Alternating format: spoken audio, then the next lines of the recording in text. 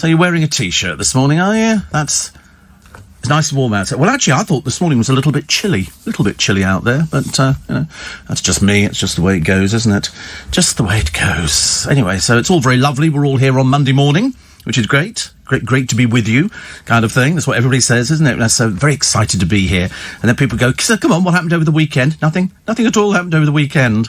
I was debating whether to buy a prawn cocktail, because I haven't had a prawn cocktail for a while. I went through a phase of prawn ready. I can't do it myself. You just buy the ready-made ones, but they do ones which are light. I think it's light colour, and a bit tastes as those ones. So I had beetroot. Little bit of beetroot actually is quite nice. Admittedly, it turns the Mary Rose sauce this rather sort of peculiar sort of colour, but it's quite nice. You can have a prawn cocktail, but the lighter version, I'm thinking, well, what's light about it? Is it the sauce?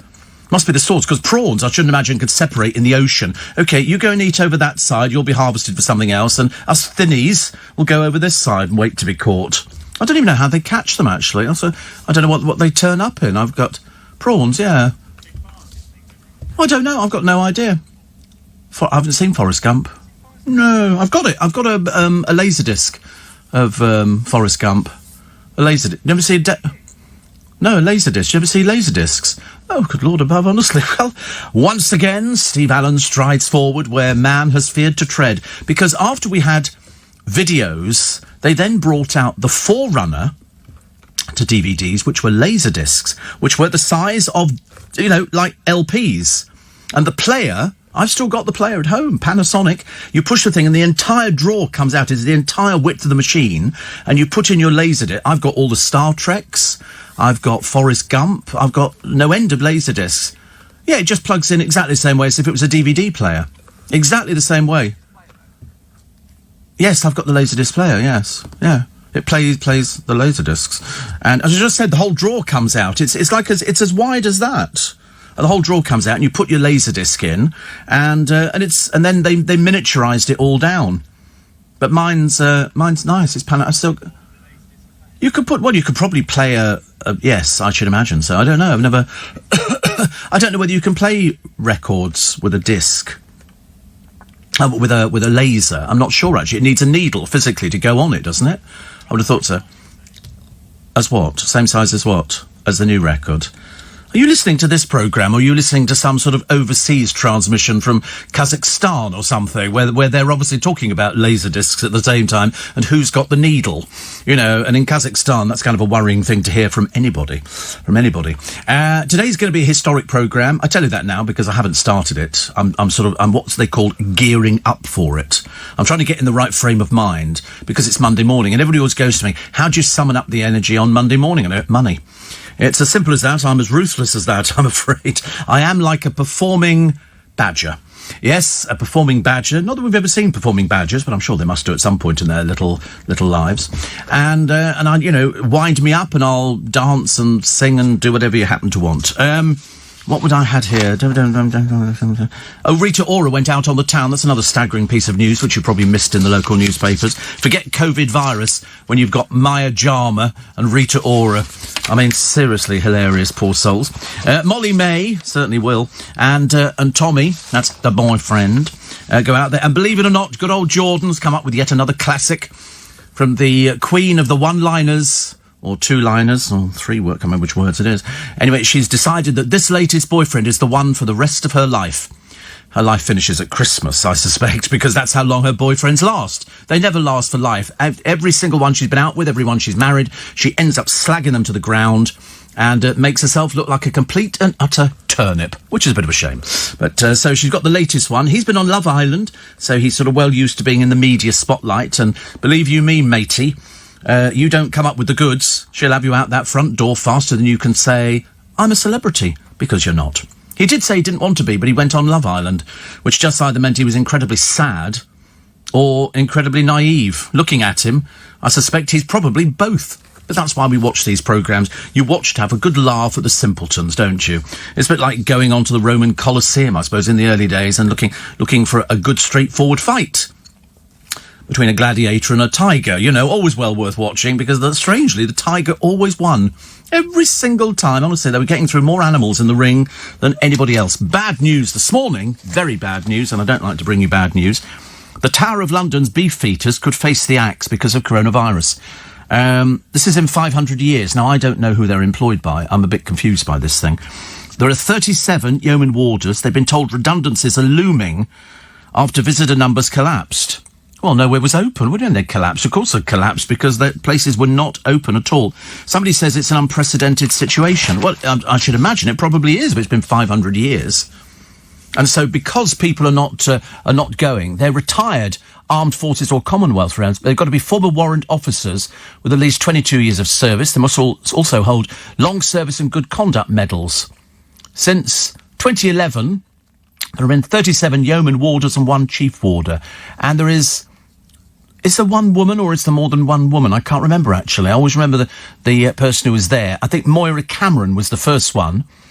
And then, three wardens were suspended, actually, for bullying her when she went in there, which I find a kind of bit disappointing. I don't like to read things like that because I like to think that the yeoman warders are so proud of wearing the uniform that they wouldn't do anything as stupid as bullying a woman who goes into the force. That's like people who go, a woman pilot. I'll get off now, mate. I'll get myself there. A woman driving the bus we don't think about. We just go, it's a woman driving the bus. You don't sort of get on and go, oh, sorry, have you passed a test? Women drive cars, women drive ambulances. I mean, can you imagine one day you might even see a female Prime Minister? Not in our lifetime, I realise, but, it's something worth pondering on, isn't it? But I don't like to think that the yeoman warders could be cut back. They say, should any yeoman warders be made redundant, we will put measures in place to ensure they have a smooth transition out of the town. Because the average age is about 40-something, I think. 40 or 50, which, I mean, really is quite young to be thrown out if you've only ever known the army and then you go and you're a yeoman warder. I mean, you have to learn the history of the Tower, so people, go there and you form groups, and then they'll sort of say, what, the yeoman warders? Well, they tell you about the history of the Tower, the bloody Tower. That's what they do. That's what they go round there. They're yeoman warders. I've just told you they're yeoman warders. What am I talking to myself? Moira Cameron is a yeoman warder, the first woman to ever hold the position. There you go. It's now a largely ceremonial role with responsibility for conducting guided tours, which I told you, guided tours, and generally looking after public visits. That'll be you, looking after you. Pushing you into the blooming river, I should imagine. And you do conduct certain... And also you get to wear this very, very stylish uniform. I mean, really, it's quite something. And that's what they do, all right? Trying to explain it to Luke. He's having one of those days. So, do you get to keep the I don't think so. No. Why would you want to? When are you going to wear it? I think I'll go and walk round the garden in my ceremonial uniform. No, if you go there, you'll all sort of file through the gates. Then you generally there'll be a few wardens dotted around. One of them is the Raven Master. Looks after the ravens. They're birds. Okay. To explain it all to him, honestly. You wouldn't believe we were in London. And so you go round and you can ask some questions. Where was the scaffold? And he'll go, can't you read? There's a big sign, to the site of the scaffold, outside St. Peter ad Vincula, which is the church where they buried everybody. So it's fairly chock-a-block with bodies, I think, at the moment. Fairly busy, as the Tudor period was fairly busy for them. And you go and stand by one of these yeoman warders. They go, come, my group to me. Welcome to the Tower of London. Can you do any other languages? I'm sorry, we don't speak English. Yes, we could. I mean, now people cope. But, I mean, there's so much history. The Krays were imprisoned there. They've had all sorts. Oh, yes, the Tower of London operated as a prison, even in sort of fairly modern... Do I look like I'm ever wrong? Come on, goodness sake, I've worked in London for more than 41 years. 41 years, man and boy. And so they then give you this sort of thing. And then at the end, I think you're supposed to tip them a bit of money. Although you're probably one of those ones that scamper off very quickly. Oh, go and find the toilet quickly. So you don't have to give any money to them. Guy Fawkes was in there, yes. I mean, and also they used to bring people in Traitor's Gate.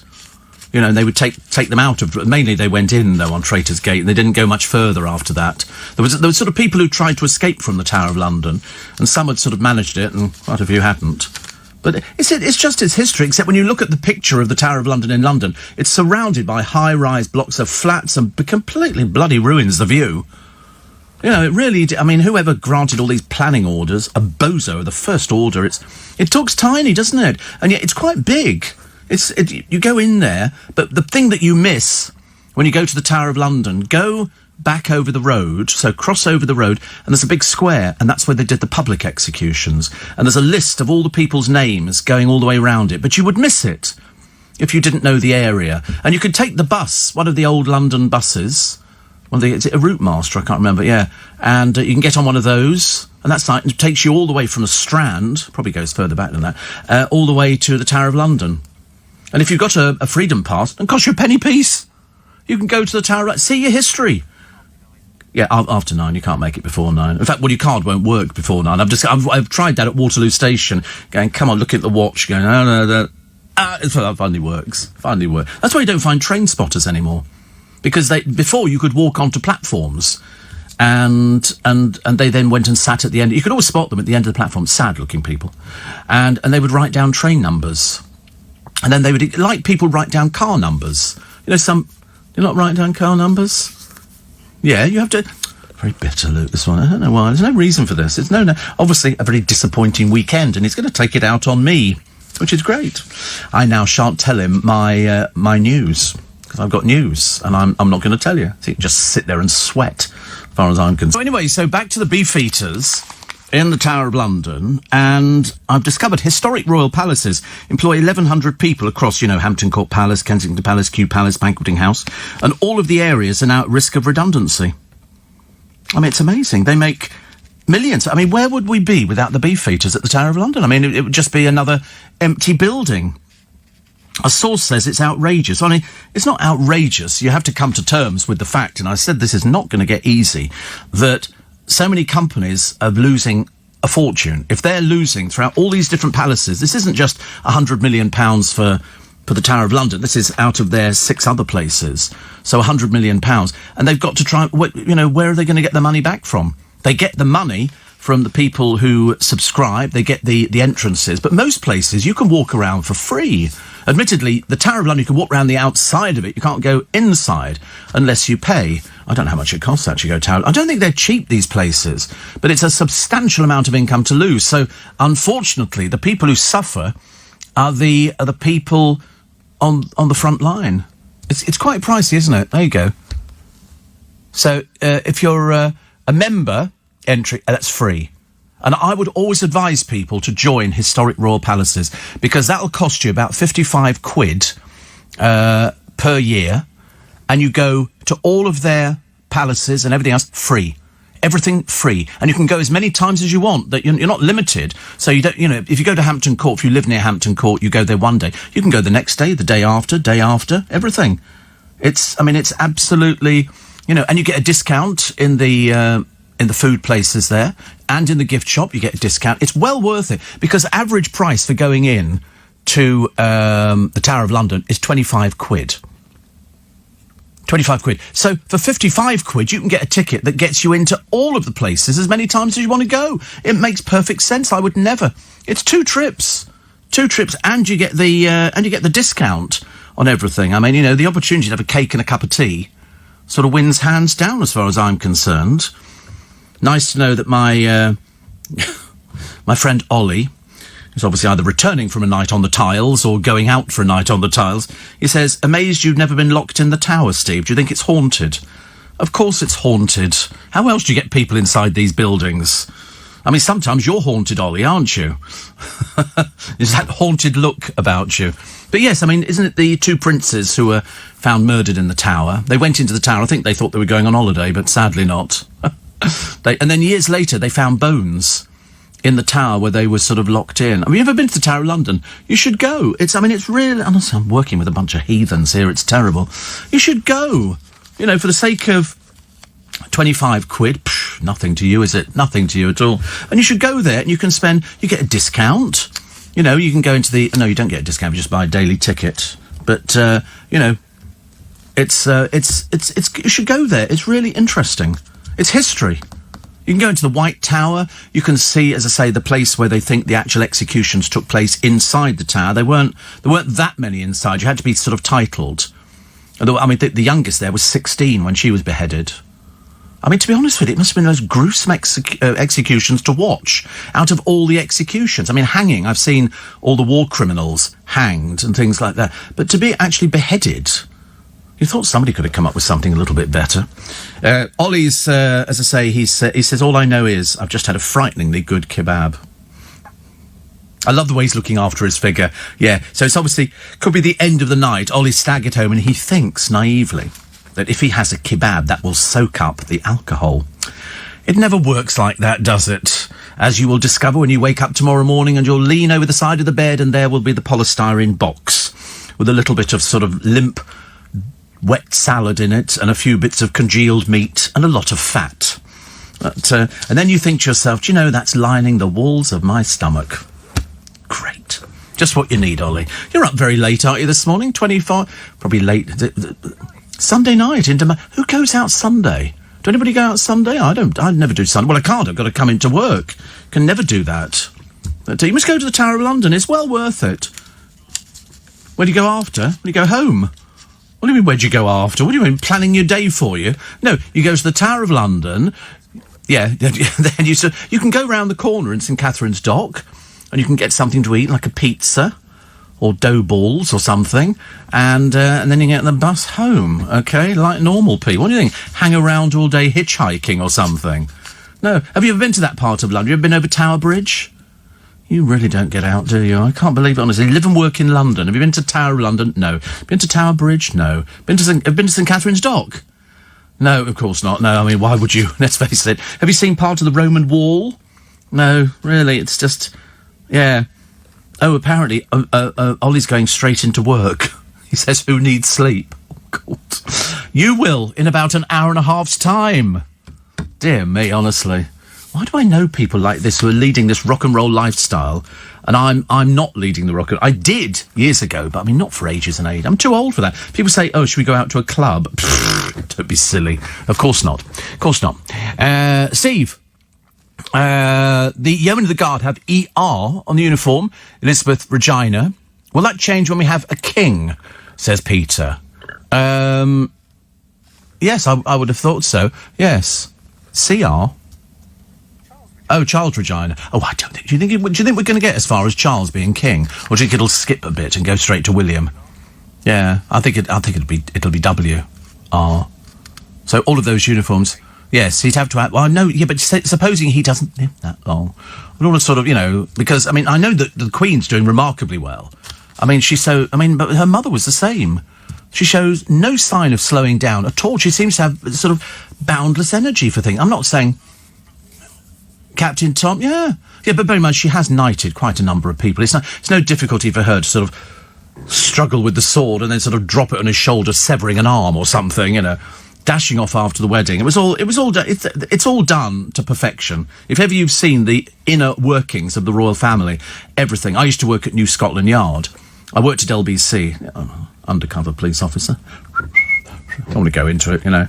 Drug squad, and had my own drug hamster, and that was very popular. Could find drugs in all sorts of strange places. No, and I used to do the travel there, and if the royal family were moving, there was a special department inside New Scotland Yard for specifically members of the family to travel, because they're not going to stop at red traffic lights. So ahead of the royal thing, and they know exactly in London how long it takes to get from Buckingham Palace or Windsor to any one of the venues that they go to. If it's a theatre, they can time it to the second, because they have motorcycle outriders who will go there, and they call them purple movements, red movements, green movements, cavalcades. Well, the Queen's car. So you can always tell if it's somebody posh or somebody or a dignitary from another country, because you'll be in London, all of a sudden motorbikes will whiz past you, they will hold the traffic up at the traffic light, they'll stop in the middle of the road, and then this car will whiz past you at high speed.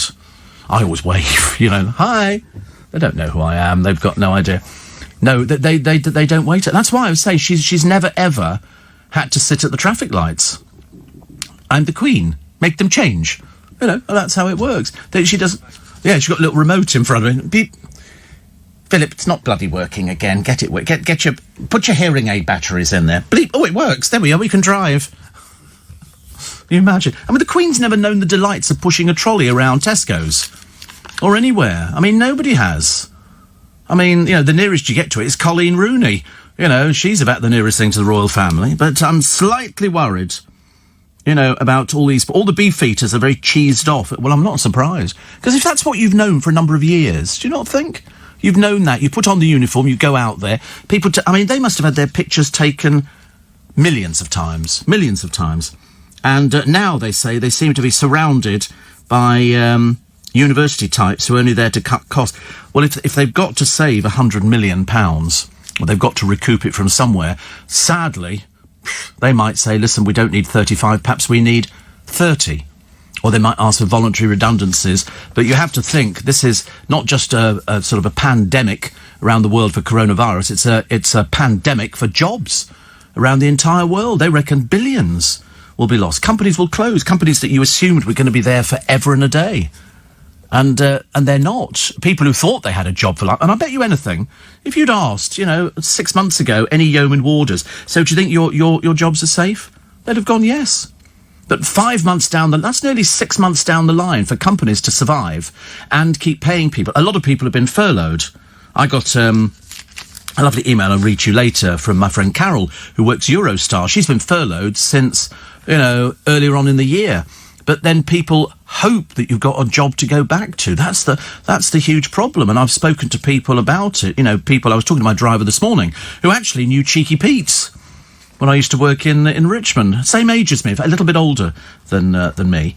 And when I was a DJ, I was a disc jockey, break for a copy. And here we go, it's Steve Allen with you until midnight. And down 16 places, in at number 3, and down 2 places. Here comes, yes, exactly. I could nip into Capital or Radio X or something like that. I could do anything like that. I have a real DJ voice when I choose to use it.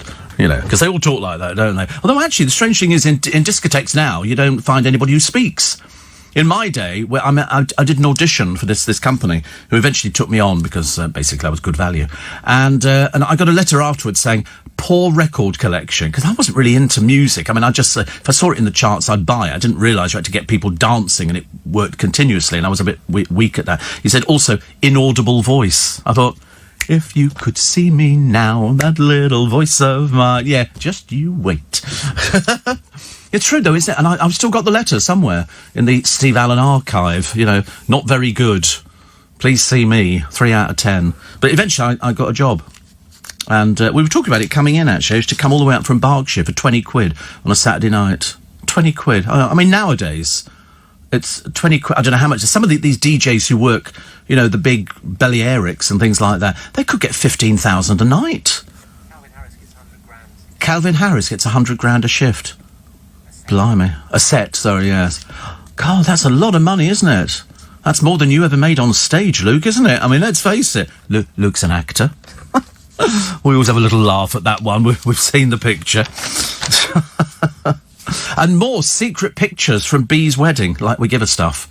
I really don't care. I don't want to see these. Although, they say Bee's hubby cuts Andy out a wedding. It's just that he didn't feature, because he's not a member of the royal family. He's been downgraded. Sarah Ferguson, you can imagine what must have happened. Philip Stanley there and Sarah Ferguson Hove's interview. And he's going, I don't like that woman. Don't like her. Andrew was out driving or something. He did go to the wedding. Of course he did. He walked her down the aisle. It's just that best not, maybe, to put pictures of him with anybody at all. Terrible, really. What else we got for you? Oh, we've got so many stories this morning. Mylene Class apparently has put on weight. Don't worry, I'm working with a complete office of people who put on weight. It's this coronavirus thing. Because what do? We get home and we eat. And we can't help it. We just sort of eat. But anyway, it was funny, talking to my driver this morning, who used to go to Cheeky Pete's and all the beer keller and everything else. And we were talking about working. And his wife was saying to him, so when do you think you're going to stop work? And he said, well, what do I want to stop work for?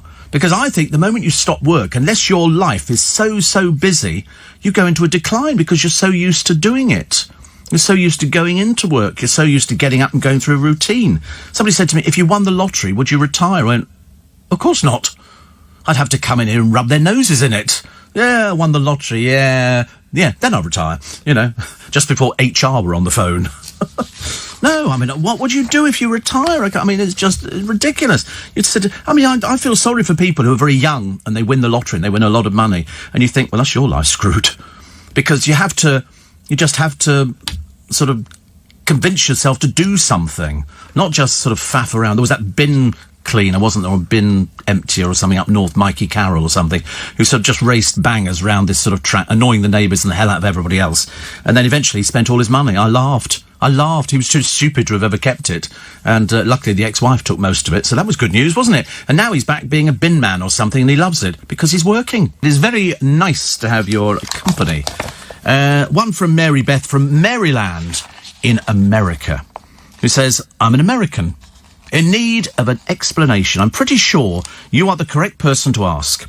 I saw in the paper today a poll of some British people saying Prince Harry is a liability to the royal family. I know what the word means, but how does that apply to the royals? OK, let's deal with that one first. Well, he was a liability because it's not exactly difficult what he has to do, and some of the comments that he's been making could be detrimental to the royal family, who basically, for all of his life, have protected him. He's been protected by his grandparents. He's not been as grateful, Mary Beth, as we would like him to be. So the liability would be Prince Andrew. Also, the liability would be Sarah Ferguson. You know, people who've brought a bit of shame on the royal family or talked about. So, hence Harry and Meghan, who've sort of, made people look at the royal family in a different light. Andrew for the obvious reasons, and Sarah Ferguson still for the infamous toe-sucking photographs.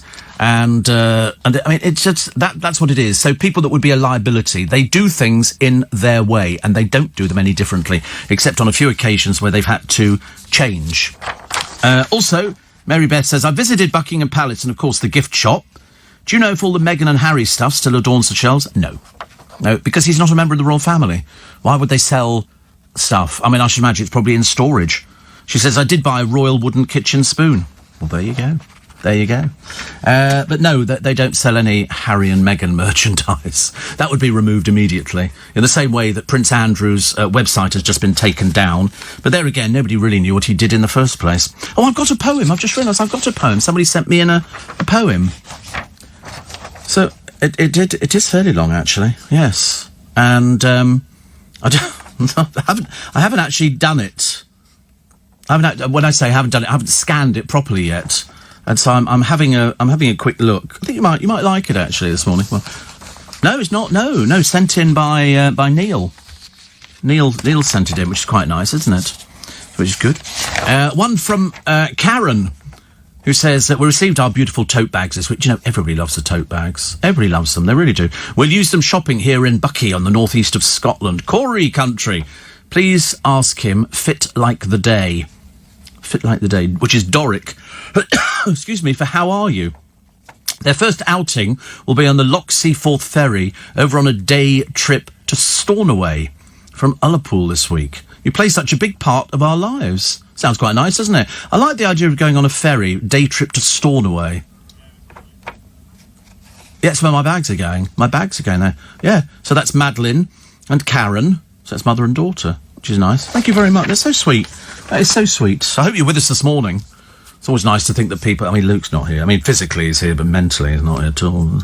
No. Have you had an odd weekend or something? Did you have one of those sort of peculiar weekends that you didn't really know what was going on? You had too much coffee? What, at the weekend? Oh, today you've had too much coffee. Because I woke up really early. I went to bed yesterday. I was tired. I'd watered the baskets and I sort of done my phone calls and stuff like that. Because today, because they've changed the way that you do VAT. And I was used to doing it the other way because I could do it online and then you fill in and you deduct this and put this in and do that bit and all the rest of it. And then it fills in boxes for you and then it says you're happy with it. And then I do that and it tells me how much my VAT is, which is great. And then I have to speak to the person who looks after my accounts and I have to say to her, this is how much the VAT is for this month. She then has to transfer that to a separate account. Well, they've done away with that. We've only gone bloody digital, haven't we? I mean, I don't do it. And so my accountant has the software. I don't have the software. He has it. And so he wrote me a thing the other day because he tries to make life as easy as possible for me. But unfortunately, I'm useless. Totally useless. But what he will do, he said, all you have to do, he said, at the end of... Because I pay VAT every 3 months. Is send me the amount. And what you do is you send the amount on your invoices pre-VAT. So it's the amount before you add the VAT onto it, and then you just send that figure to him. He will then put it into the computer, which is his thing, and I pay 16.5% VAT. I charge 20%, but I pay 16.5% because I'm on flat rate. Don't ask me to explain this, I have no idea, but builders do it, loads of presenters, you know, some people don't, they sort of set up companies. I'm not that sort of person. So anyway, so he then wrote to me and said, and then I got a thing from HMRC saying it comes into effect from today, Monday, the 20th. But I don't need to use it. We don't need to do it until the end of July, is it? The end of July, August, and it's paid in September. So we got loads of time, and it's all in place. So anyway, so that was that. And so I thought, I'll go to bed. You know, as you do. I've had a little bit of something to eat. Not too exciting. Bacon, beans, and red onions. Bit cordon bleu yesterday. Bit cordon bleu. I carried away. I nearly added some curry powder, but I thought, no, it'll wait for something decent. Did you have a barbecue? What, just by yourself again? I know, it must be awful, really. Get the little barbecue out. This is Luke's idea of everything. Couple of vegan sausages on the barbie. What did you eat off the barbecue? Vegan sausage, there you go. And what? And vegan burgers. Honestly, what an afternoon you must have had, sitting there reminiscing what it must be like to have friends. You know, perhaps I could invite them. Perhaps I'll sort of put an advert on a vegan website, you know. Boy seeks friends. You can imagine the sort of people who'd be turning up, can't you? Hilarious. I'd like to be a fly at one of your barbecues. Just can't imagine. Oh, I know Steve Hunt, yes. I know him very well indeed, yes. Have we been out for lunch? No, not yet. Soon we'll be going out. Yeah, right, whatever. So anyway, so I climbed into bed at about, it was about 4:30, 5 o'clock. Well, at 8:30, I'm wide awake again. And I'm thinking, because I couldn't sit because I didn't have the light on. And so I knew it was light because I staggered to the kitchen. I thought, I'll just have a little bit of water or something like that. And it was still daylight outside, which kind of freaks you out a little bit because I thought, oh, it's daylight. So I thought, oh, I can't go back to bed again. So I lay down on the settee, which I am prone to doing, and within half an hour I was asleep again, and I woke up at midnight. Well, it was that time, because then I get a bit disorientated, and so I have to sort of pull myself together. I had a couple of cover. Well, I normally wake up about 11:30. I normally do about 6 hours, 6.5. I don't seem to need anything more than that. Today we've got different things to do at home, but I've got to go and collect my tablets from the... Well, I say collect the tablets. I have to take a Pantechnicon round there, and we'll have to sort of load the Steve Allen tablets on board, and then come back again. But yes, I've got to do that. We've got somebody coming around. So have I got what? I've got alarms. Yes.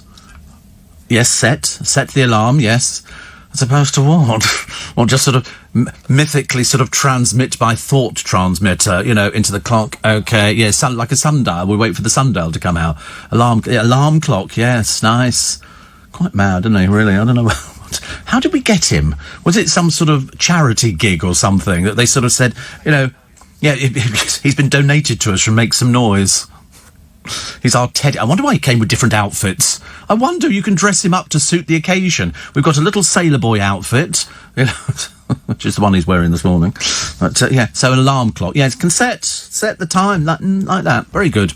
I've got 3 alarm clocks, but I don't wake up to alarm clocks. I've never woken up to alarm clocks. I wake up before the alarm goes off. I'm quite good at that. I don't psych myself up. I don't sort of, you know, drum the number 11 into my head and then wake up at 9. It doesn't work like that. You just happen to go to sleep, and then when you wake up, and I seem to thrive. I mean, 6 hours is about average for me, and that's quite enough, because I looked in the mirror, because somebody said, you know, oh, you'll need your beauty sleep. Well, believe you me, I don't need my beauty sleep. I look in the mirror and I think, do you know, I could cope with an hour. That's all I need, you know, just a little refresher. So you only had 3, yeah. Do some cold water on your face, and all of a sudden, radiance shines through. Its beauty is inner. You know, I mean, the bit you see on the outside is crumbly and old and well past it, but the bit inside is fantastic. I was saying to the girl who looks after the woman who looks after my accounts, and I said, considering I've got so many illnesses with different things, I seem to be doing quite well, actually. I don't take time off for illness. I don't. We haven't got any wood. Now, why do you ask me to touch wood? You know damn well it's for mica. I can't touch anything in here. No, nothing at all. There's nothing that's wooden. Even on the head. Nothing at all that's wooden.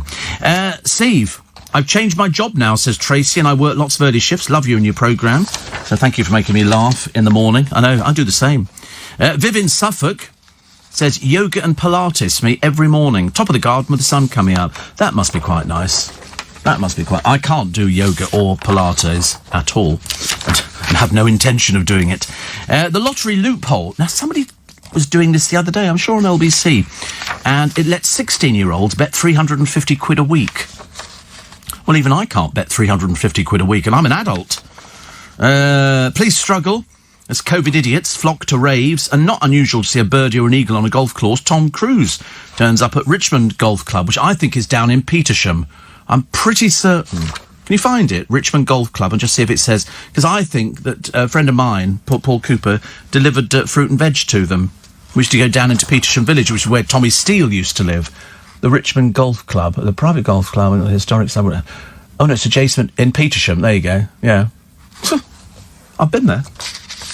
Sort of a lot of people. Yeah, it's nice, isn't it? Welcome to the Richmond Golf Club. I don't know how much it cost, but Tom Cruise landed his helicopter there. We go, absolutely outrageous. How's a bloody person lie? On the 18th, I ask you. And somebody goes, it's Tom Cruise here. Is it? Marvellous. Marvellous. Lovely. Let's have him as... Let's welcome him as a member. Prince Philip was there as well, yes. All of them are Prince Philip. With the exception of my... Oh, shall we take off now? That's also Prince Philip, but after he'd had a bit of a transformation. He went over to Switzerland, wanted to buy a cuckoo clock, and came back like that. What can you do about it? What can you do? Seriously. Sausages are on a roll. That's apparently what the Brits like. And I have to be honest, I am partial to sausages. A friend of mine, Duncan, has his sausages. Phil, I believe, has his own sausages. Loads of people. I love sausage, but I haven't fried them for ages. I bought some little ones the other day. You know, the little cocktail sausages. And I thought, how can I enjoy these? How can I enjoy these sausages? So anyway, having taken that idea in my mind, I then came up with the idea of buying some pita bread and then cutting it, popping it, because you can't cut it after. It's too blooming hot. I don't know how they cut it for the kebabs. It's ridiculous. You take the skin off your fingers. I had it dragging on the ground. Yeah, you got to leave it for a bit to go. And so I always cut the top off first, then put it in the toaster. And then I thought, I'll open up the pita bread and then drop some sausages in there, which I'd already cooked in the frying pan. I just heated them up again. They heat really, really quickly. I've got a little 7-inch. And you put these, well, I've got a smaller one as well. But that's another... You can't get many in that. You really can't. It doesn't really fit for purpose. And so, and I took the pita bread out, and I opened it by squeezing the two ends together like it would be a bit of paper or something like that. And the whole thing blooming collapsed in my hands. Been in there too long. It gone all crispy. So in the end, I had to just pour the thing into a dish, and then put some mustard on the top, and then just sort of broke the bits of pita bread up and stuck. It was a bit sad actually and tragic, but. My sausages, and I was fairly happy with it. I won't be criticised by anybody, not at my age. What else we got? Doctors are soon going to be prescribing something most unusual. Sorry, we're just working something out at 19. I'm just working out. Nick Ferrari's done 19 years here. Joined 2001, and look at that picture. Good Lord above, honestly. Look at that picture. Isn't it funny? You look back at the early pictures of sort of the LBC team. And I was sort of the youngest. I was the youngest presenter. I've become the oldest. How does that work out? That's the typical radio pose, isn't it? You know, with your things on. I've got all of this stuff. Pictures of everybody. Good Lord above. Very interesting. And especially the LBC memorabilia pages. They're even more interesting. He's listening to what people are saying. Is he doing a phone-in? He must be doing a phone-in with the handheld microphone. I love it. Oh, I love that sort of stuff. It's great, isn't it? Steve... what do you think about the idiots who are protesting in Hyde Park because they don't want to wear the face mask? Yes, do you know, I noticed that picture. It's in one of the papers today, and it said these are the people who are protesting about the face mask. You think, oh, you're always going to get idiots. Listen, they don't want to wear a face mask. Go away and sit in a field and do something interesting for a change. I couldn't really care less. That's they've been told. They've been told if you want to reduce the risk of coronavirus, put a face mask on. You don't want to put it on? Don't put it on, girlies. Just stand there and have a little protest. It makes you feel better about it. I couldn't really care less. Not bothered. Rose in Lichfield says, my son Edward and I couldn't sleep, so we got up and had a snack, did a word search. Now we're back in bed. Best way to start the holidays. Oh, I agree, actually. Shane says, I don't think Henry would like what I've just had for lunch. Steak with peppercorn sauce and chips. Oh, that sounds quite nice. For lunch? Yeah. Yeah, steak with peppercorn sauce and chips. Who's had it for lunch? He's in Australia, yeah. And he said, I don't think Henry would like what I... Who's Henry? Your name's... Yeah, it's Luke. It's Luke. Or do you mean Prince Henry? What do you mean? Henry VIII or Henry of breakfast. Oh, it's so confusing around here, isn't it, really? Actually, I've loads of times I used to go to a place in Bishop Stortford and in Epping and have steak with peppercorn sauce and chips. Delicious. Absolutely delicious. Something simple, but you've got to eat broccoli. They did a survey the other day of people who are not eat. Why? I've got no idea. So it's a case of you must eat, please, some broccoli. Eat your greens. Eat your greens. Somebody says here, none of the royals are good looking, says James. Oh, no, you're right, actually, they're not. No, they're not, really. Yeah, the Queen was stunning. My mother looked like the Queen. We used to put up a picture at my shows of my mother and say, who's that? And they go, it's the Queen. I go, that's my mother. She looked remarkably like her. Remarkably like her. And, yeah, but there's nobody in the royal family who's considered good looking, is there? I mean, Charles, I don't think so. You know, Andrew, I mean, yes, William, the hair's gone, hasn't it? Harry, the beard, bit of a giveaway. And, Edward definitely not, because he's sort of losing it as well. I can't think of anybody, actually, who's sort of considered good-looking in the royal family. Zara Phillips? No, she's with that Mike Tyndall, isn't she? What does he do for a living? I'm always fan. Apparently he wants to be an actor now. He wants to be an actor. So he's going to acting classes. I suspect you've probably been acting all your life. So it shouldn't be... Just be yourself. Just be normal, which is much easier. Don't know who else would be good-looking in the royal family. I can't think of anybody offhand. You know, there's nobody really... Who's well, there you go. Just comes down to me again. 84850 steve@lbc.co.uk. Perdita says, my friend Clive is a yeoman warder and is so passionate about his work. He says you have to be, as it can be quite repetitive to relay the information day after day. Also, my uncle played the executioner in performances at the Tower that told its history. Lots of actors in the family. I know. The funny thing is, when you go past that bit, Perdita, you go in, and then they show you just by St. Peter ad Vincula. They built, that's the name of the little church there. It's very sweet, actually, very nice. And they buried they just dig up the floor and bury somebody there, people who've been executed. And they say this was a site, they think that was the site where it happened. I don't think they're too sure. There's no photographs existing. Yeah. They found it when they were building Crossrail. What, the Tower of London? Yes. Oh, look, we've dug up. Oh, look, we're putting a train in. Here's the Tower of London. No end to the excitement. Very tired. Very emotional. Very tired. So, I mean, the executioners used to have to sort of ask for forgiveness, didn't they, before they did it? Most of them were drunk. Yeah. I mean, if you paid a bit extra, you got a good one from France. A swordsman. I'd have been good. Hello, how are you today? Thank you. And, but that's why I think in France they didn't do that. They used the guillotine because it took away the embarrassment of having to do it. It seemed to work most times. And you know, they've still got an original guillotine. They've still got one. It was in a cafe on the television. I got so excited that it actually survived from the period when they were executing in the Place de Concorde or whatever it was called then, Place de Execution. And it's the original guillotine. It's not made up model or anything like that. It's the original guillotine. And they weren't as big as I thought. It had to be a certain height. The blade had to drop a certain depth, and it had to be obviously kept very sharp, didn't it? Because otherwise, you imagine if it didn't go through properly, be a lot of wailing and gnashing of teeth. Have you ever been to Simply Sausage? No. Do I sound like I've been to Simply Sausage? Anastasia says, I too have the tote bag. Tomorrow, I'm going to be featured in Best Magazine. Good Lord, honestly, this gets more exciting by the day. And Jane says, I feel about mushrooms as Steve does about sprouts. Yeah. No, I like mushrooms as well, so I don't... Yeah, of course. I mention sprouts occasionally. I don't sort of worry about it too much.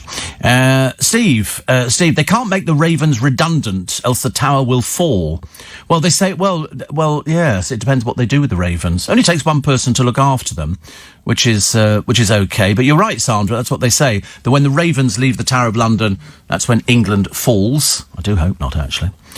Steve, in the 1990s, says Shane, I was in the city and I saw police motorcycles and police cars. Wondered what was going on. It was the Queen going to the airport. I couldn't believe it. Yes, I can believe it. Martin says, did you ever go to a rave? I don't think so. Do I sound like the sort of person who'd go to a rave? Listen, I mean, no, absolutely no. What, sort of sit in a field? No, thank you very much indeed. Or sort of no, absolutely, I can't think of anything worse, actually. And our little boat, Nimrod, finally arrived yesterday to Canvey Island, says Monica, my favourite Jewish multitasker. She says, so now we've got something to play with in our time off. You'd be surprised how many ships are going into London each morning. Now back to work. Off you go. Steve, I hope that they won't stop the ceremony of the keys. They've been doing it every night for 700 years. Yeah, they do. Halt, who goes there? The Queen's keys. Okay, and they... I don't know whether they've been doing it during I see no reason why not. I mean, it's something because it's tradition, and the one thing that we do in this country is tradition. My friend Ian had broccoli yesterday in an omelette with spinach as well. He's so healthy. But if you saw a picture of him, you'd never believe it. They always say, though, if you eat... I mean, I like spinach, but not too much spinach. But broccoli I can go for. And I like tender stem asparagus. And broccoli, they do purple asparagus, which is quite nice. But I like asparagus spears, and I just cut, because I don't want to eat the bottom bit of it. I don't know why, I avoid that. So I cut it, and I'll just put it into things, things. Henry, our Henry, says, I make the best peppercorn sauce. I'm sorry, is that a chat-up line? I make the best peppercorn sauce? Well, get the table ready, pal. I'll be round in half an hour. So Ollie, we already discovered, is actually sort of rolling into work at the moment. I bet he looks rough. He's only just had a kebab. I bet he looks terrible. Yes. I love it. Steve, Zara Phillips was a very beautiful baby. She must have been a beautiful baby. I still have the photograph of her in a newspaper. What, she's wrapped in it? Something like, how does that work? Couldn't they afford a cot or sort of things in the royal family? Smiths of Smithfield do a lovely sausage breakfast. You're all obsessed with it now. There's something the matter with it. I've got a long thing to read from Carol, which I'll do, and I've got a poem for you, actually, which I shall have a quick scan, and then you might like it. You might even know who it is. I might put it out as a competition question, which is lovely. Steve, Princess Margaret was stunning in her day. I think she was the most attractive out of the royal family. Yes, I mean, I have to be honest. I mean, I wouldn't disagree. Unfortunately, because at the moment she discovered she wasn't going to get anywhere near the throne, things went a little bit pear-shaped for Margaret, and she became the good girl around town. She was party girl, and she enjoyed every minute of it. Mirror this morning, talking about the NHS heroes who are working for free. They're working for free, but then having told you about... I mean, nothing surprises me anymore. And what do they have here? The Germans are crazy for cricket, which is quite nice. And the wags who may drop the war. I do hope so. That was my advice. Please drop the war. Nobody is going to win unless it's lawyers nowadays. Every time somebody goes to court, the lawyers rub their hands. And it's not great. Also, glorious new photos of Bee's secret garden wedding. Listen, it's not secret. They keep releasing photographs. What's secret? Secret would be we never have to look at her. That would be the grateful thing. Thank God we haven't got to look at Prince Andrew and Sarah Ferguson dressed up like the proverbial dog's dinner. But I'm sure they had a marvellous time. And they had a bar named after Prince Andrew in the garden put in, like a sort of pop-up bar. I know, they're most childish at times, really, very. Steve... my friend is a beefeater. The soldiers carried on with the ceremony of the keys because they've been furloughed. Really? What, so the soldiers aren't furloughed? And the soldiers do the... I don't know how that works, actually. I mean, nice to be company. Welcome to Monday, 20th of July. I trust we find you well. I trust we find you healthy. And I trust we find you happy as well today. I don't know what the weather's going to be like. We shall find out a little bit later on. We always have a quick check just to make sure. I mean, to be honest with you, it's been okay over the weekend, but I have a feeling... I'd have got it wrong. A feeling that it's going to start turning. We got the papers. We take all your texts and emails, and we managed to get as much into the programme as we can between now and 7, because Nick Ferrari's back from holiday, and he's got Majid Nawaz on the programme today, who went on hunger strike. I think he did about a week, but he's managed to get 100,000 people, so it now gets debated in Parliament. So he'll be telling you all about that with Nick Ferrari this morning. So Neil sent me an email, and he said, I'd love you to read out this poem by Jeremy Taylor. Born in South Africa, he was a big name on the British folk club scene in the 70s. I used to run a folk club near Stafford, and he played to full houses there on many an occasion. So Neil's in Stafford, so we got the poem. So I think you might like it, actually. It's called All Along the South Coast. All along the south coast, the sea is sort of there. The sun is sort of shining, though a sort of salt sea air. There's a sort of shall we or shan't we, a sort of yes or no, a sort of rolling up of trouser legs and a dipping of the toe. All along the south coast, the day is sort of bright. At least it's sort of brighter than it is at sort of night. There's a sort of should we, could we, a sort of yes or no. Well, it could be sort of fun. We ought to sort and have a go. All along the south coast, they're turning out the lights. It's sort of past 11 o'clock, and we've all seen the sights. There's a sort of shall we, dare we, a sort of groping of the thighs, a short gasp of pleasure, and a sort of burst of sighs. All along the south coast, the waves beat on the shore, but they sound well, sort of different than they sort of did before. There's a sort of did we, didn't we, a sort of smoothing down of clothes, a sort of better take you home now. Do you think it sort of shows? All along the south coast, we sort of settle down. It's just as sort of good as any other sort of town. Only now we're sort of older. We sort of stop at home. We paint the walls and mow the lawns and leave the world alone. All along the south coast, the waves beat on the shore, but they seem, well, sort of gentler than they sort of did before. And all along the south coast can still be sort of seen a corner of old England that's forever sort of green. Thank you so much. Thank you so much. I'm here all week. Seats at all prices. Absolutely. Jim says Lady Amelia Windsor is a royal beauty and a fashion model. Oh, right. I don't know. We know that one. Which side of the family would she be from? I lose track of them. To be honest with you, at the end of the day, it's a royal family. I like having them here. They don't make any differences to the tourism of this country. It's always been people saying, oh, you need the royal family, they bring tourists in. No, they don't. The buildings bring the tourists in. You don't think anybody arrives here from, wherever it is and goes to Buckingham Palace expecting to see the Queen standing on the balcony on a stepladder cleaning the windows. It's not going to be happening, is it? We don't do things like that. But we like tourists coming to this country. We're open all the time, honestly. You can come here any time of year. We're not remotely bothered. What are the official rules governing these ghastly e-scooters? To be honest with you, there's going to be a death. I've seen them. They whiz up and down the pavements. They're going to crash into people. Do you know... Oh, here we go. This is very interesting. No, you won't know this. You really won't know this. I didn't. E-scooters may be ridden at a top speed of 15.5 miles per hour, although individual areas, as in Middlesbrough, may cap this at a lower level. Users must hold a full or a provisional driving licence. Did you know that? No need to use L-plates. Helmets and high-visibility clothes are advised, but not required by law. You've got to be at least 18. You can use them on most roads, but not motorways. They are banned on pavements. Well, you try telling them. You try telling them. Well, oh, cock and bull, honestly. Roads with speed limits over 40 miles an hour are not to be used. Private electric scooters are still illegal on the roads and can only be ridden on private land. And only one rider at a time is allowed on an e-scooter. I saw 2 people the other day on an e-scooter. I think it's about time the police pulled their fingers out on this one. I mean, they're always on the pavements. Constantly on the pavements. And so you've got to hold a full or a provisional driving licence to have a scooter.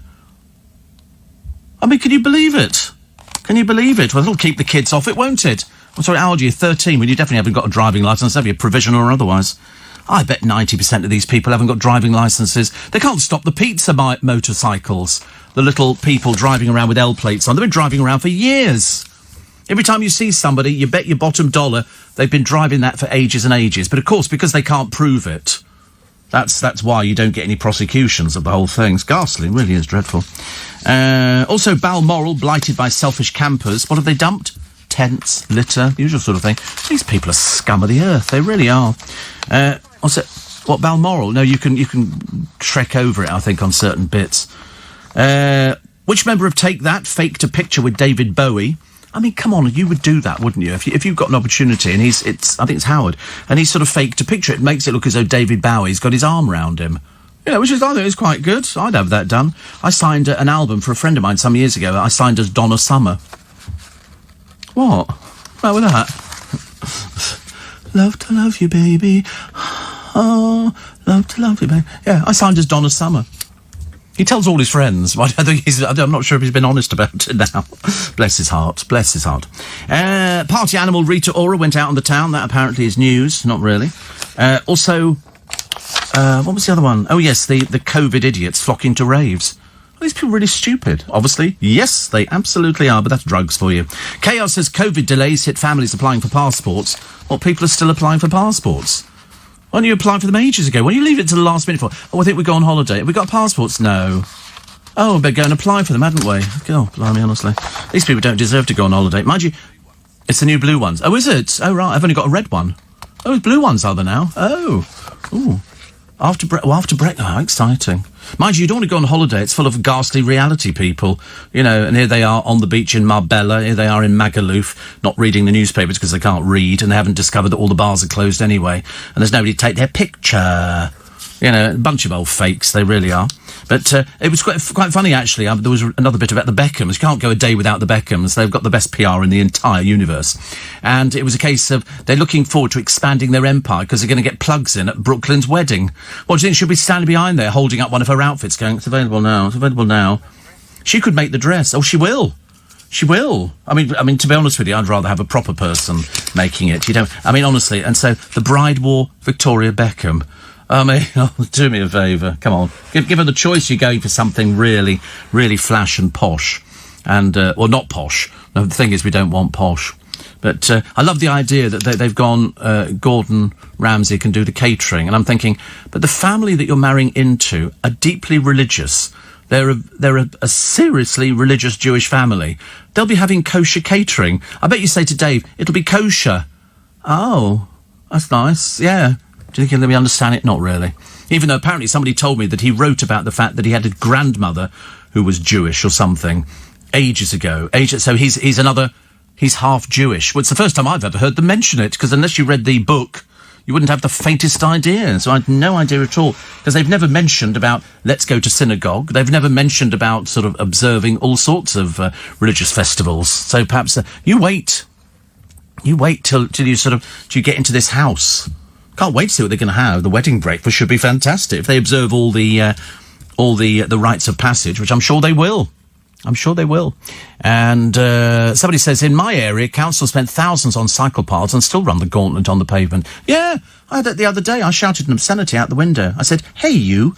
And, and it was a cyclist. We saw two this morning coming in, no lights, and dressed all in black. And I thought, do you know, you deserve to be knocked over by something because you're that thick. Where are the police? No police. Where are the police? Probably furloughing somewhere. But, I get them. That on the 316, we built a cycle track. It's marked for them as well, because they're not bright. It's marked with a picture of a bicycle. You know, I wanted to put a picture of a Sherman tank on there, but apparently that wasn't recommended. You know, I'd make sure. And so they cycle on the 316. And on a Sunday, when they all come out in their lycra, it's all very, very camp. The whole thing is just too much. They ride two abreast. And so to get past them on the Kingston Road is a nightmare. Nightmare. All these, even though there's a cycle lane. I know, it just doesn't seem to work. I don't know what more we can do apart from, have a big arrow with, cyclists, this way, please, cyclists, come on. And then they stop, and I saw some the other day getting off their bicycles in Richmond and walking along the pavement, which was very sweet. Then because they've all got the gear, the crash helmet, the fluorescent lycra, which is tight in all the wrong places, and they've got special shoes and all the rest of it. God help them if they get a puncture. Oh, my God, it's like the world's come to an end. But we got loads round our way. We must have loads of cycle clubs. But nobody talks to each other. They just cycle. Well, that's not very exciting, is it? Might as well all be on roller skates.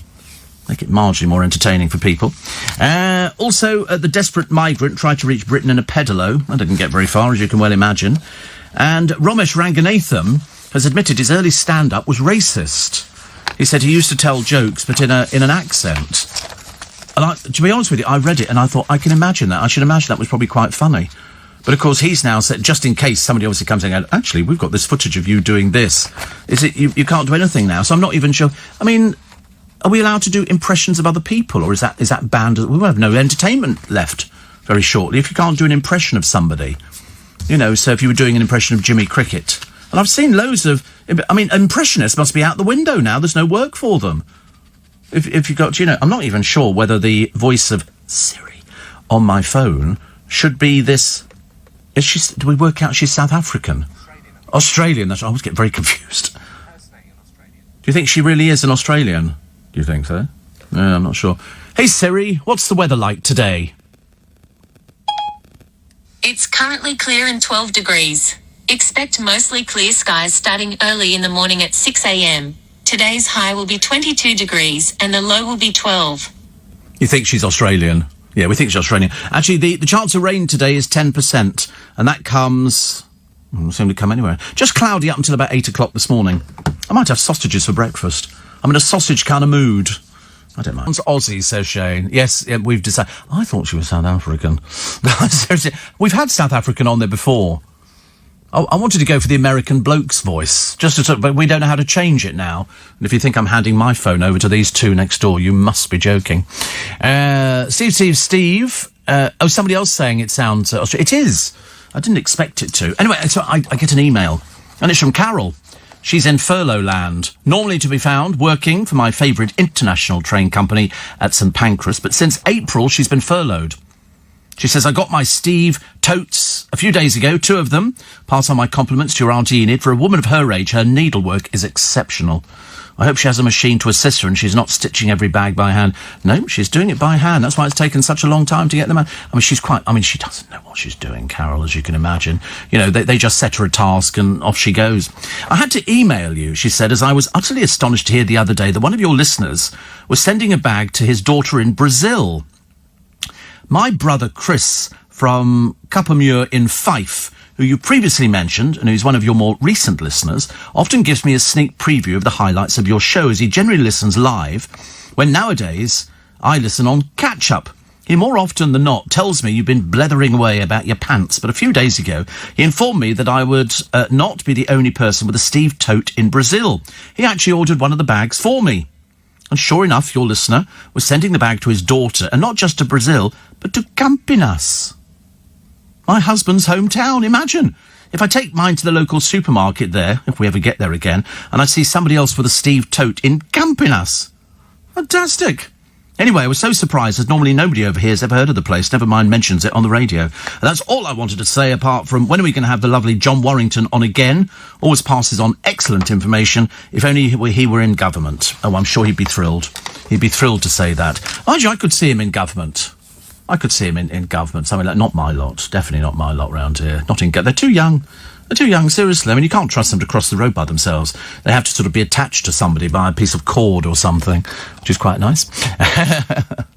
And, the school kids facing this washout summer holiday, because it's not going to be which actually suits me, I couldn't care less. Really couldn't care less. Catching up with boob jobs, apparently willy enlargements are very popular now.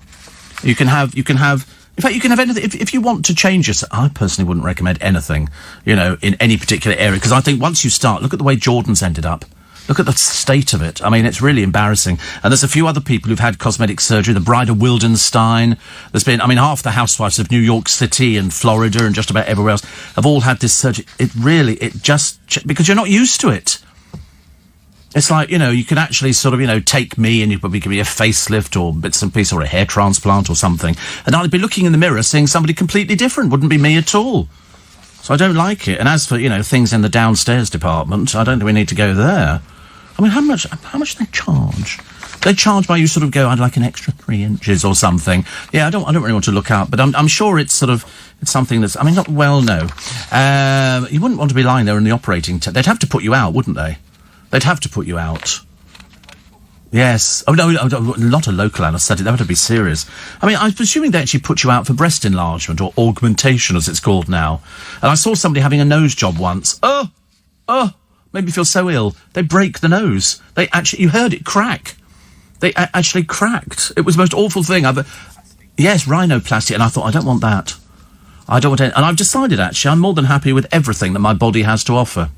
I don't want to start surprising myself with sort of something I'm not used to having. So, what would I have done if I had anything done? I don't think I'd have anything done. I'd quite like to sort of be thin, but I'd quite like to have that as a magic trick, whereby you just sort of, you sit there and you go to bed at night, you take a tablet, you wake up in the morning, and you've lost 2 stone. Take 2 tablets, lose 2 stone, 3 tablets, 3 stone, etc. And then I thought, yeah, but where's it going to go? So you have to do the sit-ups, and who the heck wants to do sit-ups?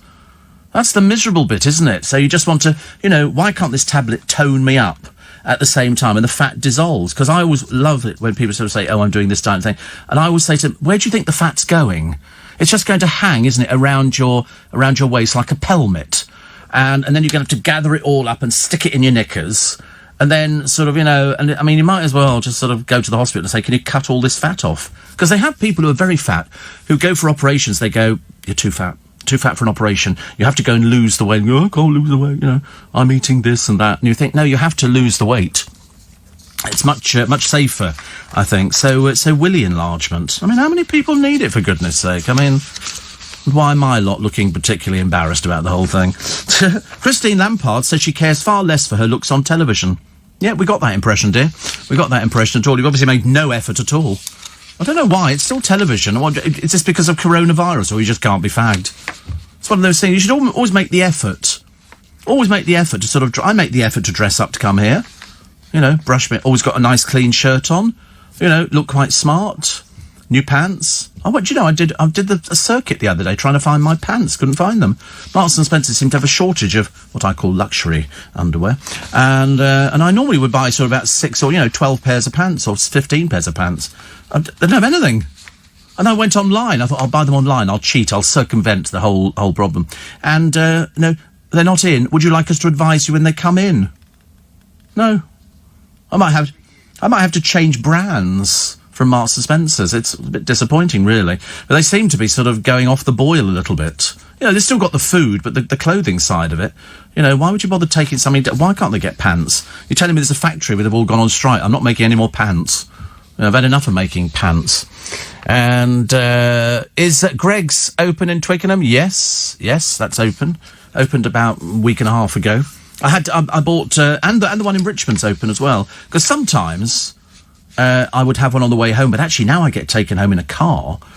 It's actually quite good, but it keeps me well away from Greg's in Richmond, which I'm a bit grateful for. I went in there the other day, and I bought a couple just for the train journey. It was a bit of a treat, actually. They would say, red sauce or brown? And I want to say, I don't get either, actually. I get, a bacon roll with extra bacon, which is quite nice. And so you get 2 for under a £5. So about 180 each or something like that. Yeah, two rolls. Sometimes if I'm feeling really pushing. Baguette, and that's about 12 inches of heaven. A baguette, and I go with extra bacon. Or you can have bacon and sausage with extra sausage. To be honest with you, let's leave now. Let's go straight round to Greg's. What was the other one? Chloe Ferry. She's from Geordie Shore. I mean, I don't want to be rude, but ropey would be the word. She turns up naked for an audition for something. I mean, it's sadly pathetic, isn't it? You know that these people, in years to come, are going to sort of start blaming everything. You know, people took my picture, people did that, and all, and you think, you're doing yourself no favours at all. So she stunned the bosses. I'm not at all surprised. Very, very embarrassing. Very embarrassing. So what else we got? Happy birthday, well, to you. Might be your birthday. And Gemma Collins wants an all-over tan. That apparently in the talentless world of Gemma Collins. I'm the GC, and I'm the GC. Of course you are, darling. You're nearly 40. I mean, good God, you must be more than halfway through your life. And you're talking about, I want an all-over tan. We'll go and have an all-over tan. You don't need to seek approval for it, dear, but obviously you do. Mind you, no Arge now, is there really? I don't know why that... Perhaps you should go and try and find it. Well, couldn't you advertise or something? What as? I've got no idea. Michelle Keegan and her husband Mark are out in somewhere, a Spanish resort. Where did they go to? I think they were in Marbella, which is lovely. Oh, the other day. What did I say? I said something. Bidet. I said, I love a hotel room with a bidet in. And somebody wrote in, I mean, seriously, you can't believe it, and said it's actually pronounced bidet. And you think, honestly, please God, tell me you don't ever vote. I couldn't bear it. But they went to Olivia's restaurant, which is owned by Mark's cousin, Elliot. Yeah, they did a whole programme on it, promoting it. It looked ghastly. You imagine going to any restaurant where it's got people who used to be in Towie there, or anybody from a reality show. No, thank you. Noah says, do you find it depressing so many celebrities are getting involved in politics? No, not... Well, I mean, are there a lot of celebrities getting involved in politics? I think everybody's allowed to have an opinion about politics. I mean, most people pin their political colours to their sleeve, don't they? And they tell you... Whereas years ago, nobody told you what they voted or what newspaper they took, lest you go, Tory. I get people writing going, Tory. And you're obviously more stupid than you look. Honestly, I've never discussed politics on the air at all. Never done it. It's the only thing that gets people annoyed. People get, I got really wound up about that. There he was, being a Labour supporter and all the rest of it. That Keir Starmer, I wouldn't vote for him if he was the last person standing in the queue at Safeways. Yeah. It's just ridiculous. People get so carried away about it. And then some people obviously been onto the internet, absorbed about 3 lines and think that's it. And then they just repeat it ad infinitum. Terribly boring. Steve, my office was evacuated after we heard Boogie Wonderland on the radio. It set off the Earth, Wind and Fire alarm. Right, you're barred, Alan. OK, it solves that problem. Never again will somebody from Fife be able to write you. I'll tell you, you're going to miss this programme. You're going to miss it, OK? I'm going to make sure your radio blows up any minute now. You won't be able to hear anything at all. So what are you going to do, eh? Got any shops in Fife sell you a radio at this time of the morning? No, of course not. What else we got here? Example. Have you heard of Example? Oh, right, you've heard... No, you haven't. Of course you haven't. This is Luke, who's never been to the Tower of London, or walked over Tower Bridge, or been to St Catherine's Dock. The DJ Example, yeah. Yeah, he's heading for Australia now. So he's recorded and released a new album, Some Nights Last for Days in Lockdown, Lives Down Under. So he lives in Australia. I could never go and live in Australia. It wouldn't interest me. I couldn't live anywhere but here. I thought about that before. Big huge spiders. Oh, Luke, that'd be terrible. You'd be sitting on the beach, be 3 of them coming out and dragging you back into the hole and then wrapping you in the web. Oh, do you ever see The Fly, the film The Fly with Jeff Goldblum? You'd like that. That was what he did. The fly was a person who turned into a fly, and then they wrapped them in the cocoon and came back to eat them for later. You'd love it. I don't like things like that. I don't know why it is that people sort of want to go and live in other places. I see them on the television now. They say, place in the country or new life down under or new life abroad. Yeah, that's Jeff Goldblum transforming into the fly. Ugly little so-and-so. Not nice, is it, at all? I don't like things like that. I could be quite frightened by an infestation of flies, flying or otherwise. I don't like those sort of things. I don't like spiders. But I used to, when I had something that was nearer the ground than I am at the moment. Spiders used to come in, and you'd be sitting in front of the television, and you'd see it out the corner of your eye, moop, and then freezes. So I always used to have a can of hairspray handy. Yeah. You had bats. You had bats? What do you mean What, at home? You know they are protected. Bats you can't get rid of bats. I think there's Ellie Goulding has got bats or something, and I think somebody else had them, and you can't do anything about them. They're not going to hit you. They don't get... People go, oh, they get tangled in your hair. Well, I mean, I've been out loads of times. They've never been tangled in my hair, thank you very much indeed. But if you've got them, they'll be tiny if they're pipistrelles, and they're all protected. You can... I don't know why. It's like bees, isn't it? You can kill a wasp, but you can't kill a bee. Not that I would want to kill a bee. I like bees, because they sort of come and harvest the flowers for the pollen and then fly back. It must be exhausting to be a bee. That's all you do all your life, isn't it? You just go out there, sort of seek pollen, go back to the hive, make honey, somebody lifts it out, squirts smoke in your face, and then sort of pops the thing back down again, and you're going, excuse me, I can't see anything. Yeah, pretty nice to be company. Welcome to Monday. I know, don't you wish you'd go away, honestly? Nothing worse than cheerful people at this time of the morning. You're going, excuse me, it's not even 6 o'clock. Why is somebody cheerful? Because it's Monday morning. And because it's Monday. Don't talk to me, Steve, about cycle lanes. Richmond Council, says Anne, have sneakily put in one during lockdown on the Kew Road outside Kew Garden, so there's now no parking. The lady at the gate told me people are not renewing their memberships because of lack of parking. It's not an accident black spot. There's no need to do it, but Richmond Council are a law unto themselves, as I'm sure you know, and cycle, it's the top of the pops. Yes. I mean, to be honest with you, if you're going to Kew, the only time I've ever been there, and well, on all the occasions, I've taken the bus. Because I know damn well there's nowhere to park outside there. And so I've taken the bus. Now it's free. I could probably take the bus more time. But you're right, everywhere you go, cycle lanes, they don't even contribute to the roads.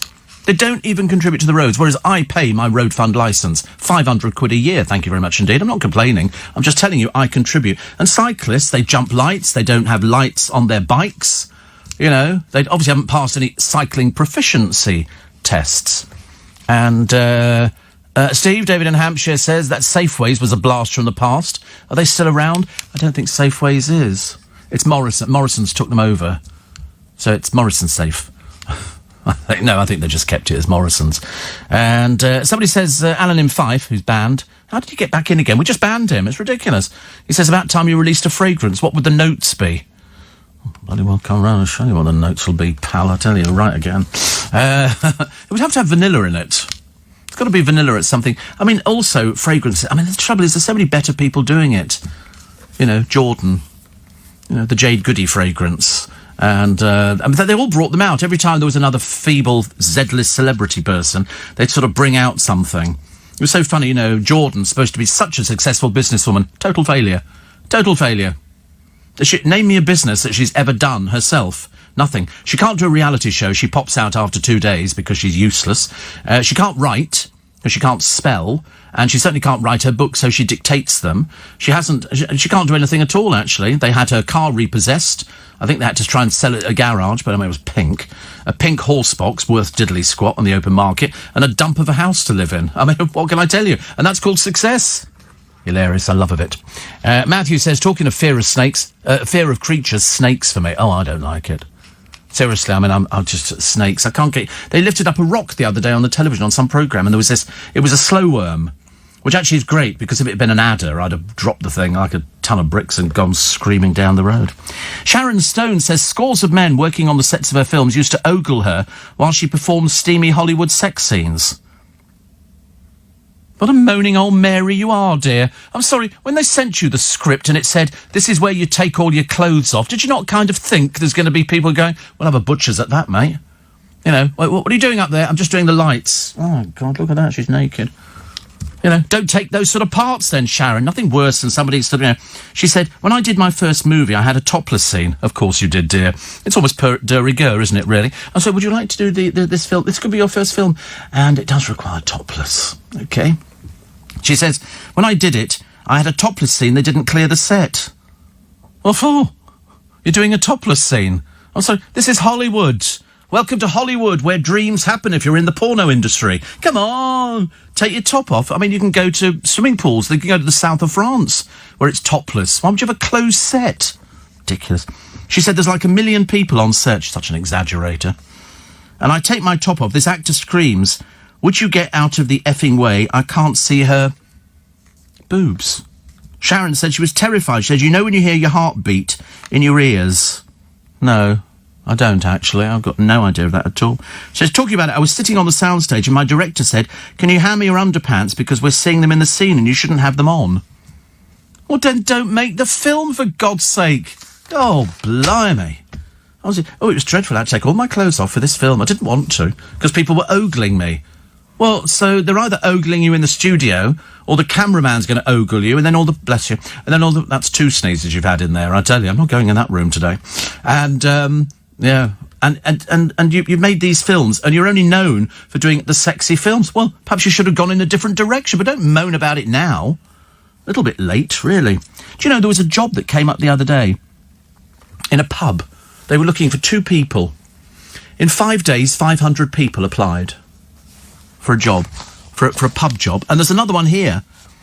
There's 10 jobs at an engineering firm in Birmingham. Staff will be making industrial machines from parts manufactured across the UK. How many people have applied? How many people have applied for these jobs? So they've got 10 jobs, and how many have applied? Come on, today. 150 people. No, 15,000. 15,000 people applied for 10 jobs at an engineering firm. And people go, oh, it's getting better. And I'm going, no, it's not. No, it's not. It's going to get worse before it gets better. I mean, luckily, keeping your sort of spirits up, radio keeps your spirits up. It's immediate. It's there. It's in your face. It targets people. We can tell you exactly about everything, and that makes people feel a lot better. You don't get that from a television. You don't get it. Television is very much sort of like the poor relation to radio. You know, during coronavirus, radio came into its own. You know, all of a sudden, people who'd sort of thought, you know, you wake up in the early hours morning thinking, oh, it'd be lovely to talk to somebody. LBC. You know, oh, I wonder if people are talking about that. LBC. Other people have tried to imitate. It's sadly pathetic, actually. It really is. Very embarrassing. There you go. Steve popped into my neighbours for a quick coffee. 6 gin and tonics later. What, went in for a cup of coffee and came out with 6 gin and tonics, Lisa? She says, I need to learn to say no. You're kind of cheering me up. It's like I feel a mother's ruin kind of day. So you had 6 gin and tonics, but you went in for a cup of coffee. Dear me. I've done that. In fact, yesterday I went up to Lynn's place for a cup of... She said, do you want coffee or do you want, you know... And I said, I'll have a coffee. And so I had a cup of coffee, which was fine, actually. I was quite happy with that. How many bottles of coffee? Yeah, so we opened the fridge and took out some... I've got chilled coffee in my fridge, I discovered the other day. I'm always finding things in the fridge. like insulin. I find a lot of insulin in the fridge, boxes of insulin. I think I'm stockpiling it. Steve, just wondered, was I right about the former New Gallery Cinema as being the shop with the organ you went in, says Paul. Do you know, I'd forgotten about that now. Now I'll have to go back to it and check out. Would you believe, says Ben in Hong Kong, I found a shop selling frozen Greggs sausage rolls and steak bakes in Hong Kong. Life complete. It is, yeah, they actually do a range. It's sold in Iceland and everything else. So that's quite a good idea, because a friend of mine liked something in there, and I can't remember what it was that she liked, but it was very, very good, very good. Oh, somebody else talking about cycle lanes. It's amazing, actually. David in Hans says, I've ordered a sprinkler, thanks to your advice. I didn't water the plants yesterday, thanks to it weeing down again. Did it rain in Twickenham? It did, but you still got to water. Still got to water, because if you look at some plants, they fill up the pots, and the rain just bounces off the leaves. It doesn't actually get into the soil, so you've got to do that. And if you've got hanging baskets, believe you me, you need to water them. You cannot let the rain do that. It never works. What else we got here? Parents are failing to properly apply sun cream to the kids, running a risk of burns and cancer. Yep.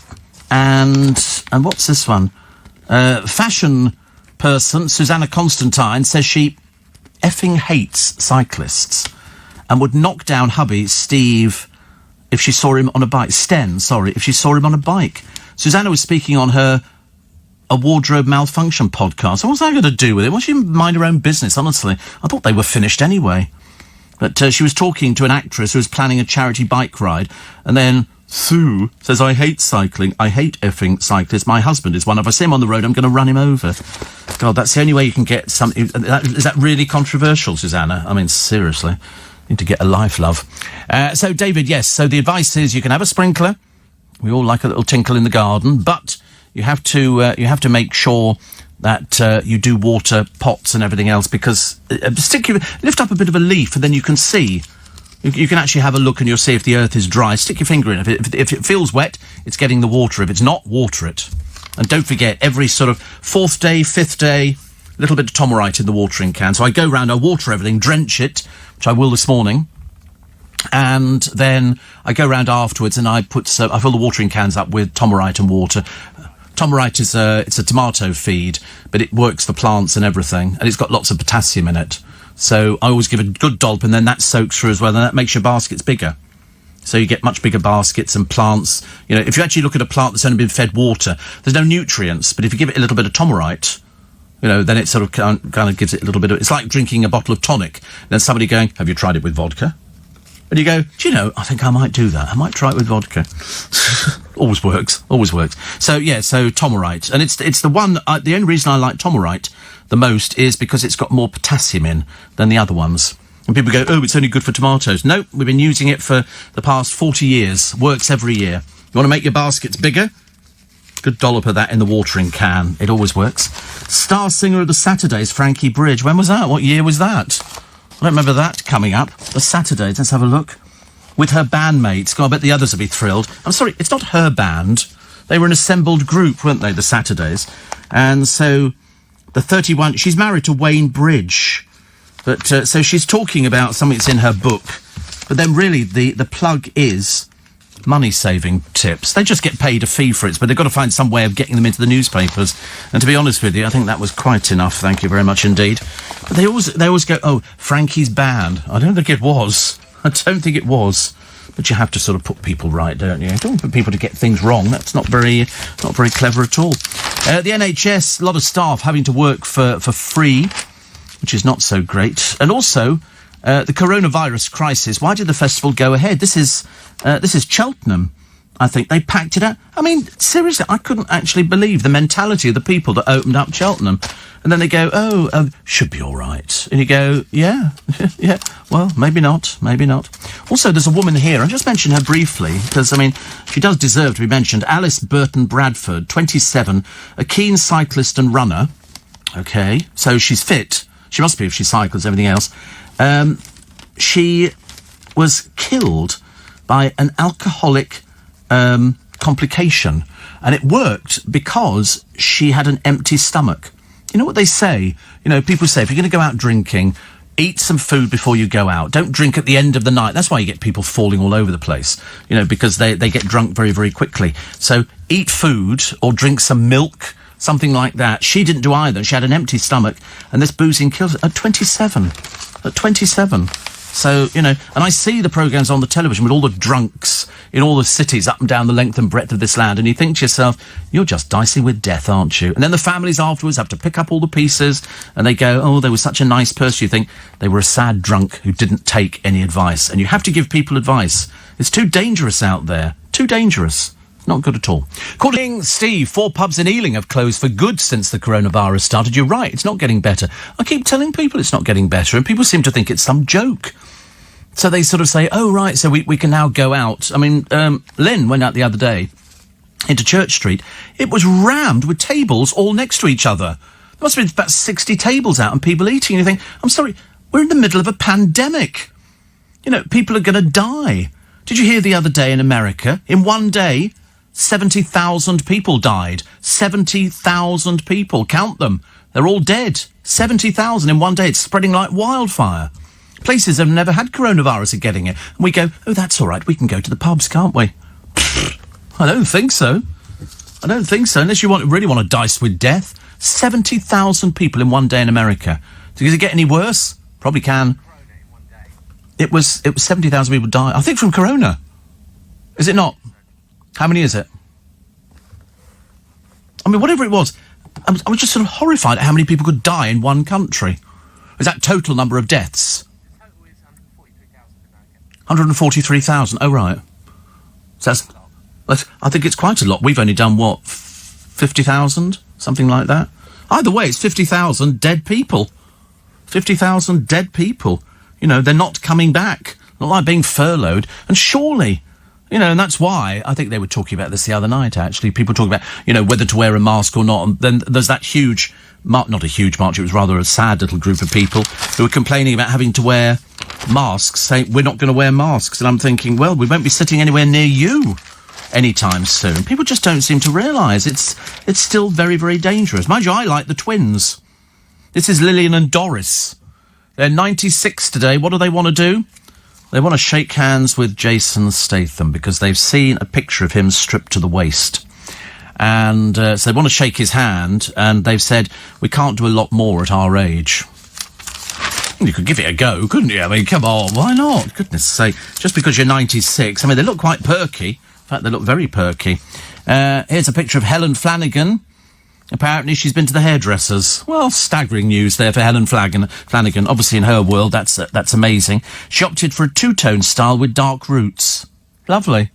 That's apparently a news story. Dark roots as well. It's a great look. It really is. It's called Rough. And they go, oh, she's not been to the hairdresser for 4 months. Well, like the rest of the country. You know, they go, oh, this is so interesting. David Bowie, as a man, has got this... song. Only a few people have heard it. It's an unearthed piece of David Bowie. This is before I Do Believe I Love You. It came 3 years before the trippy Space Oddity. Now, Space Oddity, I thought, was that after The Laughing Gnome?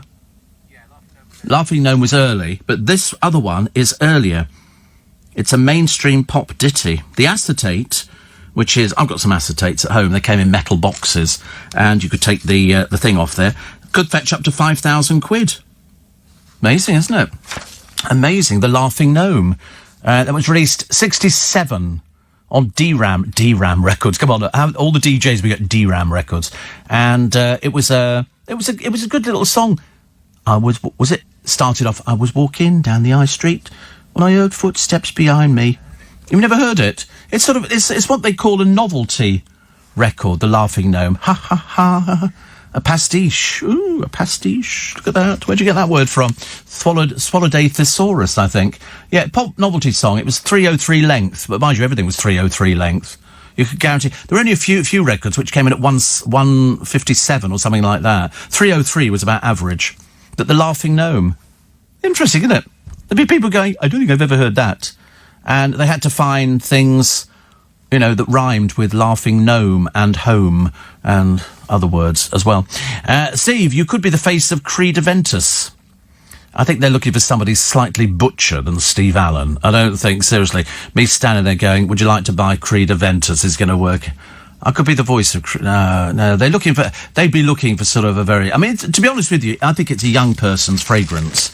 It's definitely... I could be in a vest with a tattoo. I'm Steve Allen. Try Creed Aventus. Yeah, I could be like Bruce Willis. I could look like that, couldn't I? They could put a little sort of bit of war paint on or something like that. I could be wearing camouflage paint.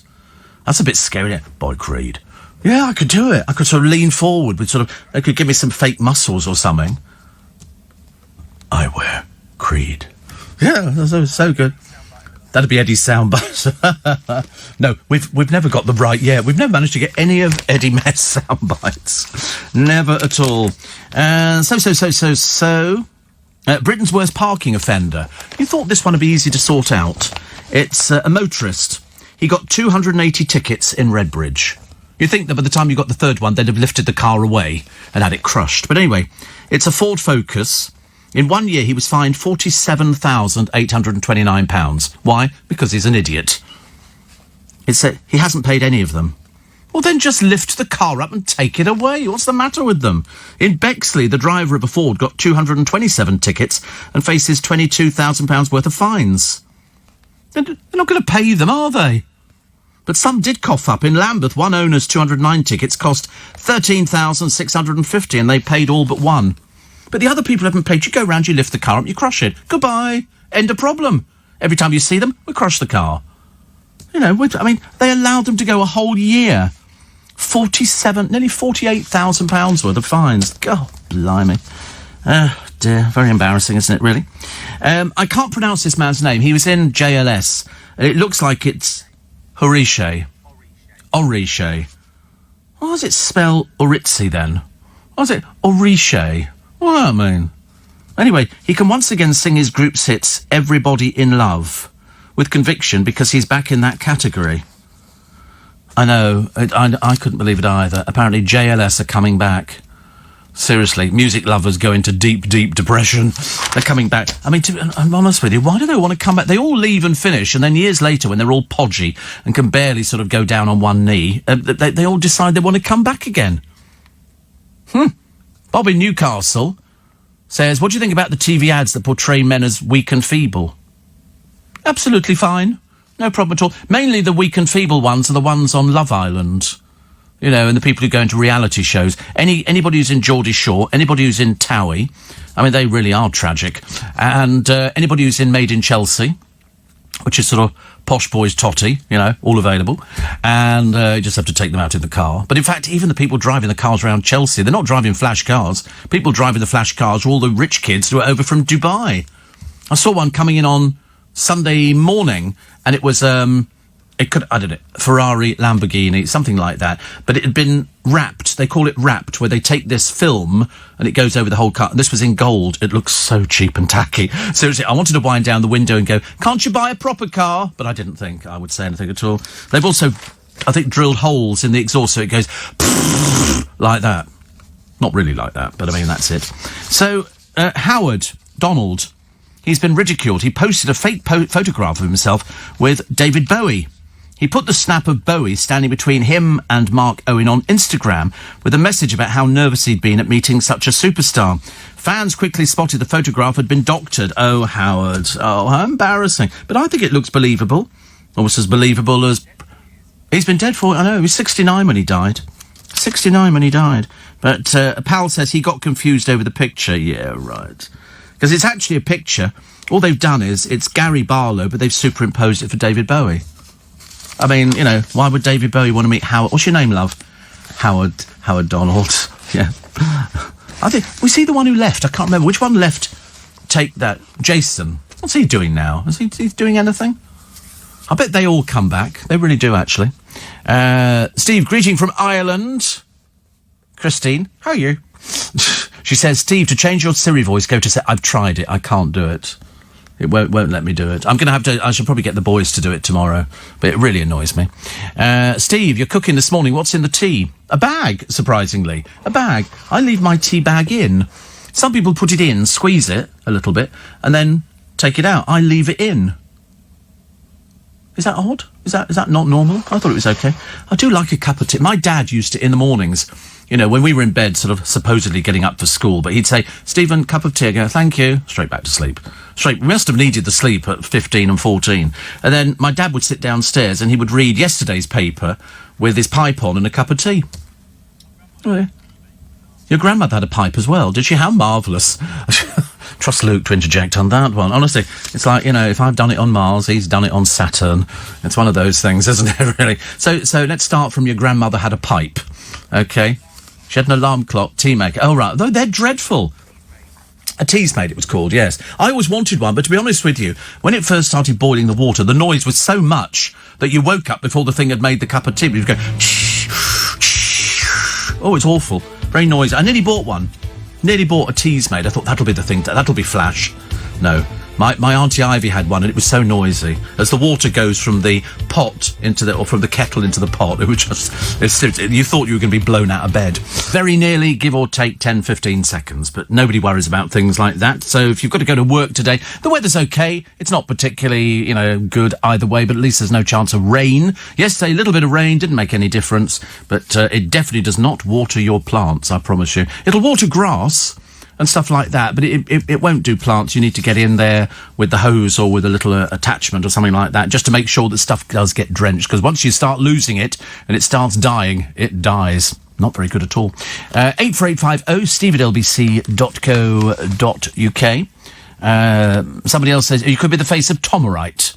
Lovely, thank you. Yes, I mean, to be honest with you, Pete Murray told me about Tomorite years ago, and I tell everybody.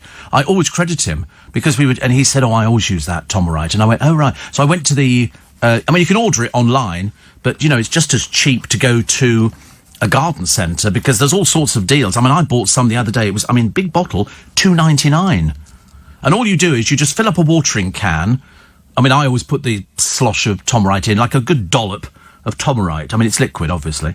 And then the water on the top, and then water all the baskets or the pots or the tubs or whatever else you've got, or the garden, and then just go and give it another. And I promise you, you'll not be disappointed. And it's not the most... there are other things out there. There's loads of other different brands, you know, Miracle Grow and this kind of stuff. But I found Tomorite cheap and cheerful and does the job. It does what it says on the plastic bottle.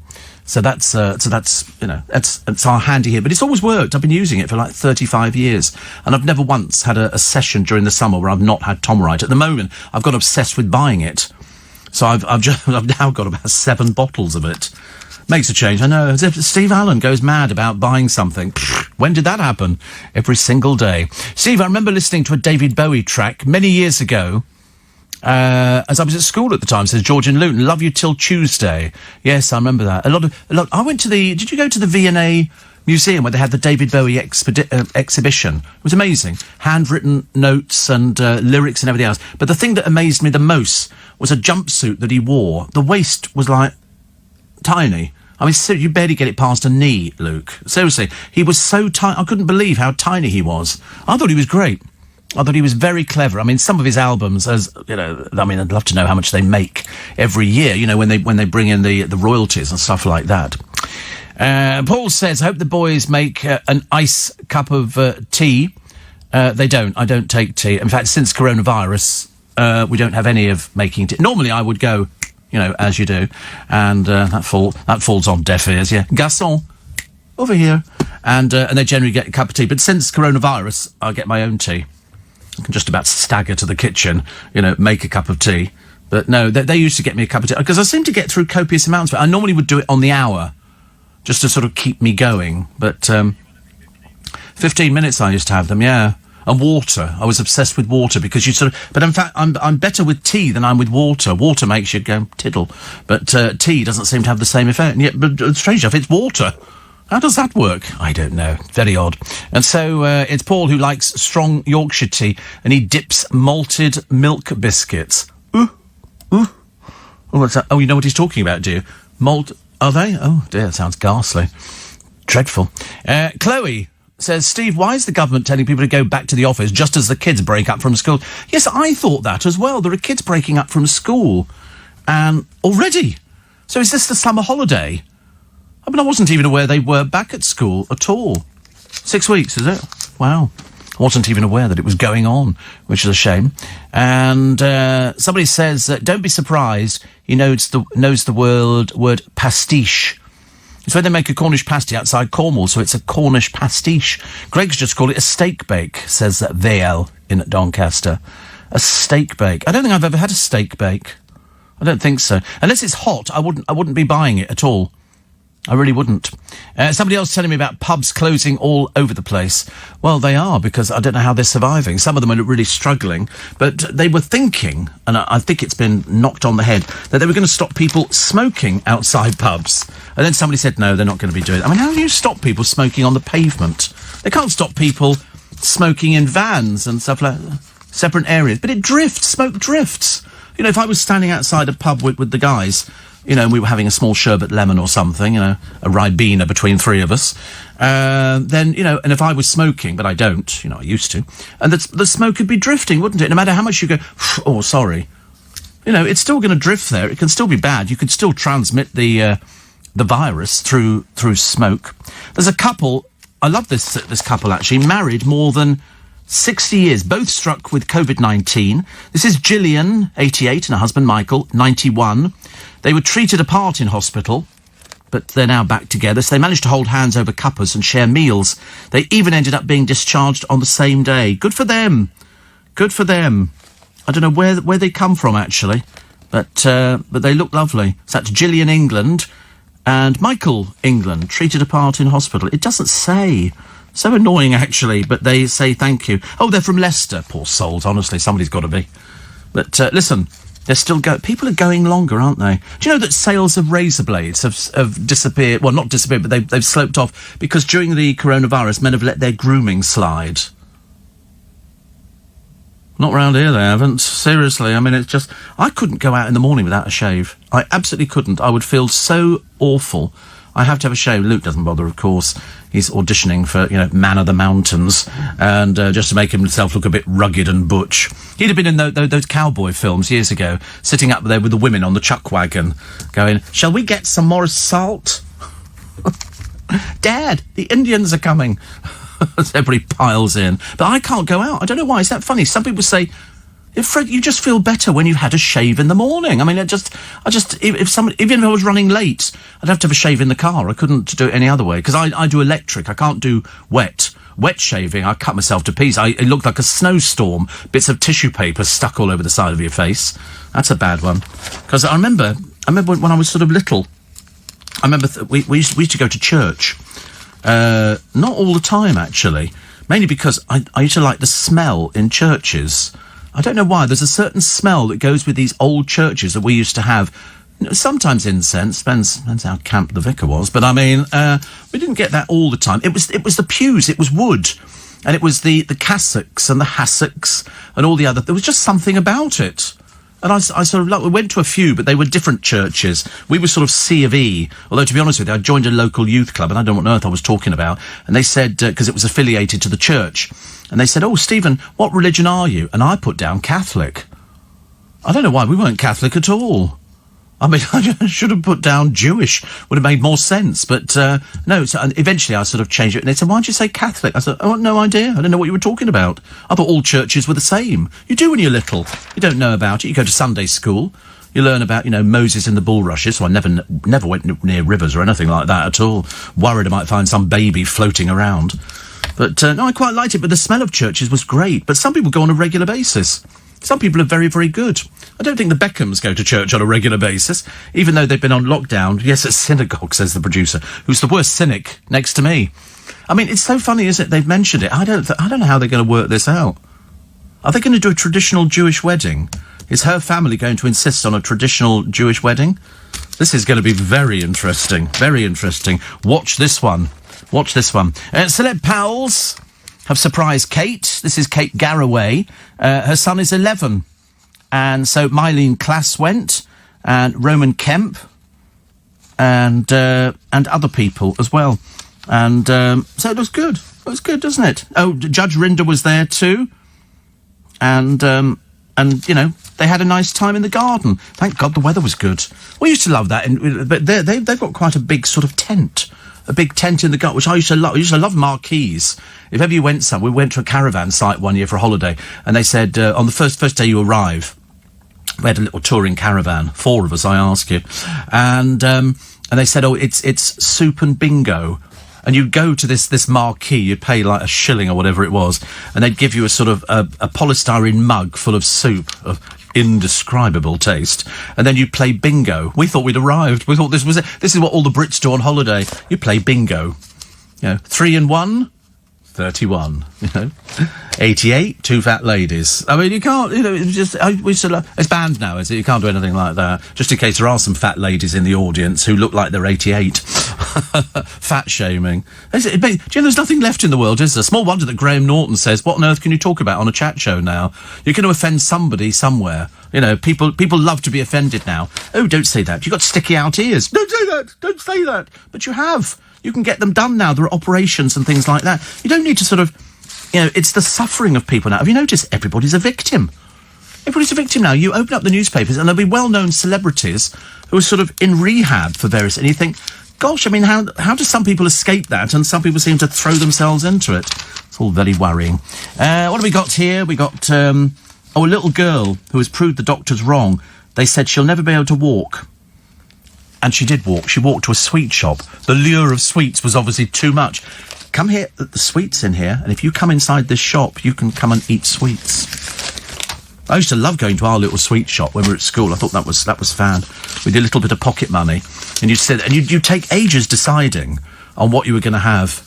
Well, I used to have the same thing. If I was feeling quite rich, I would get some cough candy, I quite like cough candy, which was good, or a bottle of. Yeah, no, they tasted a bit medicinal, but they were sort of orange, like a twist kind of thing. Cough candy was quite nice. Or sherbet lemons or sherbet oranges. If I was really poor, then it would be a stick of licorice, some fruit salads and some blackjacks. They still make them. They still make them now. I nearly bought some on a retro sweet site the other day. And I thought, don't be so stupid. I nearly bought, but licorice. I got sent in some licorice the other day, which was lovely. Delicious. The Pontefract cakes and all the other bits. Because there's some people hate licorice. Me, I adore it. And I used to buy the sets in Costco of the pipe, the shoelaces. There was all these different things. And I like gobstoppers as well. Well, I would. Right. What's dear? Steve, I hope you get royalties from Tomerite. I doubt it very much indeed. And Matt says, I've made a seismic change in my life. I've switched from Alpen to porridge. Gee, I wish I could eat porridge every day, but I couldn't make it. I'd have to rely on somebody else to make the porridge for me, which is. I mean, you probably can. Actually, I think you can go to some of the coffee shops, and they sell porridge, don't they? And you can have. Yeah, but that porridge it's got all sorts of strange ingredients in it. Because I used to have the instant porridge where you peel the lid off and then you pour the hot water in and stir it, and it was delicious, but it was full of sugar. And then some of them would come with a little sachet of golden syrup or something like that. And I used to think, oh, it's porridge, it's good for me. And then somebody said to me, why are you eating that? And I went, it's porridge. And they went, yeah, but that's not the proper porridge. That's the sort of the easy peasy lemon squeezy you can't cook kind of porridge. And so I said, oh, right. So I stopped buying it. And I used to buy loads. I'd go in and buy 20 at the same time, and then sort of come out thinking, I'm going to be really healthy. I'm eating porridge, and I wasn't being healthy at all, which is awful. So, I mean, Alpen's all right though, isn't it? But you can get another one. Probably doesn't have as much sugar in. All the old favourite sweets, dear, quarterof.com. Yes. Anastasia says, Steve, doctors are often saying to children with disabilities that children, will not walk, particularly children with cerebral palsy.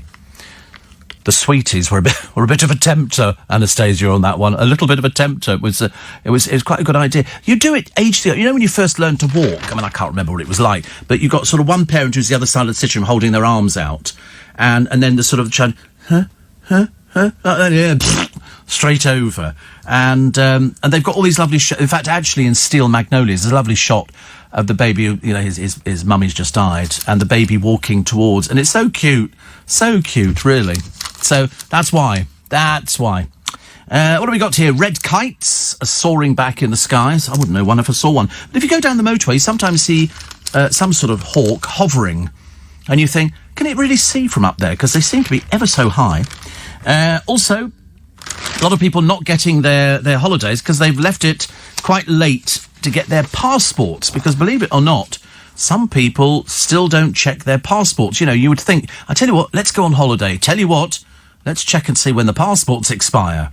Because the amount of people who turn up to the airport and sort of go, oh, I've left the passport at home. Is that okay? They go, well, of course not, no.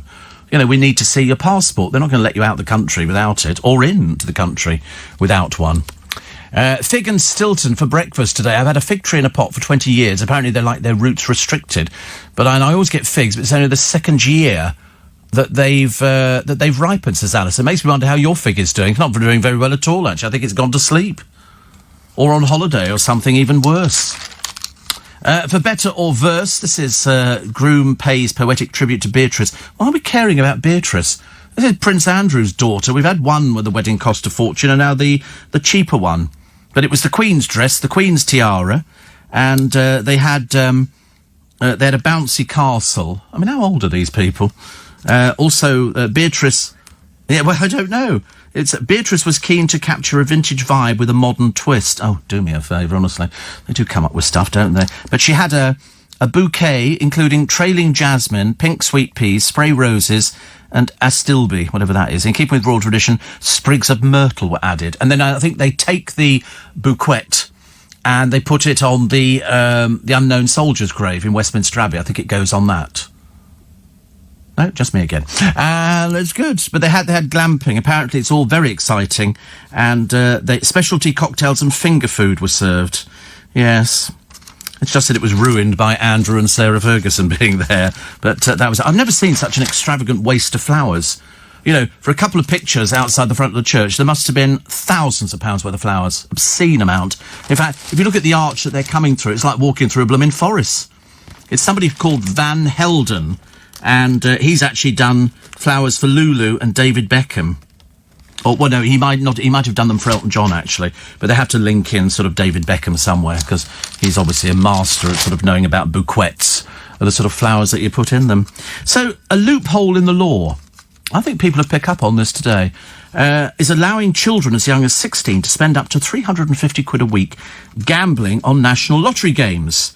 The normal minimum age for gambling is 18, but the loophole gives Camelot, which runs the lottery, exclusive access to a teenage market. Children can enter the lottery and buy scratch cards and play 45 instant win games. So you just sort of register, and you go on and you can play scratch card games. Well, I thought they would be checking the age. I mean, all online gambling, they say, should have a minimum age of 18, but it doesn't have. You can obviously play these sort of scratch cards, but you can't go to a shop and buy scratch cards, can you? You've got to be 18.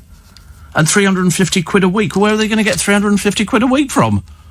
I mean, put it like, scratch cards. Yes, they've got it from scratch cards. They were very lucky on scratch cards. Won £2 million, carried on playing, enjoying themselves immensely. Where are kids going to get 350 quid a week from? And also, if it throws up odd sort of traits on the thing, it will just stop your card. Because you'd have to register a card with them. You know, and I don't know many... 6-year-old, you can have a debit card, can you? Surely the parents must have some sort of control over things like that. Mind you, we've had kids before who've activated their parents' card and they've bought credits on various sites, which slightly worrying. I mean, luckily in my day we didn't have anything like that at all. So here they all are. This says, we shall not be masked. Oh, God, what a sad bunch of people they are. Protesters met by the police in London, and it's lovely. There was one here. This is a march, blah, blah, blah, blah, blah, from on Friday. So they had this demonstration. They came ahead of face coverings. One man wore a ripped mask, while another held a sign vowing he would not be masked, tested, tracked or poisoned because of the pandemic. Oh, God, they're all completely barking mad, aren't they, these ones?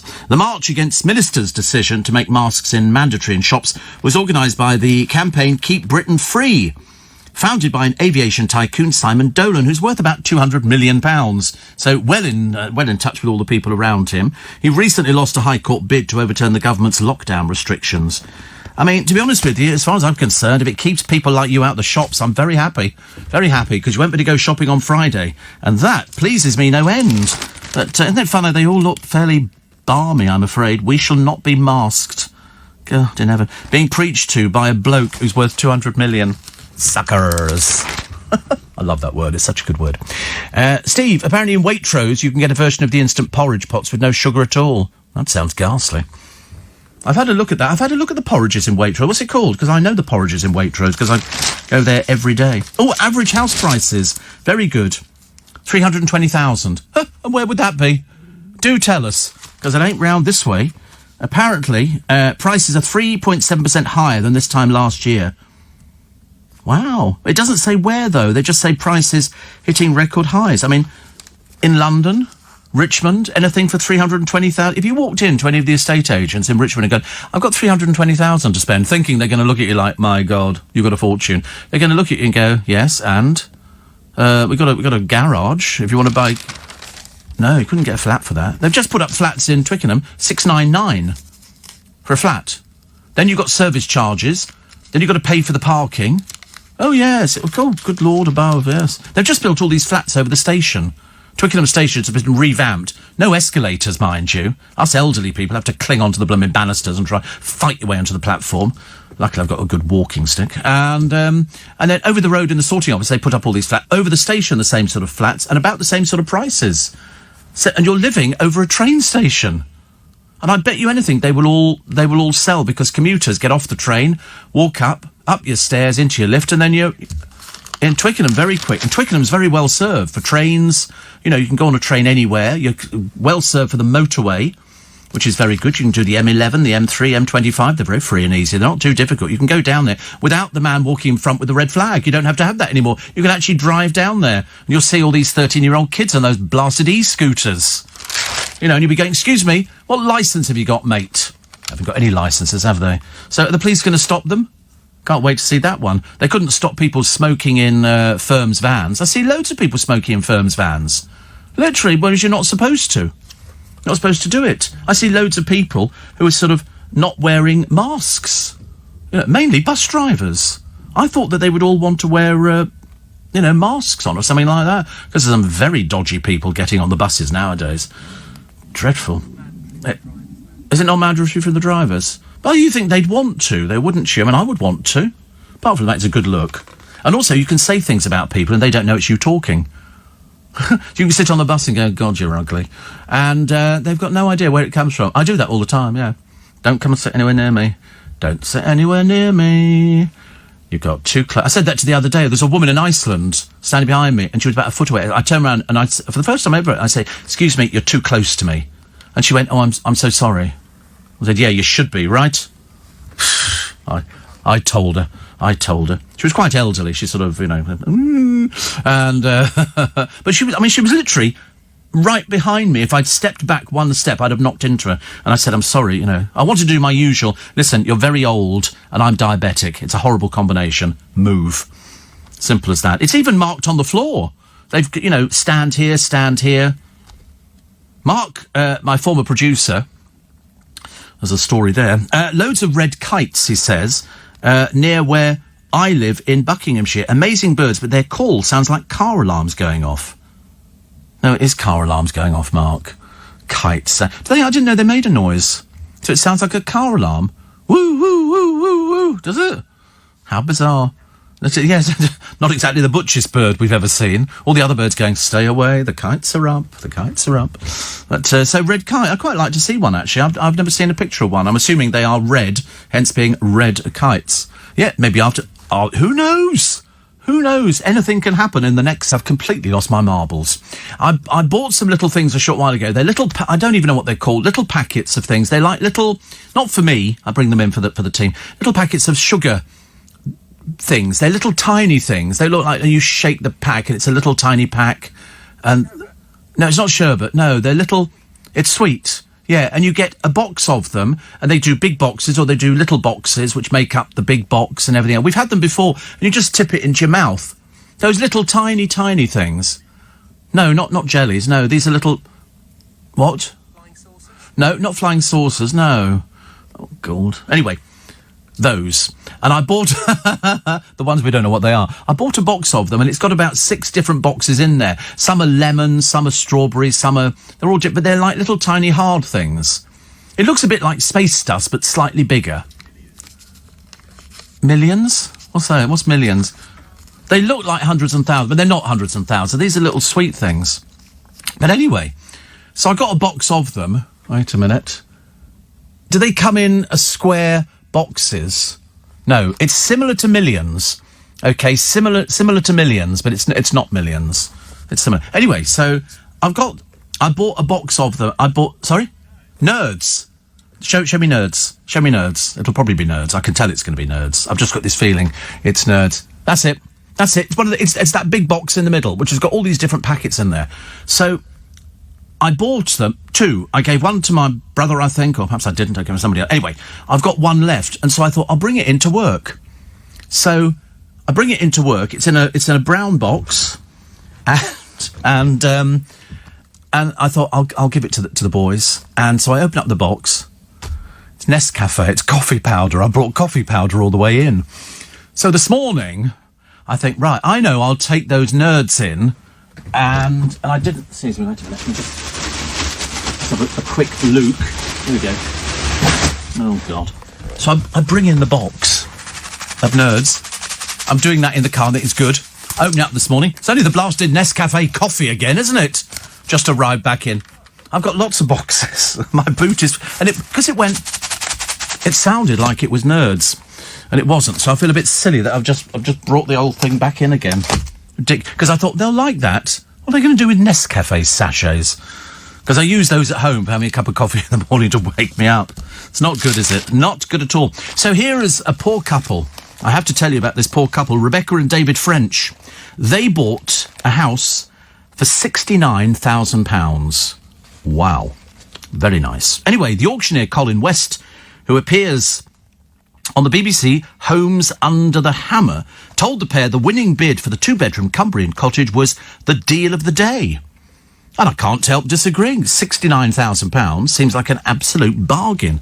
Anyway, the elation turned to despair when they learnt that all bar a 5-foot strip of the garden belonged to a neighbouring farmer. They also found out that the seller was none other than Mr. West. It's even more bizarre. I thought they had to declare that.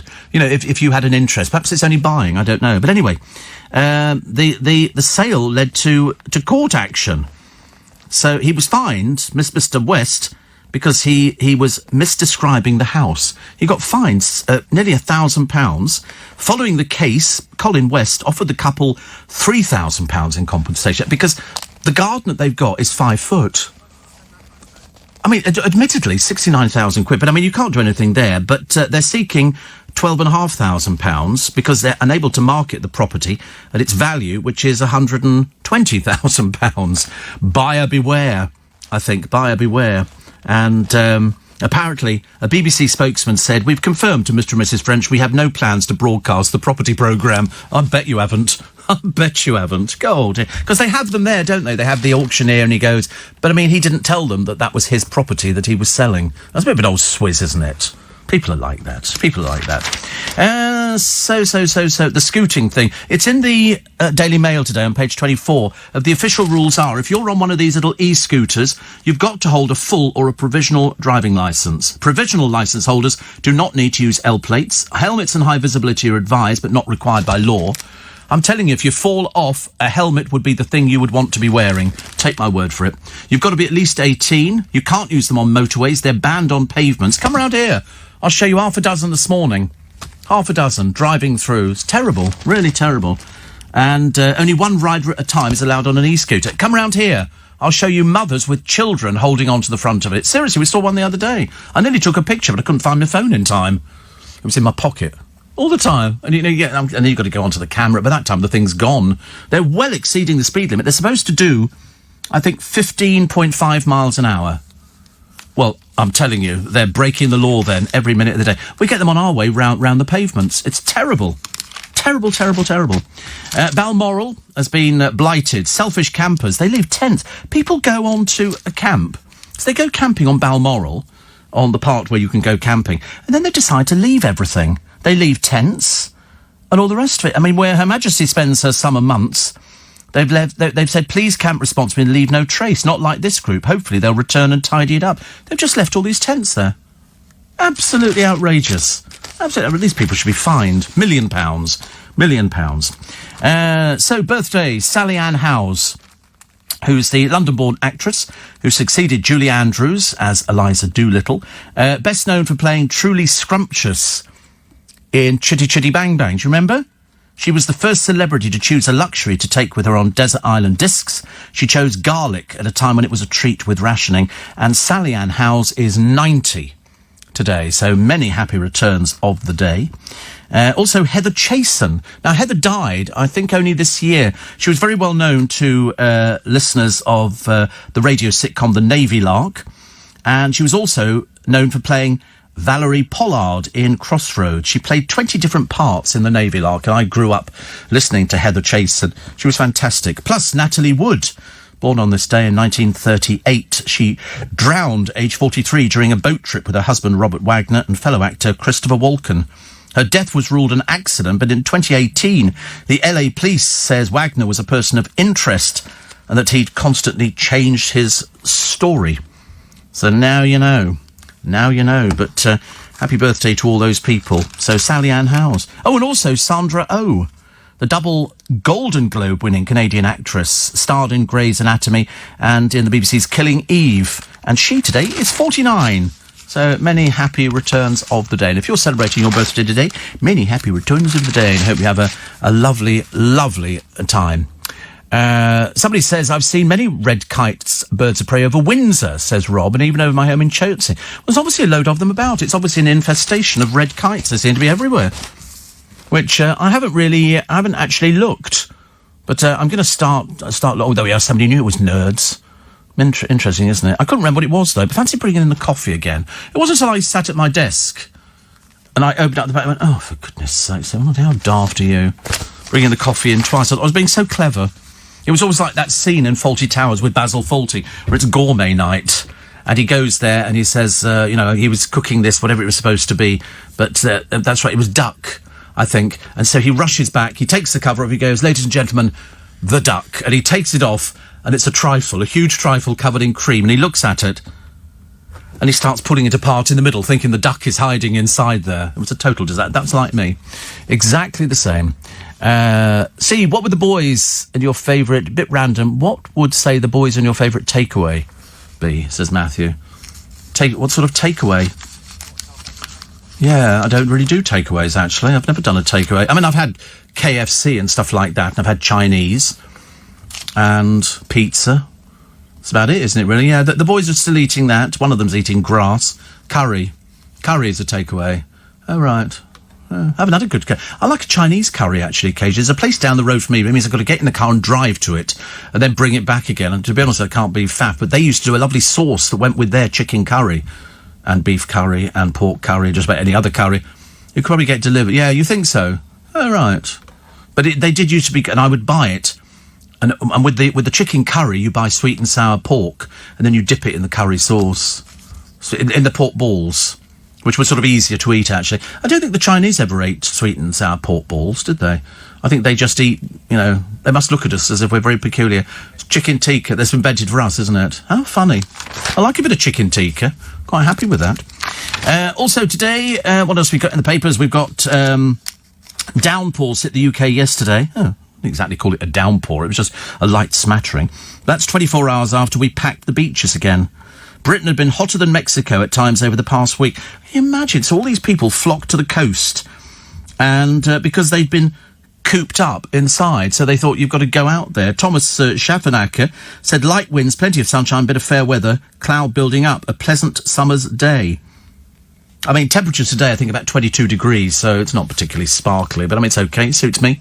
Suits me fine. It's Monday, beginning of the week. And also, it's not, if it's boiling hot and you're packed on a train, that is terrible.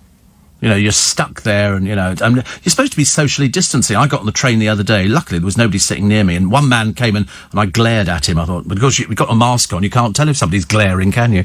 You just look a bit strange.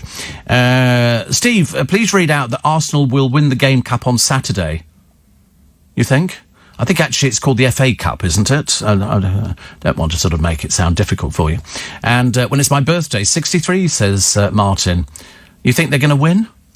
Do we think they're going to win? No, the boys have got no idea. They're going to win, Luke? Oh, is it Chelsea they're playing? Oh, they'll lose. That'll be it. Chelsea will walk all over them. Who's the manager of Chelsea? Frank Lamb, Little Frank, as we call him. Little Frank. He's the one who's married to, Christine, isn't it? The one who can't really be bothered to make anything of herself on the television. She thinks we don't notice. We do. We do. No, I mean, it's going to be Chelsea win, isn't it? 1-0. Up the Chelsea, he says. Up the Chelsea. 1-0? 2-0? 1-0. Yeah, I thought 1-0. I might put some money on that. No, I don't. It makes me sound like a gambler. I mustn't do that. I must always gamble responsibly. So much better. And, Steve, my grandson was born on the 10th of June and his birth can still not be registered. Oh, my Lord. I've just booked him for a blood test the other day, and I've got an MOT, not on the same day, but at the end of August. That'd be a bit ridiculous, wouldn't it? I'm just having my blood taken at the MOT test centre.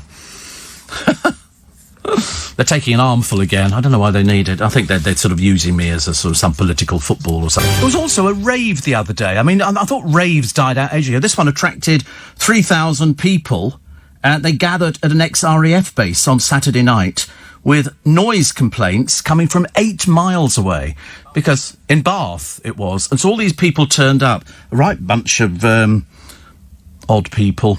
I mean, some of them had to be carried off the field, presumably sort of through huge and copious amounts of alcohol and stuff like that. Very worrying. What is it about raves now? There's no self-isolating. There's no sort of staying away from people and trying to make yourself safe. 15 hours. Is that what raves do now? You just sit in a field off your face, and then they last 15 hours. That seems an awful long time for a rave to go on. And are they listening to tunes by the Beatles or something? Was that what it would be? Oh, right. Do they have groups there, or is it a disc jockey or something? Is it like a party booking and we all get a balloon? Oh, right. Classic FM. Disc jockeys don't sort of say... Have you seen these silent discos, ladies and gentlemen, where you go there and you're all listening to headphones? Why don't you just stay at home? OK? Stop messing us about. Sick to death of it. All these peculiar people. It's like, love, peace. I mean, years ago all that died out when punks died out, but then somebody told me punks were still around, which is very interesting. So the front page of The Sun is that story that, to be honest with you, if it happens, it'll be unprecedented in 500 years. Tower of London's beefeaters, some of them could be facing the axe. Historic royal palaces have got a shortfall, 100 million. And so they might... This could go across the board. Hampton Court Palace, Kensington Palace, they look after all of them. They get no government funding at all. I find it absolutely unbelievable. They make it purely by, just their own skills and talents. It's worth joining. I mean, I always try and save people money. So if I say, don't bother paying 25 quid for each of you to go into the Tower of London, buy a family membership. And for, for the sake of about 65, I think for a family, it's 65 quid or something like that. You can check it out online. You can go as many times as you want. You save an absolute fortune. Absolute fortune. And you can go to everywhere. You can go to the banqueting house, which is down the road from here in Whitehall. You can go to Hampton Court Palace. It's worth it for just even one of them. You get a discount of, I think, 10%. It's well worth joining. Really well worth. I've been a member for years and years. At the moment, I'm not a member. I let it lapse a little bit, but I'm definitely going to go back to it. The Daily Mail, glorious new photos. For whom? I can't imagine. Bored witless. B's secret garden wedding, but still no sign of Andrew. No, there aren't any wedding pictures of Andrew. Even though he walked her up the aisle, he's still in disgrace. And somebody decided, because I'm assuming that as he's arrogant, he would just go, I want pictures taken. There must be pictures of him with his daughter on her wedding. There must be. So that he would have them. Of course there must be. It's just that they don't release them to the press because they know what people are thinking. Also, Daily Telegraph, lockdown may cause 200,000 extra deaths. And what was the other one that they've got? Oh, yes, Chelsea book all London final with Arsenal. So I'm having to... I don't really know who I'm betting for, to be honest with you. I'm just sort of going 1-0 because everybody else is going 1-0 to Chelsea. You watch, I'll now get abused by Arsenal fans. I can tell I'm never going to win. Also, COVID has changed the arts world forever. Changed loads of things forever. Every time I read about something to do with COVID, it's to do with people losing their jobs and people who've had jobs for years. I mean, can you imagine the beefeaters? As I say, they won't know what life is like in the real world. If you've been working there entertaining people, and it is an entertaining role, showing people around the thing and walking... People want their pictures taken. It's nice. It's not like going to the gloomy old Colosseum in Rome, where you've got people dressed up as gladiators. Right bunch of horribles they are. Chelsea is storming into the FA Cup final, and police intervene during protests in Hong Kong. This is front page of the Times this morning. Millions in aid cash goes on cafes and luxury hotels. Wow. GPs prescribing walks. I phoned up the other day to get an appointment to have my blood taken, and they don't want you going to the surgery because they can do all of these things on conference calls and everything else. Only go to the surgery if... What did I say? Oh, you've got to be wearing a mask. Well, I'm having my bloods taken, so I'm not particularly bothered about wearing a mask. I wear one anyway. And so I shall go there. But they don't want anybody just turning up. If you've got COVID virus symptoms, they say do not come in. And I got an appointment, fairly quickly, which is good. Today I just got to go to the chemist and go and collect my prescription. I shall stagger back with a small Pantechnicon full of goodies, mainly tablets. Girls are less likely to set their sights on an elite university than male classmates who are equally as bright and from similar backgrounds. Riveting. Also, police could drop terms such as jihadist when describing attacks by those who claim Islam as their motive over fears that they encourage Islamophobia. The Guardian: doctors urge the public help prevent the devastating second wave. They're convinced it's going to happen, and it's these masks. If these people want to stand up at Hyde Park like a bunch of divots, stand up there and don't wear a mask, OK? But don't come anywhere near the rest of us, OK? We're not interested. If I see people with no masks on, I do tut. I do tut, actually. I'm very bad at tutting. I can't help it. I'm just like that. The Guardian on the front page. The picture is of the protests in Israel over the surge in COVID-19 cases. Also, Benjamin Netanyahu's corruption trial has resumed after a 2-month hiatus. Plus, Avon calls again amid the surge in new sellers. Used to be ding dong, Avon calling, and people became Avon agents. And they would convince you to buy stuff, and then they used to make money on it. And some of them were very, very successful because it was nice for ladies who were at home. If they were, before the self-isolation, they were at home because they were being housewives, and somebody would turn up and like having a Tupperware party. And then you'd invite people round. She'd say, let's have you look through she'd leave you a catalogue, and then she'd give you a test of it, and you'd try it, and then you'd order it, and then she would have it delivered to her house, then she'd come and deliver it to you, and you pay the money. Is that a good idea? They're bringing it back again. Somebody ringing your doorbell. I've electrified mine. No chance. Don't want anybody going ding-dong, Avon calling. I think not. Front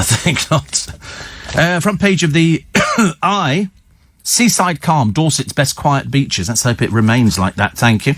China and the UK trade barbs as relations hit a new low. The Mirror. Supermarket chic, how the supermarkets turn out dresses. You can't make these things for these prices. Where are they made? They tell you in the paper today. And the NHS heroes.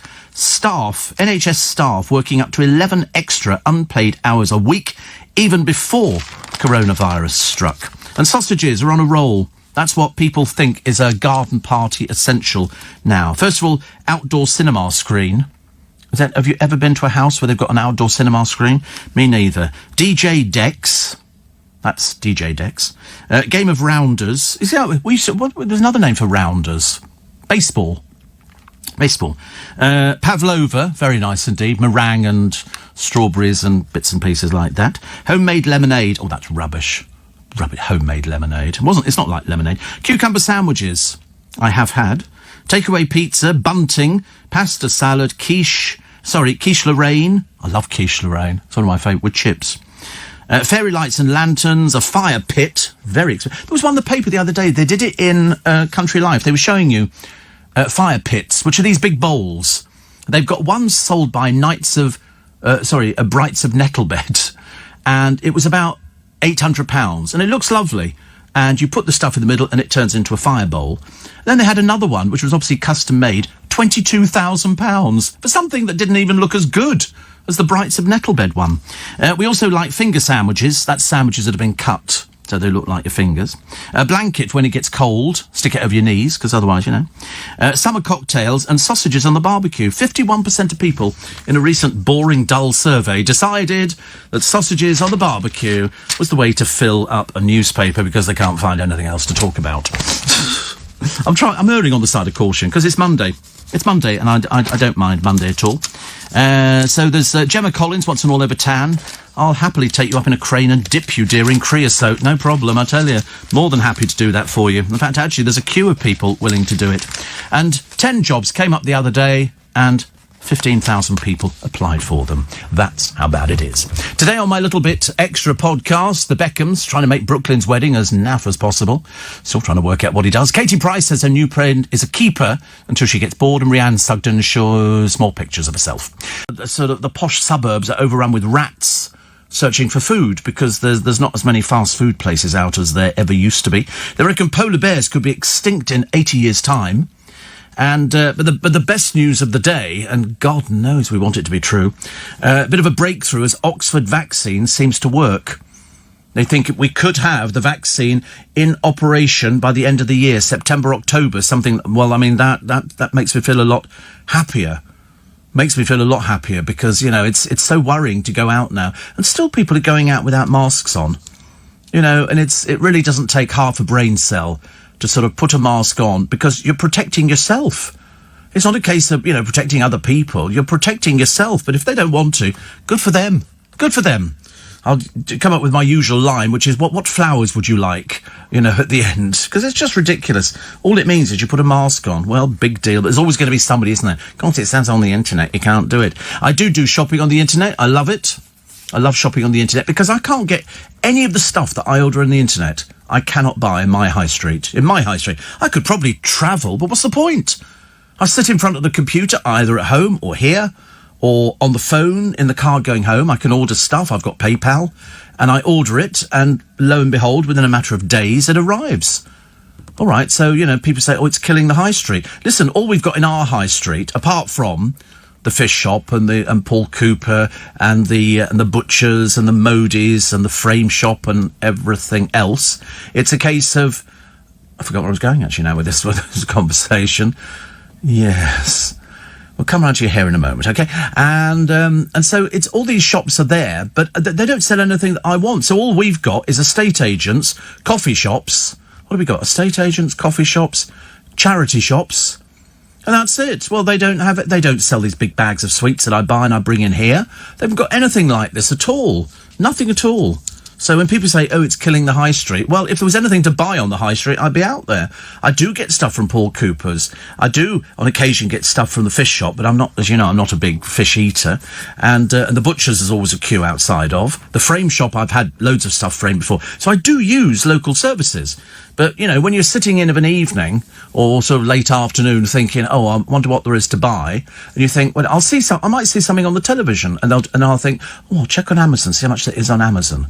And many's the time I've bought little bits and pieces from Amazon, and they just turn up, and loads of people get them. I mean, at one time we'd been lucky if we got sort of one delivery a week from Amazon. Now there'd be like 20 parcels delivered a day, at least. Yeah, they do drone. Oh, do they do drone delivery? Oh, right. I haven't done drone deliveries. I've got a little drone at home.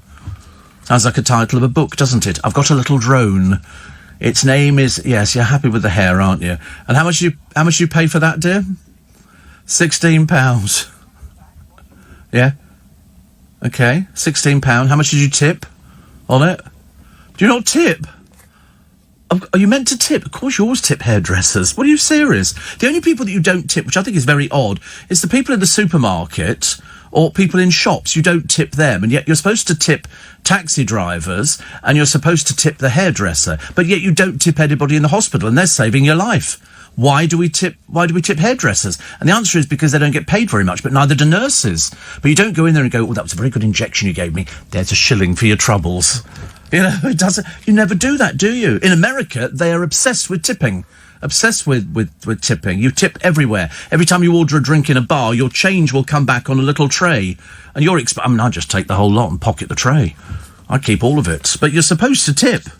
That's what it is. But you're right. If you spent 16 quid, a fortune, when you can probably get it cut cheaper. Did you take in a picture or something? What was the picture you took in? I've got no idea. A billiard ball. A mess. So, well, I don't know. I don't know why I thought of a billiard ball. I couldn't think of anything else, actually. It just doesn't make any sense. £16 just seems like an awful lot of money to me. You see, if I was paying £16 for a haircut, which, as you can tell, I don't, I would probably tip... I might tip 4 on that. I might tip 4 quid. I might do. I mean, it depends how much I would... Well, it's supposed to be 10%. Well, it's £1.60. I mean, who tips 10%? I mean, sorry, 10%. I'll just get my money. Sorry, I've got two. Could you have 40 pence change if I give you £2? You know, you can't do that, can you? You prepaid. Oh, right. You paid. Oh, right. Paid online. Oh, right. That was quite good. I've never heard of that before. I just pay because my one doesn't take any cards, so I pay cash. But actually, sometimes I don't have to pay at all. They're very generous. Because, I mean, mine, it only takes but sort of, 5 minutes, like a lick and a promise. Well, it's more a promise, actually. We don't even get the lick at times. Do you know, I've had vibrations on the nether parts of my regions for the past day and a half. I thought it was my phone vibrating, but it's not. I know that sounds very odd. It's almost like there's something in my genes that is vibrating. And I noticed it the other day. I was sitting there watching the television. I thought, why is my phone vibrating? And I thought, well, wait a minute, my phone's in front of me. I didn't know what it was. No. Yeah. It's really bizarre. It really is odd. I'm falling apart. I've decided, actually. All of a sudden, things are going wrong. I mean, I'm not in control of the body anymore. I don't have a massage chair. No, I nearly bought the one that Ian Botham advertises for diabetic feet. And you put them on there and it vibrates. And then I thought, no, it's just something else I'll never use. Don't want to sit outside on the patio. But, no, it's very odd, isn't it? All these different things, actually. But somebody was, Stephen, you buy phones from Robert Dias, you buy from everywhere. I do buy from, I'm very good on the high street. I keep the high street going. I'm very good. I'll always, you won't find me short on coming back with a bag of goodies from the supermarket or wherever. That's the only things I don't order online. Food. I don't order any food or booze or flowers or nothing like that at all. I go out and I buy that in the morning and enjoy it. I'm always very good at things like that. But, no, it was a lovely day yesterday. Watered the plants, I say, last night. Everything looking very healthy. I must take some pictures. I don't know why I've not got round to it at the moment. It's just because I wasn't sure what the weather was going to be like. And then somebody was talking about, I do stamp collecting on eBay. It'd be nice if there was a stamp shop. Well, there's the largest stamp shop in the world in London called Stanley Gibbons. It's on the Strand. It's right next to Robert Dias as you head up to Waterloo Bridge. You can't miss it. It's on the left-hand side. Barring giving you the key to go and open it up now, that's about as good as it's going to get. I think it incorporates Fraser's autographs, because we used to use Fraser's on my programme years ago, where people would phone up and say, I've got this autograph and that, is it worth any money? And so it's, so Stanley Gibbons is there. They've got all sorts of first edition stamps. You could probably shop online. But then the trouble is, if you don't want to come into town, just imagine if you're disabled, where are you going to go? You might as well just take a bus into town, or failing that, buy anything you like online. I buy stamps in Costco. You get 12 books. They're a little bit cheaper than buying them. I don't know. It goes onto the bill. I have no idea what things cost. Honestly, I'm just complete ignoramus when it comes to. They just tell me, "Oh, sorry, that's £113," and I go, "Yeah, okay," because I don't do it all the time. It's not that I'm sort of a compulsive spendaholic. Much, because I just like going out. I do like going out looking at things, but I can do it all on Amazon. Absolutely everything on Amazon. I don't need to, if I want to find a record or a bucket or, a dustpan and brush, I just go onto Amazon, type in, I have a look at them. If I don't want to buy it, I don't buy it. If I do, I'm constantly getting parcels, but the sweeties I get, the big they're like this size bags. Which doesn't mean anything to you listening at the moment, does it? It's this big. And they're all very good. The only thing I haven't ordered is Prosecco online, mainly because I should imagine I've had a couple of instances where the Prosecco's been a bit lively. And you take the metal thing off the top, and you've got to hang on to the cork for grim death because it shoots out the top like there's no tomorrow. And so yesterday I had... did I have a Prosecco? Yes, yeah, I think I might have done. And it was very nice indeed. And then we were talking about Les Dawson today, and Luke thought that Les Dawson looked like... who do you think they looked like? No, Tim Robbins. He thought he looked like... Oh, not Tim Robbins then. Yeah, Tim Healy from Benidorm, but the other one... Who did you think he looked like? That's the one I couldn't think of. Ted Robbins. It is Ted Robbins. What are you on about? Ted Robbins. Yeah, I just said Ted Robbins. It's like repeating yourself twice on the programme, honestly. So the breakthrough. So that Oxford vaccine, that's good news. I'm like it. Please, God, let that be the truth. Please, God, let it be the truth. Also, the riddle of the Bake-Off marriage split. It's some dreary old baggage who was on it and also didn't want to be in show business. Now, of course, she's had a little taste of a little bit of glitter. She's there. Newborn baby dies after being attacked by what? Ants. Ants. Can you believe it? I couldn't believe it either. We'll tell you more on that a little bit later on. Also, for sale, I've got a flat for you in Notting Hill. It's not big, okay? It would be roughly the size of my studio here, okay? This is the size of this flat. It's in a house, it's a conversion. And it's got a bed. It's got the sink next to the bed. And behind the sink is the shower. And that's it. That is it. There is no more room for anything else in there. Where you put your clothes, I've got no idea, presumably in a briefcase or something underneath the bed, or you just don't wear clothes. £200,000. It's just been sold. For £200,000. It's basically, I mean, a cupboard. Yes, I think you might have a loo, actually. I think is incorporated into the shower. Kind of, well, I don't know. I can't remember if it mentioned the loo, actually, or not. It's going to be sick. Excuse me. Ah, delicious. Can't beat a good slurp first thing in the morning. Steve, Sandy Gibbons is based in Ringwood. No, it's in the Strand. Okay, I've just told you where it is. It might be based in Ringwood. It could be based on the blooming moon, as far as I'm concerned. But this is in the Strand. It's the biggest one. Okay? Just telling you that now.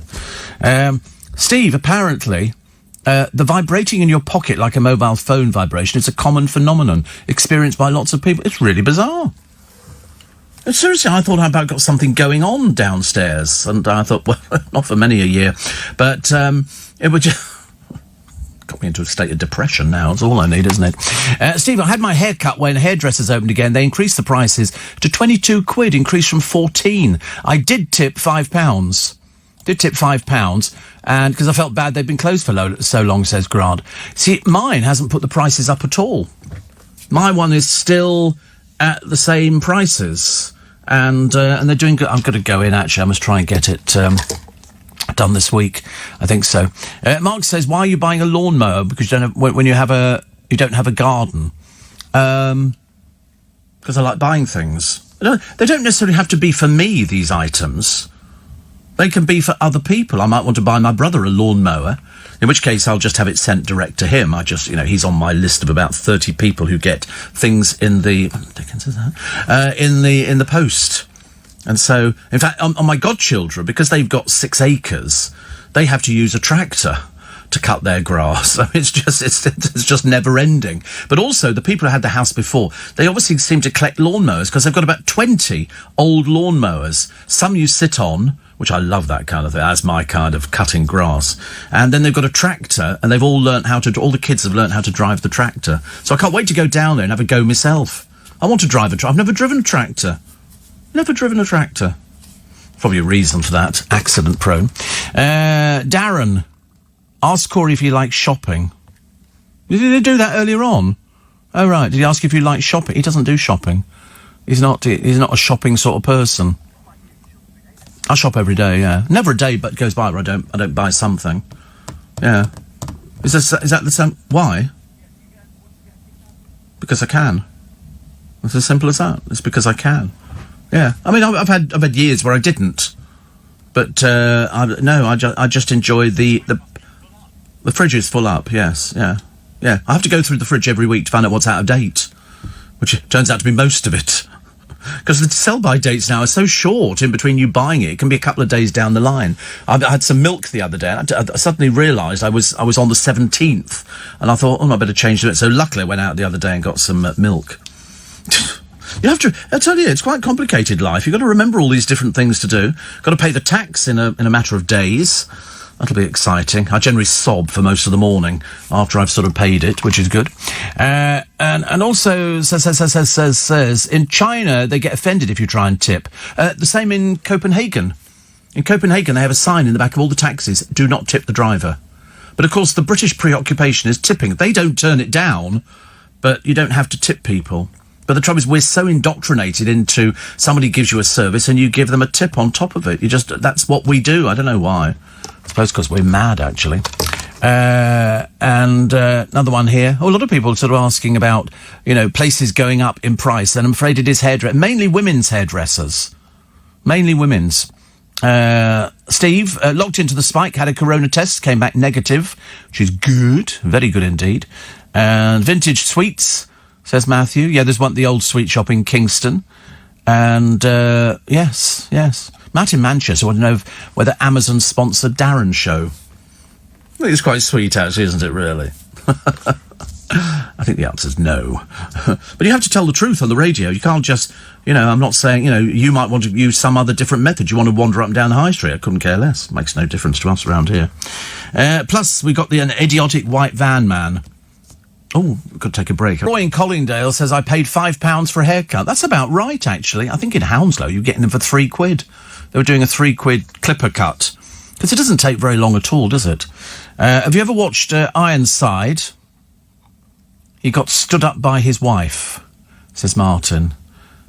Are you saying because he was in a wheelchair? But he wasn't in a wheelchair. That was just the character was in a wheelchair.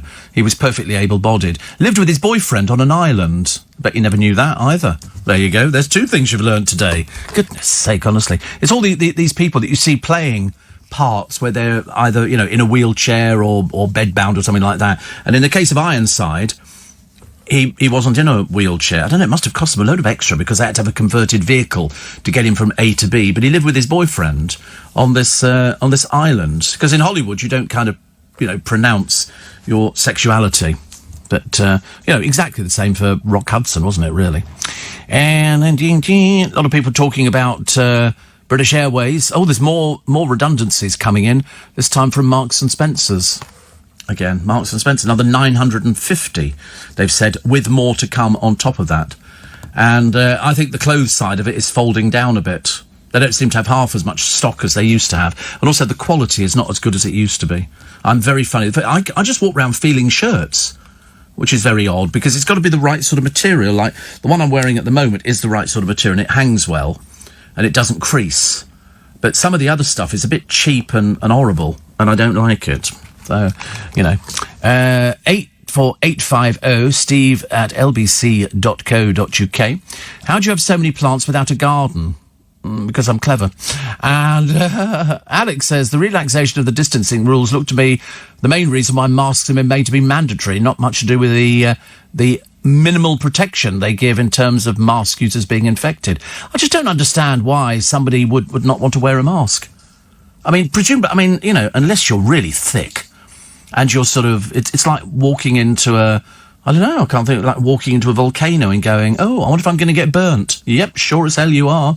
Very quickly, too.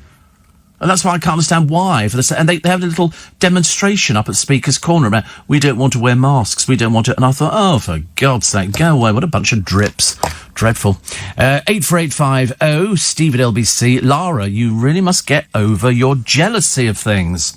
Lara's a very jealous person. And it's really, you mustn't. And also, try and get your hair done professionally. I've noticed you've only got 15 followers.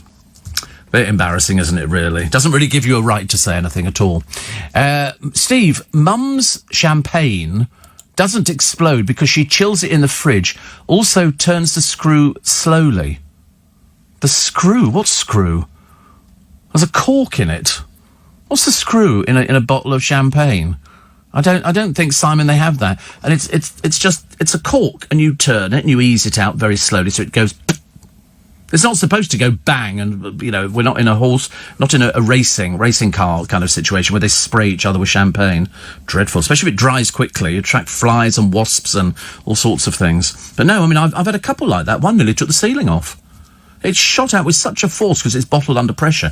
And if it's rolling around in the back of the car, not that it does because there's so much stuff in there, it's a case of, you've got to be very careful because it became... Did you really? Well, that explains everything. He got hit by one once. That explains a lot, doesn't it, really? When he's had some of his turns.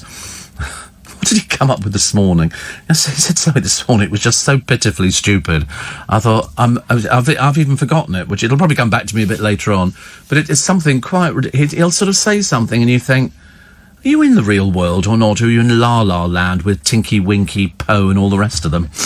dancing around. Time for Teletubbies, time for Teletubbies. So that's why. Matt says, did you know Pippa and Toby Tarrant got engaged last week? Of course, I was with them. What do you mean, do I know that they're engaged? I was with them in the back of the car on their holiday. Did you not read? Yeah. I had my what? I was on the back seat of the car for the holiday. I knew about this ages. Listen, they've been going out for 3 years. I do see them on a regular... I think people think we don't talk to each other in this building. He's literally within 5 seconds of me here. So when he covers breakfast for Mr. M, we always wave, we hug, we do the kissy bit and all the rest of it. Because we're in showbiz. That's what we do. Of course I knew about the engagement. In fact, he thanked me, because I tweeted about it yesterday. I said congrats to Toby and Pippa. It'll be them. And they said thank you, and he just said love you. You know, because that's what goes on in this building. There's a lot of love doing the round. You know, and I feel as I'm living in a piece of music half the time, because people just want to hug people. I mean, you can't at the moment because there isn't any hugging. But the moment they brought out the vaccine, I tell you, I'm going for it big time. I'm going around hugging everybody. I couldn't care less. You can go to HR, you know, because if you hug loads and loads of people, well, they're all going to line up outside HR and go, Steve Allen hugged me. Just seems so fantastic, doesn't it? Pip says, have you interviewed Ian Dale about his book yet? No, October we're doing that. Did you get your car mopped? Yes, it was very cheap actually, Dion. Very cheap, about 35 quid or something for mopping. I'd never heard of it before, but it sort of clears. It's like having dermal abrasion done on your what? Dermal abrasion is where you can get, and they all make it. It's like little. It's a squeezy, but I've got the Estee Lauder one because I would have, wouldn't I? And it's got little tiny balls in it, tiny, and it exfoliates your skin. So you rub it on. What does exfoliate mean? Am I facing the right way or something? Do you know, that's where you get dead skin on your face. In your case, quite a lot, I should imagine. And then you sort of rub it off with these little... It's like a gel with balls in it, and it cleans your skin up. And then the skin underneath is all ding, all fresh. You never done that? No. Oh, well, there you go. There's nothing you can do about it. If he doesn't do it, he doesn't do it. So, yeah, it's called exfoliating. What's exfoliating? I should have come up with something really bad. I remember a friend of mine once, he had to have a camera shoved down his throat. And I thought, I couldn't cope with anything like that. They have to numb the back of your throat, and then they insert the camera down so they can see what's going on in your gut. Mind you, better than the other camera, isn't it? Anyway, moving on. Bake Off stars raking in loads of money for public speaking, which is good. Dave from near lockdown Blackburn, he said the Ironside actor was also the bad guy in Rear Window. Ah, well, I didn't know that. I did not know that. Somebody saying, why do you have so many plants? Somebody else asking about plants in a garden. You don't have to have a garden to have plants. Corey's got a little balcony, very little. And, it's got about 2 pots on it, and that's filled it up, so they've now got to sit inside. They can't sit on the balcony, because there's no room at all. I mean, it's about a foot wide. He goes, we've got a balcony. And he showed me a picture of this plant he'd bought. I mean, it's seriously hardly worth bothering. The neighbours must be going, oh, bless them, they put a plant on the balcony. I bet he forgets to water it. The thing's probably dragging itself indoors going, water, please water. Also, wait a minute. A lot of people talking about how much haircuts cost nowadays. You're obviously all paying well over the odds, aren't you? Well over the odds. But do you know, I found my little phone the other day. You know, I bought these little tiny phones which are about an inch big. Did you see them? Did you ever see those ones I brought in? No. You saw them, didn't you, Corey? Yeah. Yeah, the little... Where were you? Were you off on that day, Luke, or something? Or... Yeah, Thomas was... Yeah, I thought I'd shown them to you. They're tiny. They are absolutely... A phone? Yes. It's like... It's teeny... I mean, it is so small. It's about an inch by half an inch wide. It's a phone. Of course you make calls on it. What do you think you do with it? Hang it up from the ceiling? Yeah, you make calls on it. Yeah. It's got a little SIM card that goes in it, and you charge it up. I'll bring it in on Friday and show you. Oh, no, you're not in on Friday, are you? No, well, you won't see it then, will you? Because that's the damn bringing it in. No, they're really teeny tiny. I bought about 4 of them because I thought they were so clever. And I gave them to a few people. You weren't one of them. LBC News Time, 4:30. Steve Allen's Early Breakfast. 'Tis the 21st of July. 'Tis a Tuesday. And my friend Oliver, he thinks that the vibrations could be the fact that it's my little tiny phone. But then we actually checked it, Ollie. It's obviously far more serious. They think it could be the diabetes. Could be the diabetes. It seems like something like that. Because I've got these bruises that came up on my arm. And I thought maybe you automatically assume, don't you, if you get bruises, that you've banged your arm in some way. But I mean, it's just not physically possible. And then the chemist, Mr. Shah, thinks it could be something to do with my blood. Sometimes you get sort of... I'm falling apart. It's only Tuesday. I was doing so well up until yesterday. But the vibrating thing was very odd. It was it was very strange. It was like you were sitting on a little tiny phone. But, there you go. You can't have everything, can you? Yesterday, talking about electric scooters, says Angela. One whizzed past me down the middle of the road in the dark. The rider was in dark clothes and the scooter had no lights on. Do they not need lights if they're being ridden at night? Surely an accident waiting to happen. Oh, I'm telling you, it's an accident waiting to happen. You are not wrong. You are not wrong. It's just terrible. Currently having a jolly jaunt, says Louise, around the Isle of Mull. Couldn't resist bringing my tote bag. Woo! They won't have seen anything like that up there, will they? So jealousy will abound. Jealousy will abound. But we don't mind a bit of jealousy. I've never been to the Isle of Mull. Is it nice? Is it a nice place to go to? Is it pretty? Is it sort of a little bit windswept? It's like Stornoway. That always sounds to me like Stormaway, so I'm always imagining it's going to be a place... you know why we know it, the Isle of Mull? Because it's got all these houses in different colours. What's the story in Balamory, wouldn't you like to know? Is that Balamory then? Or is Balamory on the Isle of Mull? Or something? I like the idea of all Balamory, the real place. There it is. Look at Balamory. It was filmed on the Isle of Mull. There you go, Tobermory. I thought it was one of the Wombles, to be honest with you. With the exception of scenes at Archie's Castle, filmed in East Lothian, and other scenes such as the nursery and park, filmed in Glasgow. 254 episodes of What's the Story in Balamory, wouldn't you like to know? I still like the 1 banana, 2 banana, 3 banana, 4, 5 bananas. I can't remember how the rest of it went, but it always used to make me laugh. Stupid theme tune. They had a bloke on the other night. I fell asleep watching... the Chris Tarrant programme. What's it called? Who Wants to Be a Millionaire? And this bloke gets the thing. Okay, what was the... that's right. What was the name of the television programme that started, it's time to sort of face the music? No, it's not. Was it Face the Music? Something? No. It's time to light the... Anyway, it was a Muppet Show. It was the first 4 lines. He had to ask the audience. He didn't know anything. In fact, how he ever got to the blooming programme, I've got no idea. He was unbelievably dim. He didn't know the answer to anything. And he'd done his 50-50 and asked, a friend and all that. Oh, it's awful. He got as far as 8,000 quid, I think, which was about enough to pay for his wedding. But he didn't know. It's time... It's time to play the music. It's time to light the lights. It's time to get things started on the Muppet Show tonight. But he didn't know what that was. Whereas I knew it straight away. I was always up for that one. I thought the Muppet Show was great. Very, very clever. Puppeteers. I love. Steve, Tom Swarbrick did a very interesting debate on a homeless person and Michelle Collins. I wonder if the bloke outside Waitrose, Twickenham, is genuine. Well, there's one in Twickenham High Street. It's been moved on by the police more times than I've had hot dinners. He sits down. He's one of these, part of a gang where they turn up. We've had an old woman limping up and down the high street. She walks perfectly well, I have to tell you. They arrive in a car. He sits down with a blanket over his knees, boiling hot weather, with a sign saying, homeless, hungry, God bless.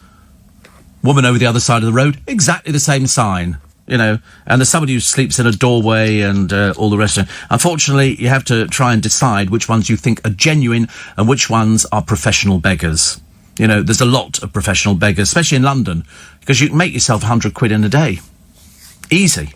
If you're in the right area, definitely. But the old woman, we've had age ago. I heard a bit of the conversation about Michelle Collins. She's lovely. She just took a picture to highlight a situation. I've known her for years. She's lovely. I didn't quite understand. I mean, there was a lot of grumpy old men getting very grumpy and sort of deciding that it wasn't the right thing and she shouldn't have done it and she should have apologised and all the rest of it. I don't know. Darren in Amsterdam says, I remember in 1987 having dinner in Joe's with Biggins and Elaine Stritch after Follies. A night to remember. Yes, yes. Elaine Stritch was a regular on our programmes, and Biggins I've known for 35 years, something like 35 years, which is lovely. Vibrations are common in a variety of neuromuscular disorders, such as MS and peripheral neuropathies, says Sula, something like a buzzing sensation. Oh, right, yeah. I mean, to be honest with you, I mean, it's not sort of buzzing, but the only advice, I mean, listen, we can all read the internet. You know, to be honest with you, it could be diphtheria or whooping cough. I have no idea. You should always get it from a doctor, because otherwise you become like a complete psycho, don't you? When you go, oh, I think I've got this, I think I've got that. You read all the symptoms of it and you go, oh, well, that's definitely me. That's definitely me. I mean, when I looked at the bruises on my arm, and they aren't very big bruises, I sort of thought, well, how... And I was trying to work out, perhaps I'm thrashing around in bed or something, but I mean, you know, obviously not. Obviously not. Another one here. A lot of people carrying around the tote bags. Very, very pleased with that. Emma says, totally agree with the online shopping. Never really interested in me before Corona, but now totally converted. What's your favourite flower? Don't have favourite. Well, it's certainly not fuchsias, I'm telling you that. They drop their sort of flowers all over the blooming place. It's a constant battle with fuchsias. What's my favourite flower? Verbena I like, because it spreads and seems to last quite a long time. Geraniums I like, variegated geraniums with the leaves, because they last well into winter and through the other side if you're very lucky. It's begonias. The theme is begonias this year in all the baskets. I'm probably going to go for bigger begonias next year, I think. I think that's what I'm going to do, because these are small ones. They're very nice, but they're not quite big enough. Last year I had big begonias, and I've got about 20 or 30 pots. And actually I did quite a nice thing with some wallflowers and some variegated geraniums. The leaves look really nice. They're sort of tinged with black. Look very nice indeed. Apparently cats are now better than dogs.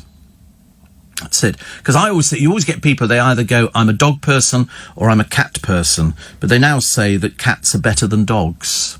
When they say, I don't know, you know, I don't know. Cats aren't very loyal. They'll just go to anybody who feeds them. And they spend most of their day sleeping. I mean, ours you could pick up when it was asleep, and it would just sort of hang there limply. And you go, food, and I used to, you know, casually wander. You know, you just sort of sweated opening a tin of Kitty Cat and putting some biscuits in there, and the cat would sort of wander over to it with sort of complete disinterest and sort of look at it and go, I'm not eating that, and then go wandering, and you go, eat it. And so of course it wouldn't, and you bring it out for lunch, you mash it up with a fork again, try and make it look interesting, and the cat looks at it and goes, you just mashed it up with a fork, I'm still not eating it. So you bring it out the next morning, because we used to put it in the fridge, cover it with cling film, and then bring it out the next morning. Of course the cat wouldn't touch it. In the end you had to throw it away, so the cat gets its way. Dogs, they'll eat anything. Seriously, your granny, the next door neighbour, dogs don't care. They're not, you know, if it's food, it's in the bowl, they'll keep eating. And the more you keep putting food in the bowl, the more the dog will keep eating. They have no idea how it goes on at all. Bless their hearts. I don't mind that, actually. That doesn't make any difference. So Uber and black cabs will have to go for a criminal background check, apparently every, I think, 3 to 6 months, which is amazing. And the music magazine Q. Did you ever read Q? I always thought it was a fairly upmarket music magazine. It's closing after 43 years. The coronavirus has seen them off, I'm afraid, which is not so good. People ditching holidays abroad and going camping. And 2 beefeaters have gone for voluntary redundancy. We talked about the beefeaters the other day, although the Prime Minister has said he's going to protect them because they need protecting. There's only about 34 of them. As far as I'm concerned, they're an integral part of the Tower of London. We don't want to see anybody losing their jobs or having to be... But they've got a shortfall. Historic Royal Palaces have got a shortfall of £100 million. And they've got to do that. If you've got a shortfall, you have to try and get the money back. And I was talking to my driver this morning, and we were saying it's difficult, very difficult now. Lots of people who've lost their jobs. I think more than 700,000 people. And they still keep announcing, you know, Marks and Spencer's another 950.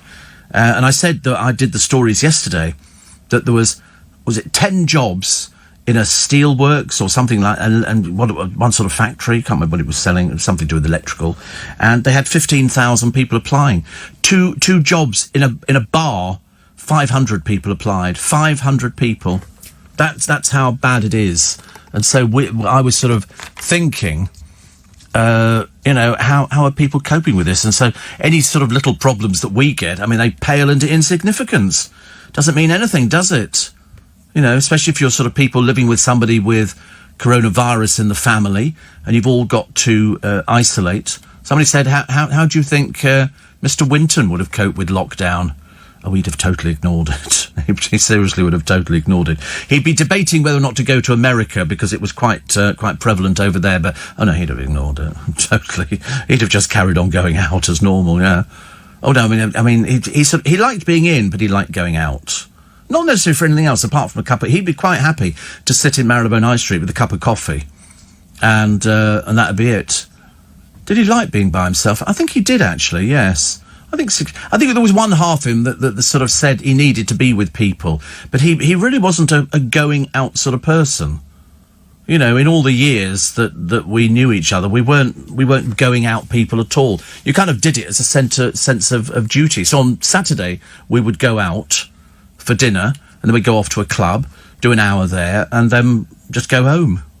And that was it. I couldn't think, there was nothing, we didn't feel like we missed out on anything. He got his little fix of people going, hi Dale, and I got the fix of who's your fat friend, and that was that. But he wasn't a going. Ask Cilla Black. Oh no, you can't ask Cilla Black. She's dead. But I mean, she always used to say that she would stay out till 4 a.m. with Paul O'Grady, kicking their heels off and chatting, and because they were both in the business. Whereas Dale wasn't really in the business. He was a DJ who'd had some success on television. But he come 11 o'clock at night, he was ready for bed. Well, he was ready for going home. When he discovered the computer, and he could get all his music on the computer, that's what kept him in. But he wasn't a go-y out sort of person. Out for something to eat, and then sort of maybe back home or maybe out to a club, but briefly, very briefly. Which actually seems to suit most people fine. I mean, I shouldn't imagine either of you two are sort of clubbing people at all now. Can't imagine Luke in a club at all. Unless it's, sorry, I'll take your coat, thank you. It's number 34. It's £1, please. £1. Coat room boy. And Corey's well past things like that. I mean, he doesn't dance. Believe you me, he doesn't dance. And you don't, also, you can amuse yourself at home, can't you? There's always something to do. You can watch television, or you can have something to eat. You don't have to sort of get ready for it. So when Toby Tarrant and Pippa got engaged the other day, she apparently burst into tears, but then I'm like that anyway. And they've been together for 3 years now. You wouldn't find a tighter couple. They seem to just love each other's company. It's brilliant. And he said, I can't wait to spend the rest of my life with you. See, I thought he was talking to me. So I wrote back and went, thanks. I'm trying to muscle in on it, but anyway. Steve, cats would hunt and kill you in a heartbeat. Well, they were, as if they were sort of big as lions, I should imagine. A dog could be as big as Digby and love you all the same, and they may lick you to death. Oh. Yes, I'm not into the licking bit. This may come as a bit of a surprise, but I've never understood people who let dogs lick their faces. Because dogs lick all sorts of things, don't they? It's like... I can't tell you the joke, I've just realised. I sort of went through this little joke in my mind a minute ago, and I thought, that's quite funny. And then I thought, no, I can't tell that joke on the property. It's 10 to 5 this Tuesday morning. It's going to race through, isn't it? I've just got this feeling this week's going to be very, very busy. What have we got here? Fake news, says Trump, as the deaths soar in America, people ditching their holidays abroad. I'm still not comfortable about the holiday abroad bit.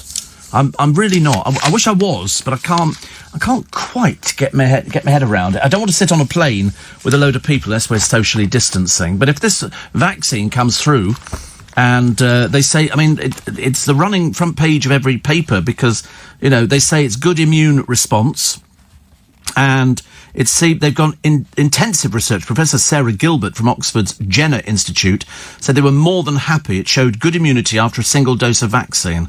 Well, that would be nice, won't it? That would be nice. So they've already tested on 1,000 healthy volunteers. So I'm all for that one. I'm all for that one, definitely. because that's what we need to make us feel a little bit better about things, don't we? Blokes apparently have been binge boozing and playing drinking games since the 15th century. A banned poem depicts bored drunken knights swearing and bragging about sex. The practice spread to Tudor England, with wine slurped from peasants' hats and chamber pots. Good Lord above, who'd have thought? This is a book from 1612. It's called The Law of Drinking, told how Oxford students take their liquor out of chamber pots. Don't suppose it made any difference, actually, really, where it came from, did it? But who knows? But the vaccine, it's pages and pages in the papers. 30 million doses of the drug are set to be delivered this autumn. Oh, nice. I can't wait. I mean, it'll be the same as the flu jab. It'll be the people who are at high risk who will get first dibs at it. I won't tell you who this person is, but it's a soap person. They're in a well-known soap, and they were caught smoking a spliff behind the wheel of their car.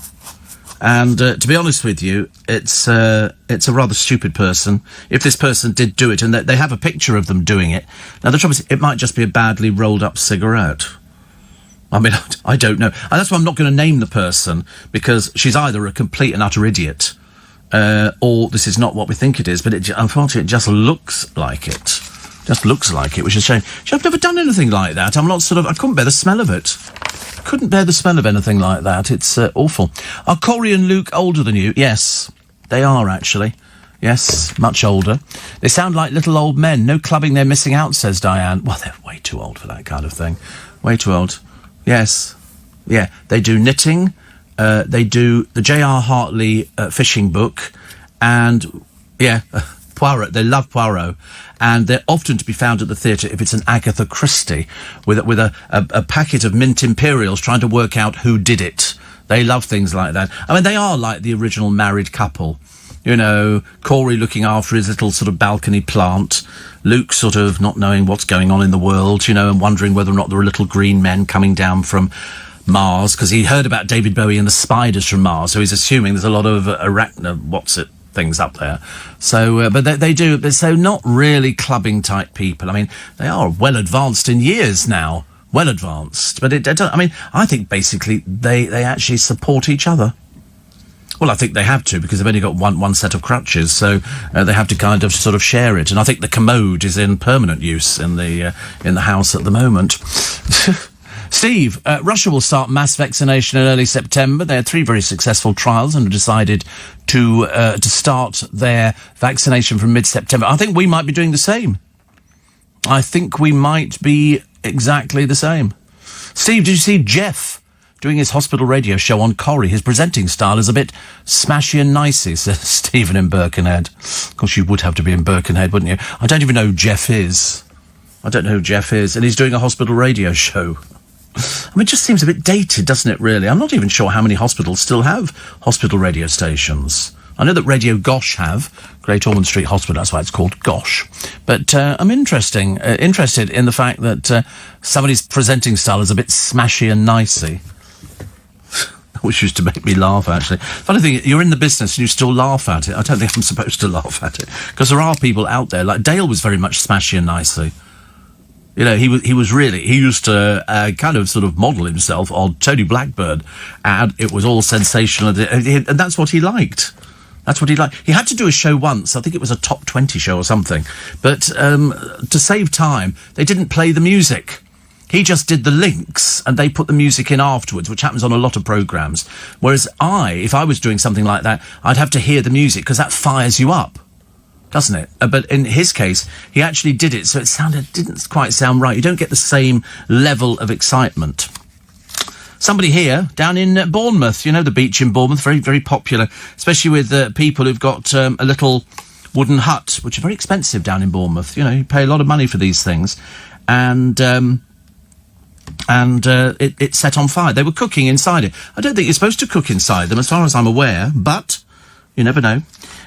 Princess Eugenie has said watching her sister get hitched was a complete joy and privilege. The two who don't do anything at all, you know, they go, oh, we can have so much fun together, like it's a bit jolly hockey sticks. Totally out of touch. Ali Ross on TV with little with no little air of self-congratulations last week, Celebrity MasterChef welcomed the first ever blind contestant. And by God, they've been telling you about it ever since. They pop him up on everything nowadays. So he's got a helper. And instead, as I started to hear the food talking to me.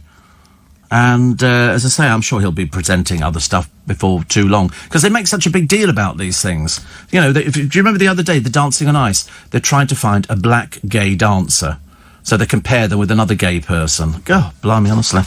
No idea. Peter Crouch's Saturday night sidekick, Maya Jama, has been a distracting presence. So distracting, you might have missed her ability to ask the killer question. Yes, I mean, to be honest with you, it's they're not talking about her talent, are they? Which is a bit of a shame for the poor soul. And so, how have you been coping without the football this summer, Peter? How? How do you think, Maya? Like Gemma Collins without the Dunkin' Donuts double-down deal. That's the combination that first springs to mind, isn't it? Whatever happened to Gemma? Oh, she's so busy. My life is just so busy. Andrew in Carlisle says the television series of Balamory was filmed in the village of Tobermory. I'm sorry, are you listening to this programme? Oh, we did that 15 minutes ago. We told you it was filmed in Tobermory. Where is he? Carlisle. Oh, by the time you get to Carlisle, they must be going, what did he say? What did he say? I was listening to some very angry people last night talking to Tom Swarbrick, very angry. Although he did say on the programme, he said, I think we on this programme, he said, get the best callers. And I'm shouting to the radio, Steve Allen gets the best callers. Steve Allen gets the creme de la creme.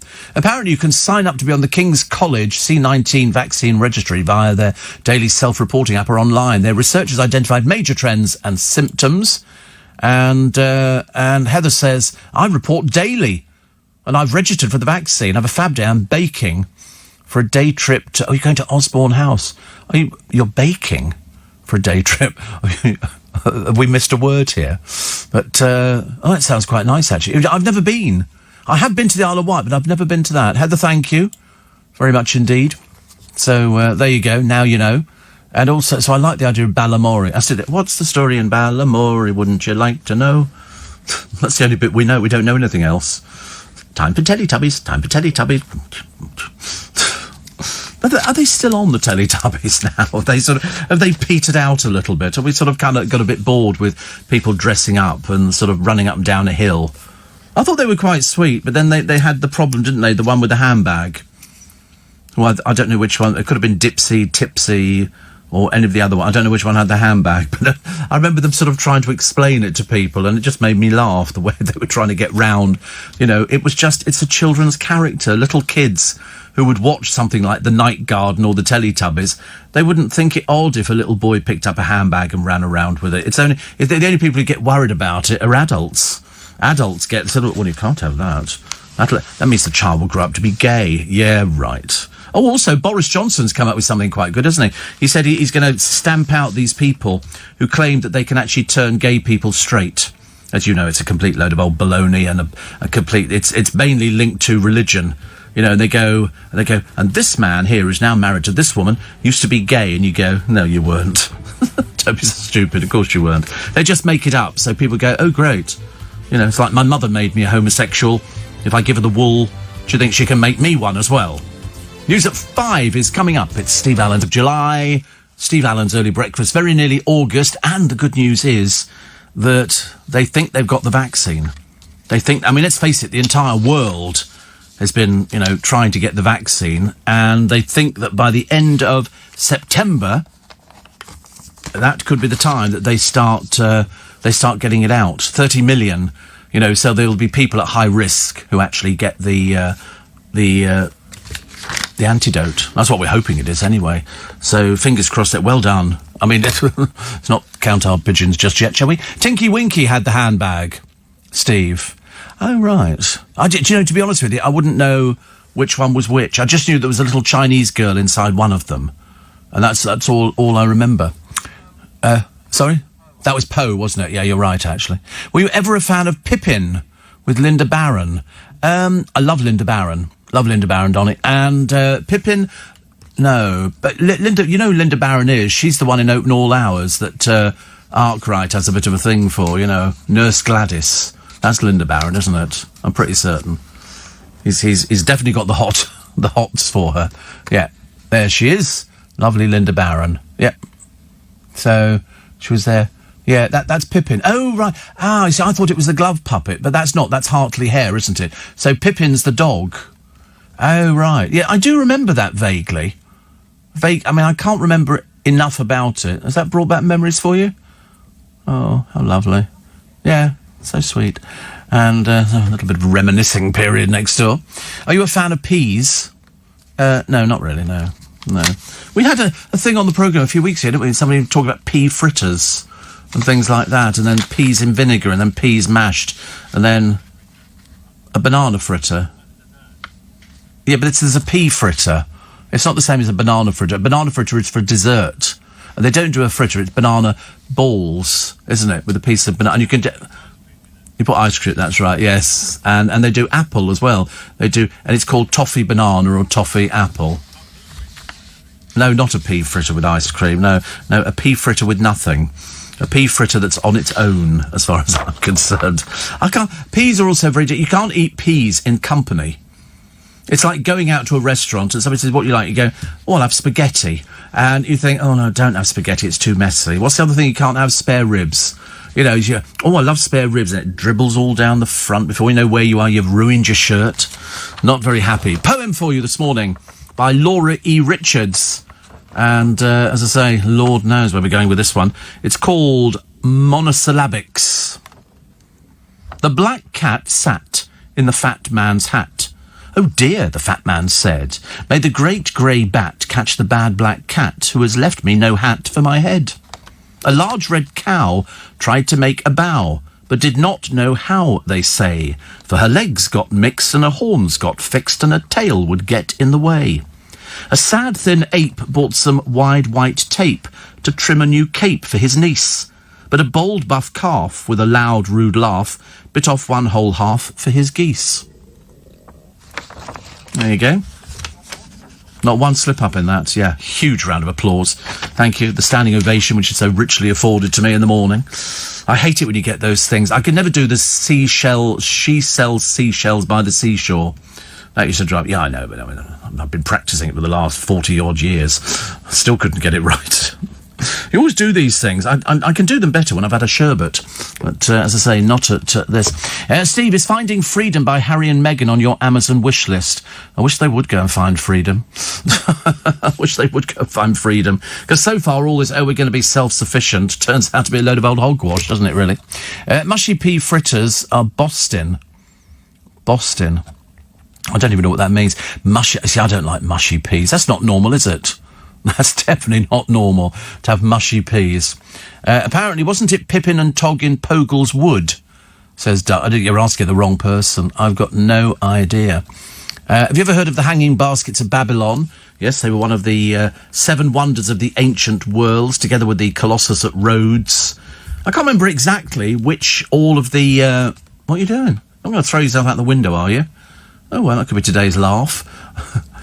What were the 7 wonders of the ancient world? We've got the Hanging Gardens of Babylon, the Short Pyramids, the Colossus at Rhodes, I remember, was one of them. No, they weren't part of the 7 wonders of the ancient world. No, they weren't. Machu Picchu, they weren't the wonders of the ancient world. The 7 wonders of the ancient world, the Great Pyramid of Giza. So you were sort of right, but it's only the Great Pyramid. Hanging Gardens of Babylon, Temple of Artemis, Statue of Zeus at Olympia, the Mausoleum at Halicarnassus. I love that word. I love it when I say it. The Colossus of Rhodes and the Lighthouse of Alexandria. And those were... I mean, the Hanging Gardens at Babylon must have sounded quite nice, actually. I'd like to have gone there, and I'm looking at the Colossus of Rhodes was an enormous statue. The Great Pyramid of Giza was huge. Lighthouse at Alexandria, the Temple Artemis, the Mausoleum at Halicarnassus was lovely. But it's the Great Pyramid. You know, you can go inside the Great Pyramid now. You can go inside, but you can do it online. You have to climb up because the entrance is not where you would think, you know, down on the floor with the door. No, you have to climb up and crawl through because it was all then blocked off and everything else. But it's all, they put stairs inside and you walk, so you can see, you're actually inside. Can you imagine? You're actually inside the Great Pyramid at Giza. No, Tutankhamun's in his grave. You can go and visit him, because they sort of unwrapped him and unceremoniously left him unwrapped, apart from a little cloth over the middle of him, which is quite sweet. I see that Kylie Minogue is returning to pop. Did she ever not return to pop? It's a new single. It's a disco floor filler called Say Something. So, still very popular. In fact, there was a thing the other day on the television. What the dickens was it? All I know is that Charles was there, and the Queen, and... No, it must have been done some time ago. It was very good, though, whatever it was.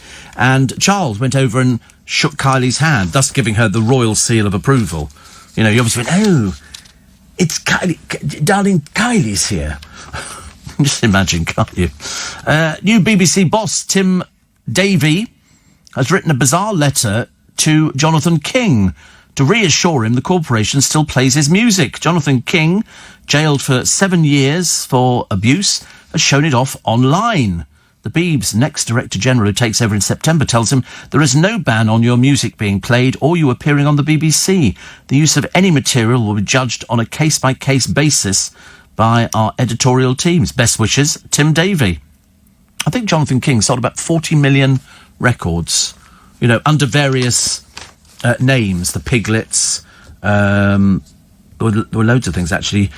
One of his was Beach Baby First Class. I think he produced that. Everyone's Gone to the Moon was a huge hit for him. He seemed to, and also he did the theme tune for a BBC programme, which went dun dun dun dun dun dun dun dun dun dun dun dun dun. Oh, got the vibration again. That's very strange, honestly. It's like a little furnace going on. Anyway, and it's called I'll Slap Your Face, I think. But he was also the Piglets. Johnny Reggae, do you remember that one? What's he like, Mavis? He's a real tasty geezer. Yeah, Jonathan King, I'll Slap Your Face. It was a theme tune for a show called Entertainment USA. And I used to watch it all the time, actually. I thought it was absolutely brilliant. Absolutely brilliant. But he did loads of things. But there was also a musical version. Oh, I forgot to mention the other day. It was Sooty's birthday the other day. Sooty had a birthday, which was lovely. And my friend Chris, who works for another one of our sister stations around here.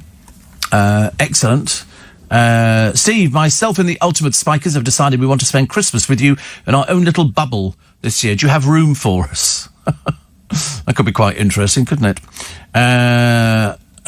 We'll bring our own bedding, and we all love Sprouts. Well, there you go. I mean, that is the basis of Christmas as far as I'm concerned. But if they bring this thing out for September, it might mean Christmas is a bit better, mightn't it?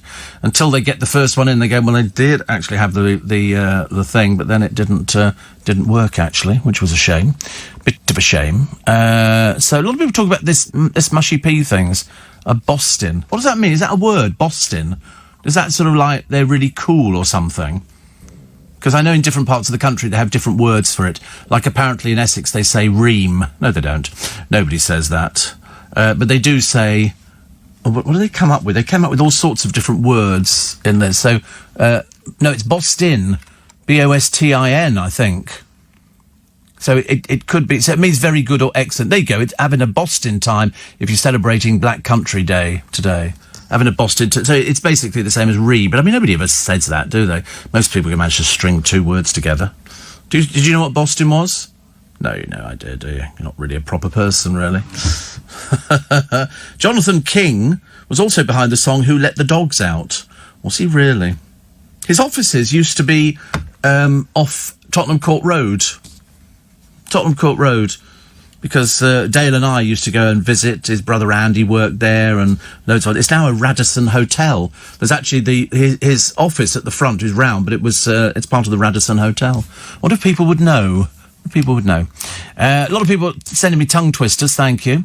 Apparently, Finding Freedom by Harry and Meghan reduced from £20 to £13.60. Oh, they always do that on Amazon. They always seem to discount things. They seem to sell at a loss leader. What they're looking for is they sell at a loss leader to boost it up the charts. That's the only reason. To be honest with you, I wouldn't, Sue says I'll probably wait a week till it's in the charity shop. Sue, you are so naughty. You are so naughty. Also, Aldi are selling cut-price home tutoring lessons to help children who've missed out in lockdown. Yeah. Listen, the reason they missed out in lockdown is because they have no intention of learning anything. They don't care. Some countries, you know, if you say you manage to get a place at school, that's enough for jubilation for a year. People, you know, wait for ages to get their kids into school to make sure that they're getting a good education. Here, they look on this as a bonus. They don't need to go to school. You know, and now they're on holiday, aren't they? I think they've it's ridiculous. I've never heard anything like it. Boston is the West Midlands. Oh, right. Brilliant Tuesday fact about Harry Corbett. His uncle was Harry Ramsden. And the sooty puppet was stolen some time ago. I think not. I think he's at the Magic Circle Museum. Because Darren tweeted a picture of him the other day. So, and there was one that was sold a little while ago. And Matthew Corbett sold that one. Sandy says, where did you buy the mini phones? Well, I bought these a while ago. I bought them in Robert Dias. They're tiny. I mean, seriously, you just take it out of your pocket as a novelty, don't you? Never going to see one, are you? You can see it online, Luke. You know, I don't want you to miss out on nothing. But and they come in different. Has Corey got one? No. I think Thomas might have one. Can't remember because they gave me the SIM card that goes with them, and you get a little charger pack. I mean, oh no, they're even smaller than that. They're much smaller than that. These ones look positively big. Compared, they're teeny tiny. Look at that. See the one on the right hand side? That's it. That's the size of it. So that's about 1.5 inches to it. It's so tiny. I mean, you'd lose it, Luke. It'd be pointless having it you, but it rings and it makes calls. Of course, there's no games on it. It's a little teeny tiny phone. It's for crims, so they can smuggle them into Priz. You know, where the Rozzers are. And that's how it works, isn't it? You go in there because they wouldn't be looking for something like that because they're looking for a thing, you know, the size of a brick, which actually is my phone. But no, they're tiny. They're seriously small. It's very clever. I'm well into miniature things. Well, I've had to learn to be. Right, let's have a quick check, shall we, on the travel. Just gone. Joanna Lumley apparently nearly took a tumble when she interviewed a dog owner for her upcoming ITV travel show, Unseen Adventure. She said, this jumping dog was adorable, but it nearly knocked me over. Yes, I'm not into dogs that jump up at you. They sort of, somebody was on the television the other day. Who was it? It was somebody well known. They were saying, actually, I'm not really a dog person. I'm a bit frightened of dogs. Mark in Bristol says Jonathan King has a new re-release song. Oh, blimey. So there you go. I mean, he's fairly vocal, isn't he, on Twitter? Apparently, the mini phones cost £1,000 in prison. It's hotcakes for prisoners to run their drugs business outside of prison. Oh, right. Steve. Ian says, you're showing your gangster with your smuggled mobile phone into jail. Wicked. And, yeah, because I is a gangster. But that's where they came from. But I just think they're really fantastic. But, I mean, you can buy them. I forget how much they were. They weren't that expensive. 20 quid? Something like that. I bought 4. In fact, when I went in there to get them, the bloke said, you're not Steve Allen, are you? And I went, yes, I am. He said, I was listening to you this morning talking about the phones. He said, and I knew that we had them. And they said, so he did me a really good deal. So it was quite sweet. And then they moved him. He went to another branch. Can't believe it. Have you read the book Maggie the Wonder Dog? Says Davey. No. We used to have, do you remember Champion the Wonder Horse? Champion the Wonder Horse. I can't remember. There was a typical sort of cowboy song that went along with it. And that was when I was a younger person watching television. Steve, here's a fact for your dimmer snowflake listener. The Wombles was actually filmed on Hampstead Heath, not Wimbledon Common. And Tobermory was Ballykiss Angels' stage name. And Great Uncle Bulgaria was indeed a non-blood relative. One of many uncle friends of Madame Cholet, who managed a small sauna business for the less discerning Wombles. Because it was all Madame Cholet. If you listen to the Wombles albums, the songs by Mike Batt are brilliant. They're absolutely brilliant. He sang. He did all the Womble songs. So, Womble to your partner. It was Wombling White Tie and Tails. Apart from at Christmas time, when I was doing discotheques, people letting their hair down after midnight. I used to play the Wombles You know, and people would sing along with it because they were so drunk by that time they didn't know what they were singing along to, but they were quite happy with it. Soap stars seem to excel if you give them a pair of skates. So guess who they've got coming up now? Okay. I'm going to mention a load of names. These are the people who could be on the snowflake dancing. Alexander Lincoln, Samantha Giles, Joe Warren Plant, Carly Stenson and Alex Fletcher. Dawn Ward, Jake Canuso and Tanya Bardsley. Anybody heard of any of those people? Not one of them. I know that two of them, Dawn Ward and Tanya Bardsley, are two of those old harridans who appear on Made in Cheshire. Made in Cheshire. Nobody likes anybody. They all hate each other. They all sort of pretend that they're all best of friends, but they apparently are not. And then, of course, in the middle of it, you've got sort of poor old Paddy Watsit's wife, who sort of stumbles around like she's been caught in the headlights of a car out in the middle of the countryside. Steve C. of Steve, Jonathan King, drives around in an old Rolls Royce with a JK number plate. You should work at EMI Records. Really? Well, they told me something I did not know. Apparently, pea fritters contain mushy peas in a coating of batter. They're very, well, that would make it the fritter. I think fritter means batter, doesn't it, really? Very nice. And Boston is a Midlands phrase meaning really nice. Oh, well, there you go. Anyway, never mind the hanging baskets of hanging gardens of Babylon. What about the hanging baskets of Steve Allen? I'm going to try and tweet some pictures this week. If the weather's okay today, I'll take them. That's one. I'm going to do a couple of little bits and pieces. It's basically going to be a lazy day today. I don't want it to be a lazy day, but I think it might be. The new vaccine is not expected to be available until the new year. No, I think you're wrong, actually. You must really get your facts right. It's September. That's what they're saying. It can cut the death, they say, the vaccine before Christmas. So there you go. I'm sorry. You really must bring yourself up to date, honestly. It's not next year at all. Before Christmas. Every single paper. Go out, educate yourself. There you go. Then you can discover. Aiming to be done by Easter. No. Pfft, honestly. Nothing worse is the... was it Noel's house party, which had the section when they went into a celebrity's house through the television? I can't remember that bit. He used to have a thing whereby people would be watching television at home and then he'd go, now, and he'd go, hello, so-and-so. I don't remember Dale doing one. I never believed Dale's thing. He always swore blind that he didn't know anything about it. Where he had, there was a vicar or something. Was he in a motorcycle and sidecar? And having known him for such a long time, and his acting ability was terrible, absolutely terrible. He couldn't bluff his way out of a paper bag, I think.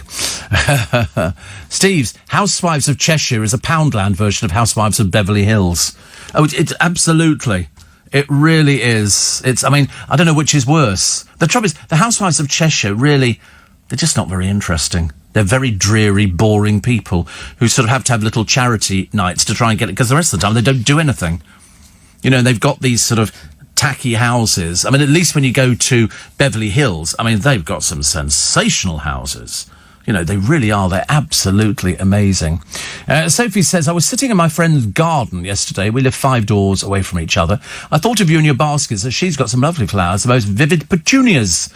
The pattern looks like candy sticks. Oh, I've seen those, actually. She's also growing courgettes, tomatoes, butternut squash and pineapple. Pineapple? No, I've seen... You can't grow pineapple in this country.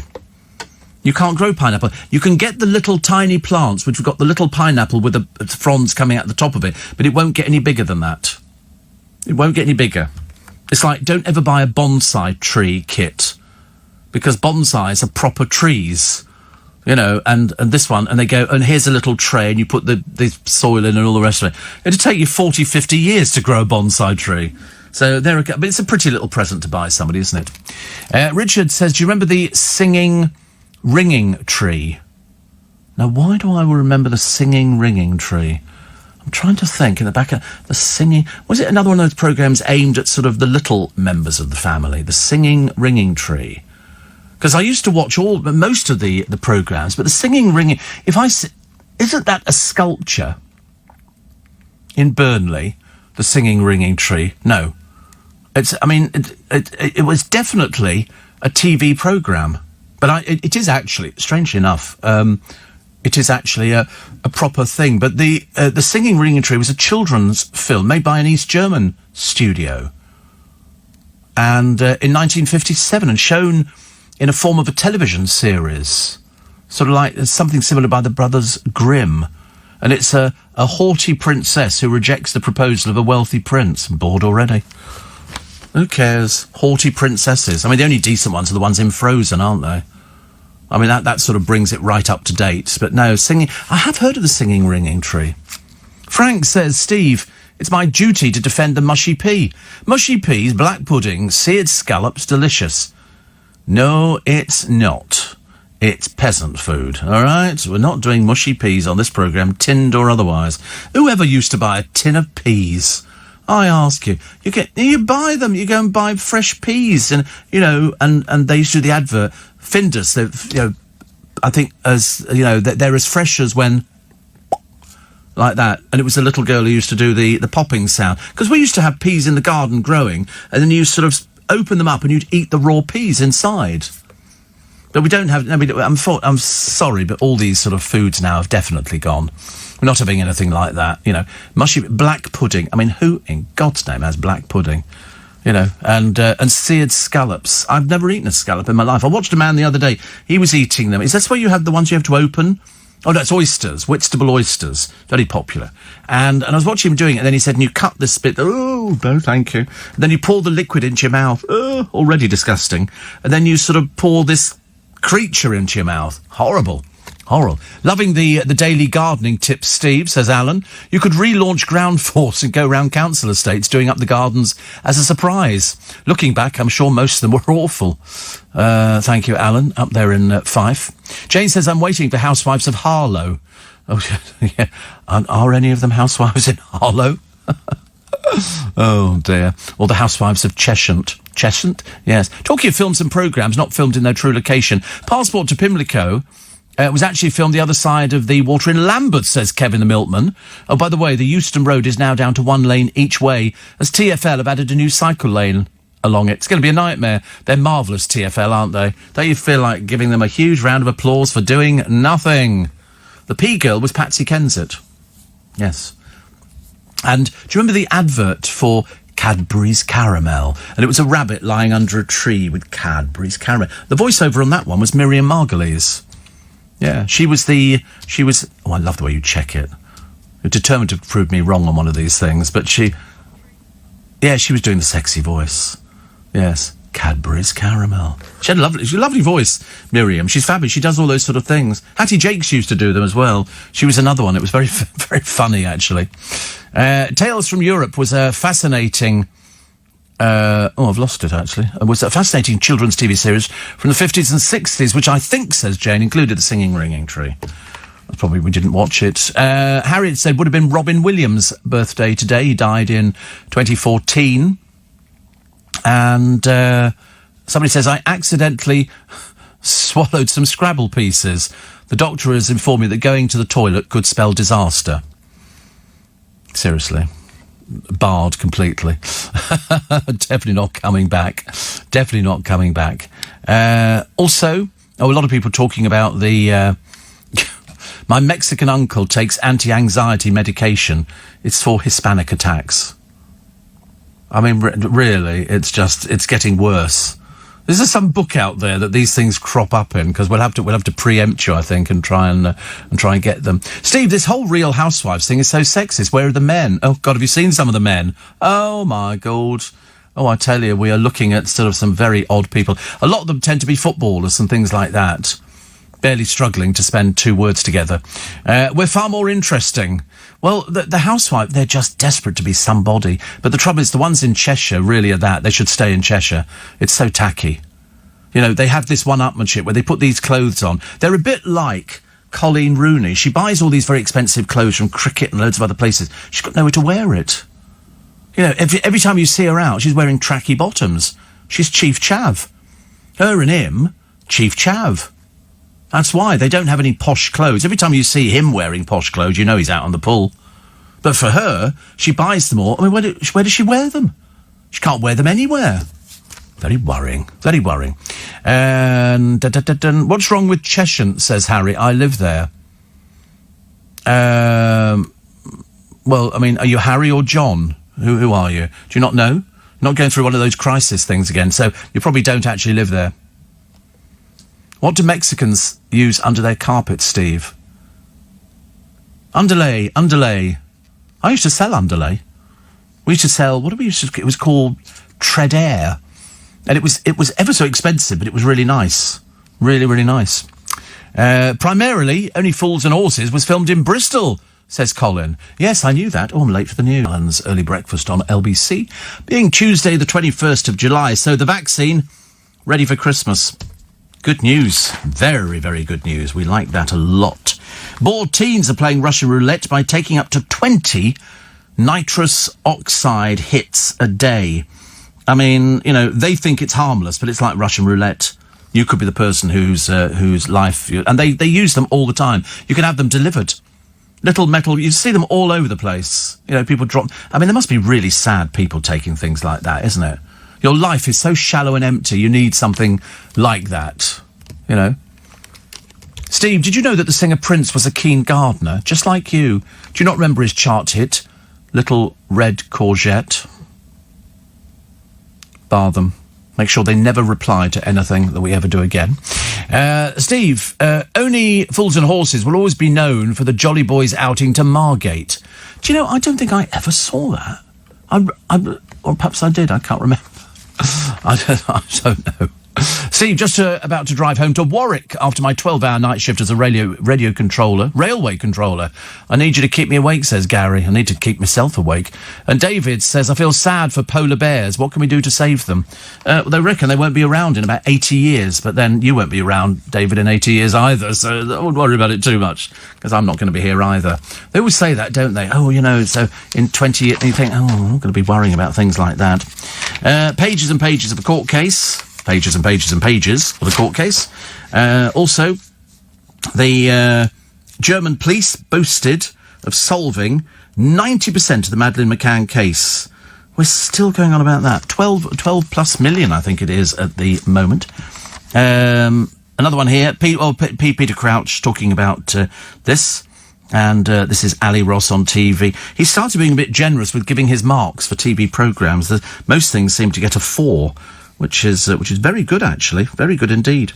Also, incidentally, I'm grateful, he says, to the This Morning host Ruth Langsford and Eamon Holmes for revealing blind Celebrity MasterChef contestant Amar measured liquids with talking jugs, which actually, by a 1,000,000-to-1 coincidence, was also ITV's original working title for Loose Women. It's an old gag, but it's very repeatable, very repeatable. Here we go after Howard's phony Bowie snap. This is Howard Donald. I mean, so they took out Gary Barlow and put in David Bowie, so he's got a picture. I think it looks really good.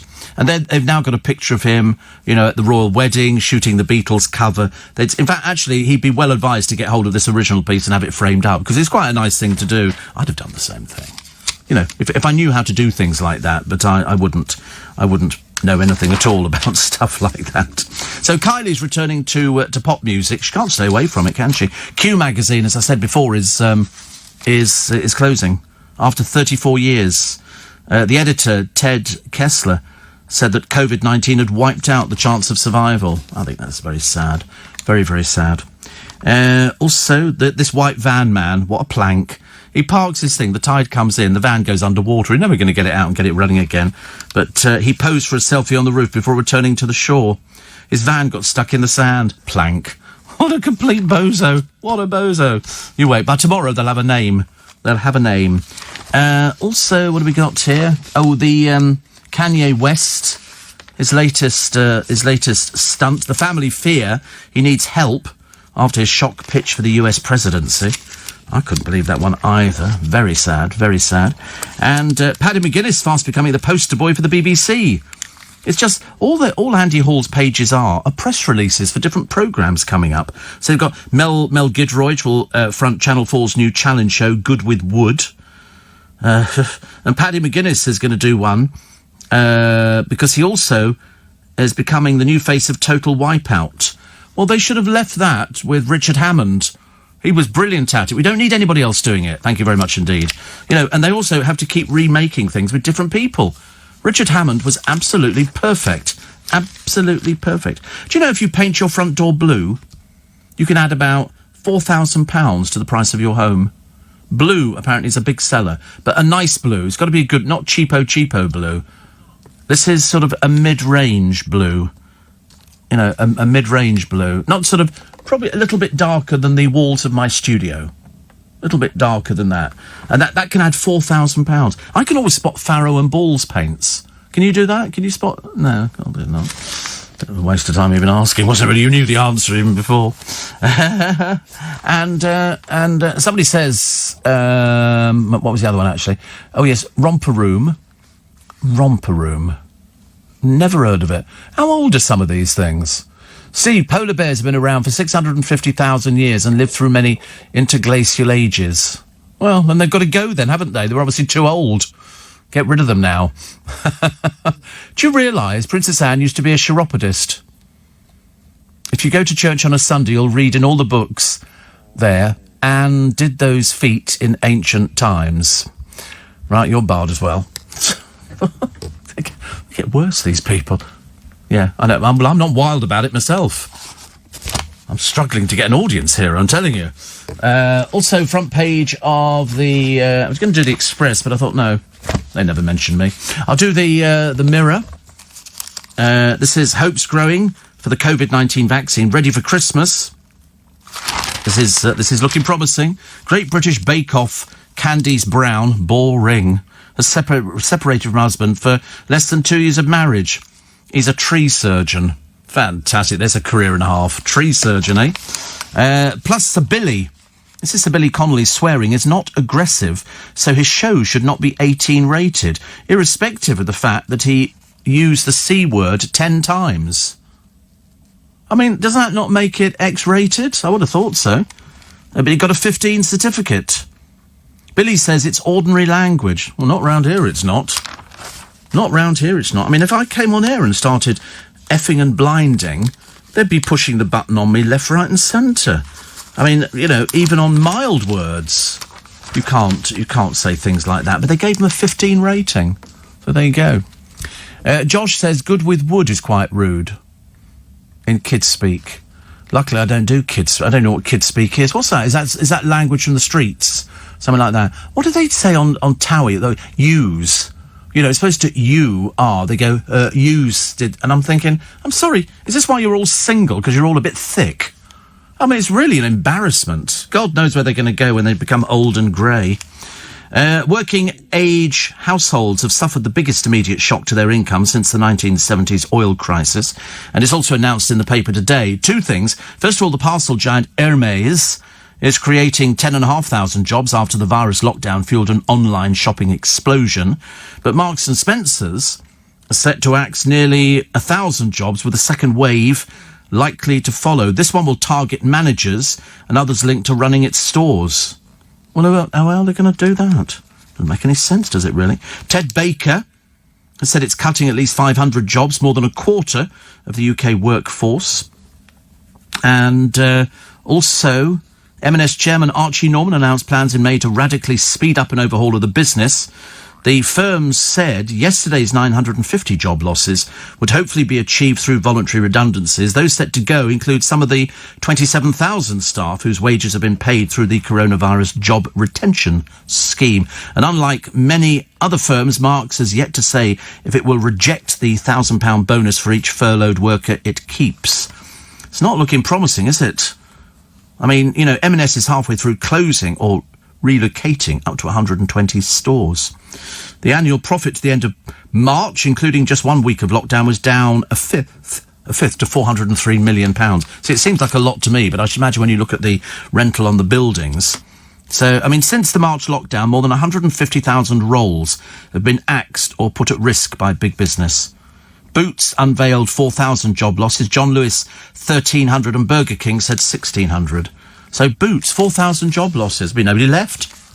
Shoplifter's paradise, I should imagine. So the polar bears will become extinct in 80 years if global warming continues. Because they're in a place called Morilsk in Russia. They have polar bears in the town there. And, of course, you know, you've got to be careful. These things, when they stand up, if it's a full-grown polar bear, it can stand 13 feet. They're huge. Absolutely. That's why the trucks that take you out onto the ice to see polar bears, you're so high up in it, it's raised up on giant wheels so that the polar bear can't climb in. Seriously, they have you for breakfast, these things. And you know, people, all these poor polar bears scavenging. So what they have to do is dart them, and then they airlift them to another part of Greenland or whatever, and then leave them there. Which means they don't know anybody in the area. But the melting ice... It's a 3 million year old ice sheet. You can't believe it, can you, that something can be that old? A 3 million year old ice sheet. Oh, I love that. Here is Glastonbury.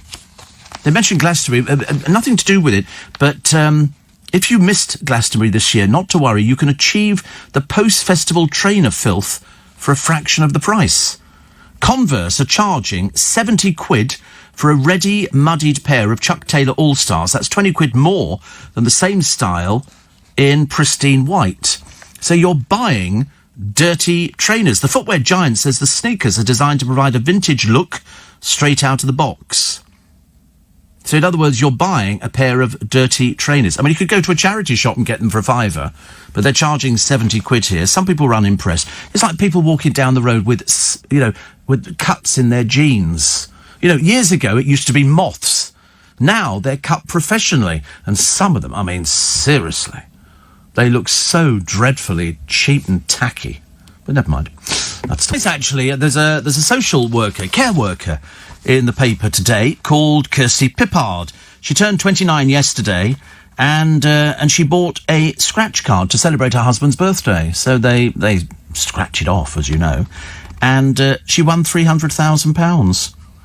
She says, I can't believe how lucky we've been. We were a little bit short of money, so I intended to buy Robert a scratch card for his birthday until I got paid. I bought us both one. He wasn't a winner, but mine was. So they're going to buy a 4-bedroom home. So she's going to keep working. Well, of course, it's only £300,000. You can't afford to quit work on $300,000. Liam Payne. Where do these people get their money from nowadays? I suppose most of the boys have still got it, but he was leaving a restaurant in London's Mayfair wearing glasses, a dress shirt and pinstripe trousers. It's quite a good look, actually. The thing that ruins it completely are the ghastly tattoos up his arm. And he shot to fame on X Factor. He's already got a solo album under his belt, and he's dad to Bear with his ex, Cheryl Tweedy. Poor old Cheryl, honestly. What does she do now? What can she do now? I don't know. Also, this one has a picture of. Let's have a quiet look. Congratulations in order for Nicki Minaj, not only for her pregnancy, which she announced yesterday, via a very modern medium of an artful social media photo shoot. They all do it, don't they? But also, she's wearing enormous platform heels, which I don't know how anybody ever walks in things like that.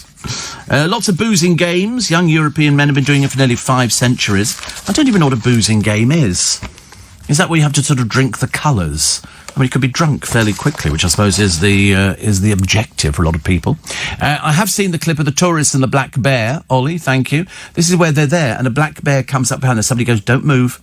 Please don't move." And the bear sniffs around. I mean, if it's only got to swipe its paw, and you're in big, big trouble. Big, big trouble. But you're right. Poor old Scarlett Moffat, as stupid as ever. And she said that the heir to the throne, Prince Charles, could be an undead bloodsucker.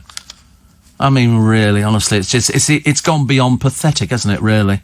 I wouldn't waste your time. It's almost as bad. That's all she can find to put on her dreary little podcast. Good God, honestly. But, I mean, she hasn't got any other work at the moment. And then it's like Gemma Collins. I want an all-over tan. Yes, as I say, we're more than happy to have her dipped in creosote. We can arrange that very quickly. Also, Peter Crouch hosted the world's most COVID-compliant football party by sticking fans in huge hamster balls. I quite like those. They have those at the fair sometimes, where they're balls and they're sealed and the kids stand in them and they're going round on a paddling pool type thing. I'm surprised you haven't got those, Luke. You can buy these sort of big balls and then you sort of go in and you can roll around in the water and... Yeah, like hamster balls, yes. I had a fake hamster once, which was in a ball. It was a little clockwork... No, it was a battery toy. And you put it in this ball and it went about all over the floor, which was quite good. No, that's me again. Claims against Harry's charity. I don't know. I mean, to be honest with you, I don't think this is sort of something that's going to affect them in the slightest. Campaign group Republic flagged up both Sussex Royal and the Royal Foundation, Prince William and Kate's organisation, to the Charity Commission. They claim all sorts of things against them. I don't think it's anything for them to worry about at all. Although, to be honest with you, we're still waiting for sort of them to announce what they're doing, because they've been sitting on their backsides for a long time now. Apparently, did Liam and Cheryl call their child after Bear Grylls? I couldn't tell you, actually. I couldn't tell you. Sue Ann in Brixton says, my front door is a gorgeous, deep Royal Navy blue. Then she goes, hurrah, eye surgery today, or checking on things. Oh, I quite like that one. What do you call a woman who throws all her bills on the fire? Bernadette. That's actually quite clever. They've gone for that one. The other ones were rubbish. But they've definitely, Bernadette, that's very good. Very good. We'll have to explain it to Luke, but I'm sure he will get there eventually. Hopefully by the end of the programme it'd be quite nice, wouldn't it? So, all these people turning up for, auditioning for Dancing on Ice. They've got, poor Dawn Ward. I mean, seriously, honestly, that programme is so trash. It really is. Calls are growing to ban TikTok. No, I don't even know what it is. You make little videos and you put them up there, and then do they vanish? They vanish, or they it's like Snapchat, which I don't know what Snapchat is either, so it doesn't matter. The Mayor of Bristol, who is Marvin Rees, says he's been racially abused by both white and black protesters in the row over statues in the city, because he removed the statue of a protester a day after it was illegally put up. The Colston statue was torn down and thrown in the harbour, so then they had to sort of get the thing up. He's received 4,000 emails slamming him for the decision. Oh, here they go. 4,000 snowflakes living down in Bristol.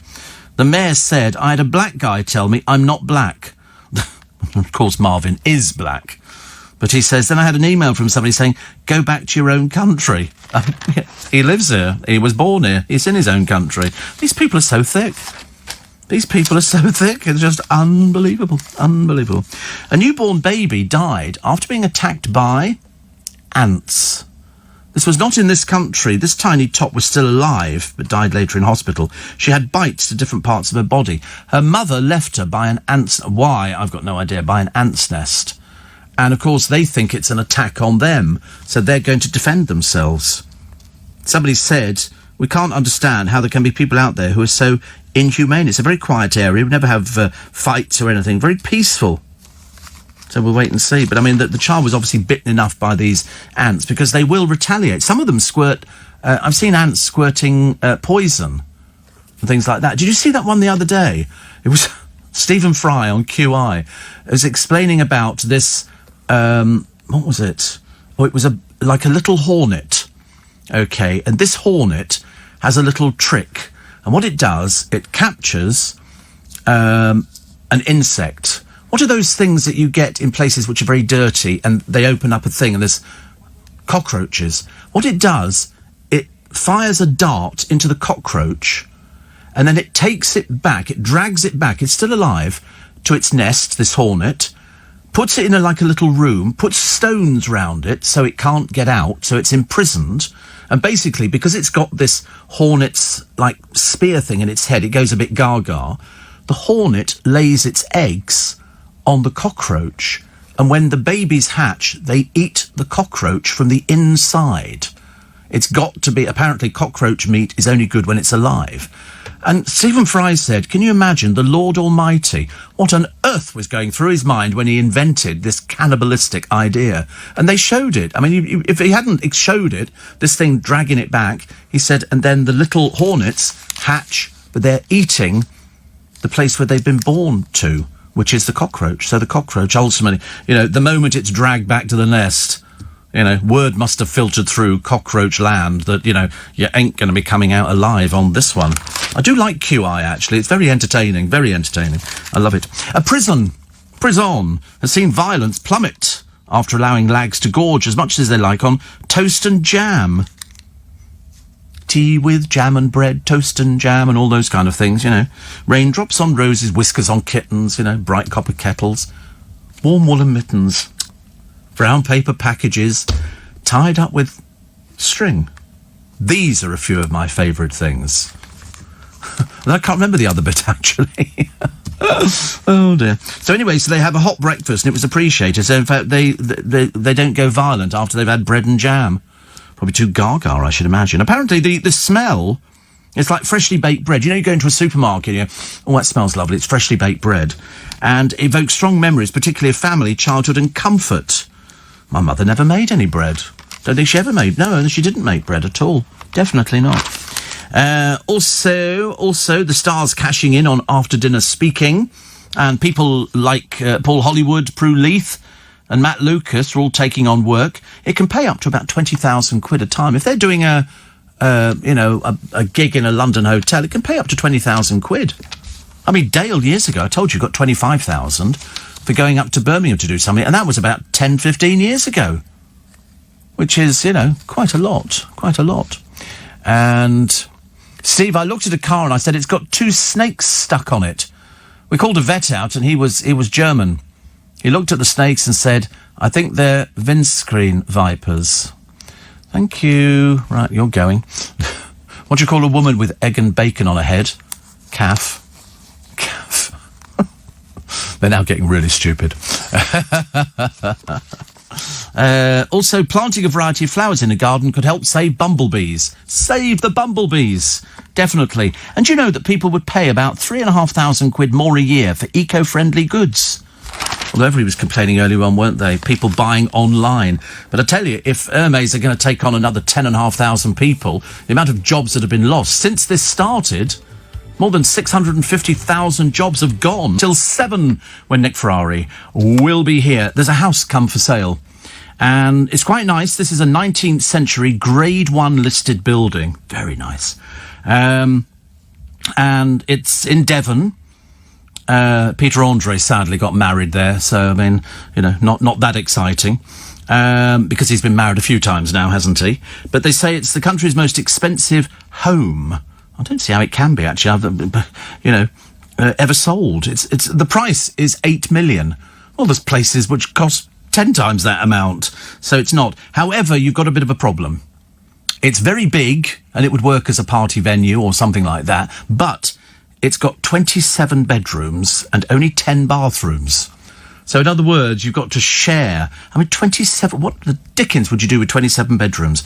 And, as I say, they've sort of mentioned the fact that Peter Andre got there married 5 years ago, so it was obviously some sort of photographic deal done. But it does look quite nice, actually. There's a castle with an underground passage back to the house.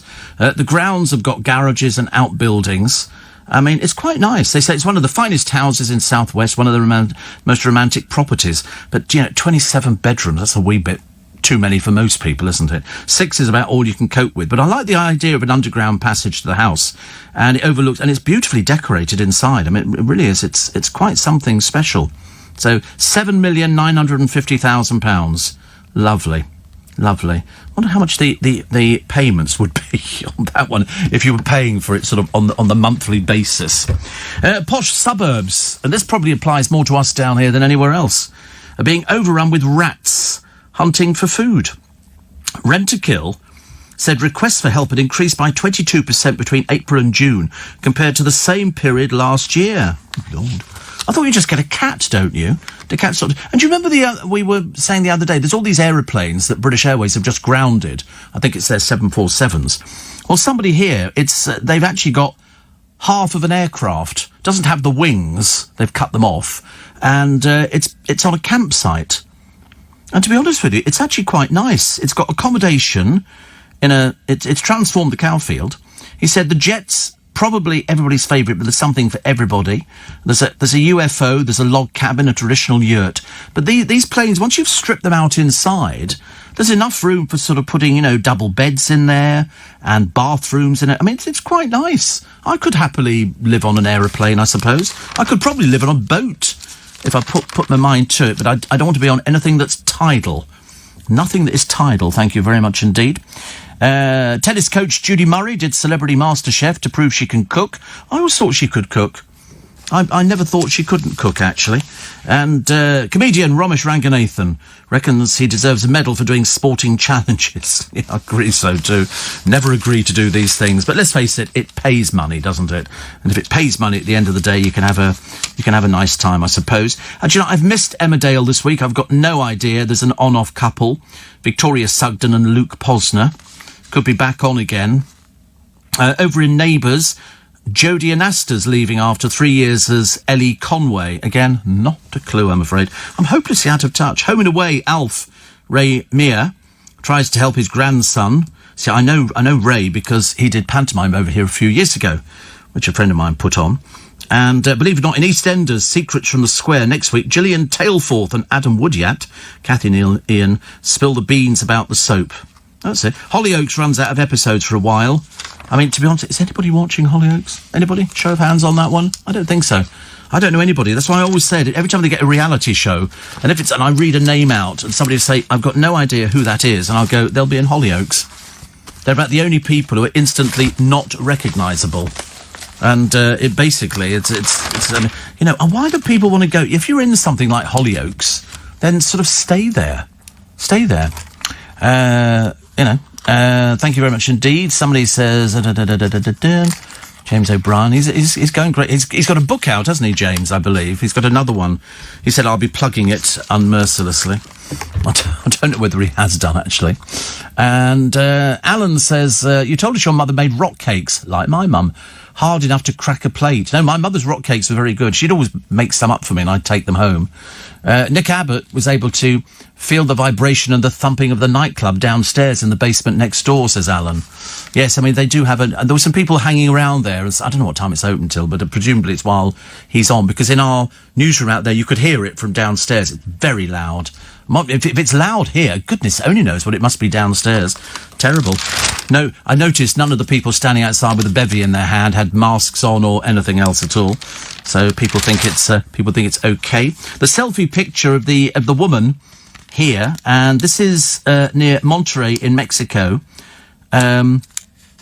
So the hiker stood there, and the bear comes up. It paws the hiker. It obviously doesn't know.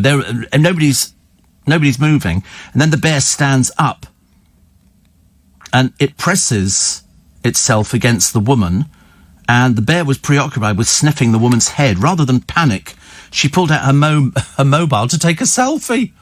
The bear just stood behind her long enough for her to take the picture, and then it dropped to the ground. Bored, it wandered away, and the woman and her friends moved on. The Get Bear Smart Society says most encounters with bears rarely lead to aggressive behaviour, and attacks are even rarer. Remember, most bears prefer to avoid contact with humans, and any bear you do see is probably just as frightened as you are. Ironically, it says respect its need for personal space. Do not approach it, even to get a photo. Because this thing stood up, it was as tall as this woman. My heart was pounding looking at the photograph. And melting ice could see the end of polar bears. Well, they just have to adapt and eat something else. You know, they reckon the global polar bear population is estimated at around 26,000, which actually isn't as many as you think. But they're forced ashore each summer. 16,000 of them are in Canada. They're funny, you never would have thought of that. And here's a load of inflatables, little dinghies, and hundreds. People who've sort of crept across the channel illegally to try and take advantage of everything that we have on offer. So they confiscate the little what they're going to do with them, I've got no idea. No idea. Steve, I had a senior moment. I'm at Riverwood Legion Club having a few beers, says Shane, and I lined up for a meal. I was told not to get close to other people in the line. I forgot. Yeah, I mean, you have to remember. I told you I had a woman the other day in Iceland. She was right behind me. I said, you're going to need to move back. I'm sorry. And she went, stop. At least people appreciate it. You know. H is Hillary, who says you couldn't live on a boat, Steve, unless it was the Queen Mary or the QE2. You'd have to sort of stream everything down. You have to trim down your possessions, to get them all on there. Well, actually, they do say that when you move, that's the opportunity, isn't it, for throwing everything out and then starting all over again. But, I bought a ticket for the lottery, you know. Live in hope, as indeed does everybody. Steve, waiting to see Phil Vickery drape his groovy gang tote over a prop next time he cooks on This Morning. Laura is my favourite furloughed trolley dolly. Are you still furloughed? I've heard of a few people going back to BA. Are you still furloughed? Or are we looking that, things might turn out for the better? Vegan milk. I only mentioned vegan milk because it started life in a science laboratory, and it's taken the world by storm. Because now the stars pour £157 million into trendy Oatly. Oatly, whole oat drink, made of water with 10% fibre-rich Swedish oats and added vitamins. The one here, £1.85 for a litre, gets 9 out of 10. Many of the other ones do not get 9 out of 10. 3 out of 10. There's a 7, an 8 and a 4. And you have to check. I've never thought about vegan milk. You had vegan milk, Luke? Is it, right, is it okay?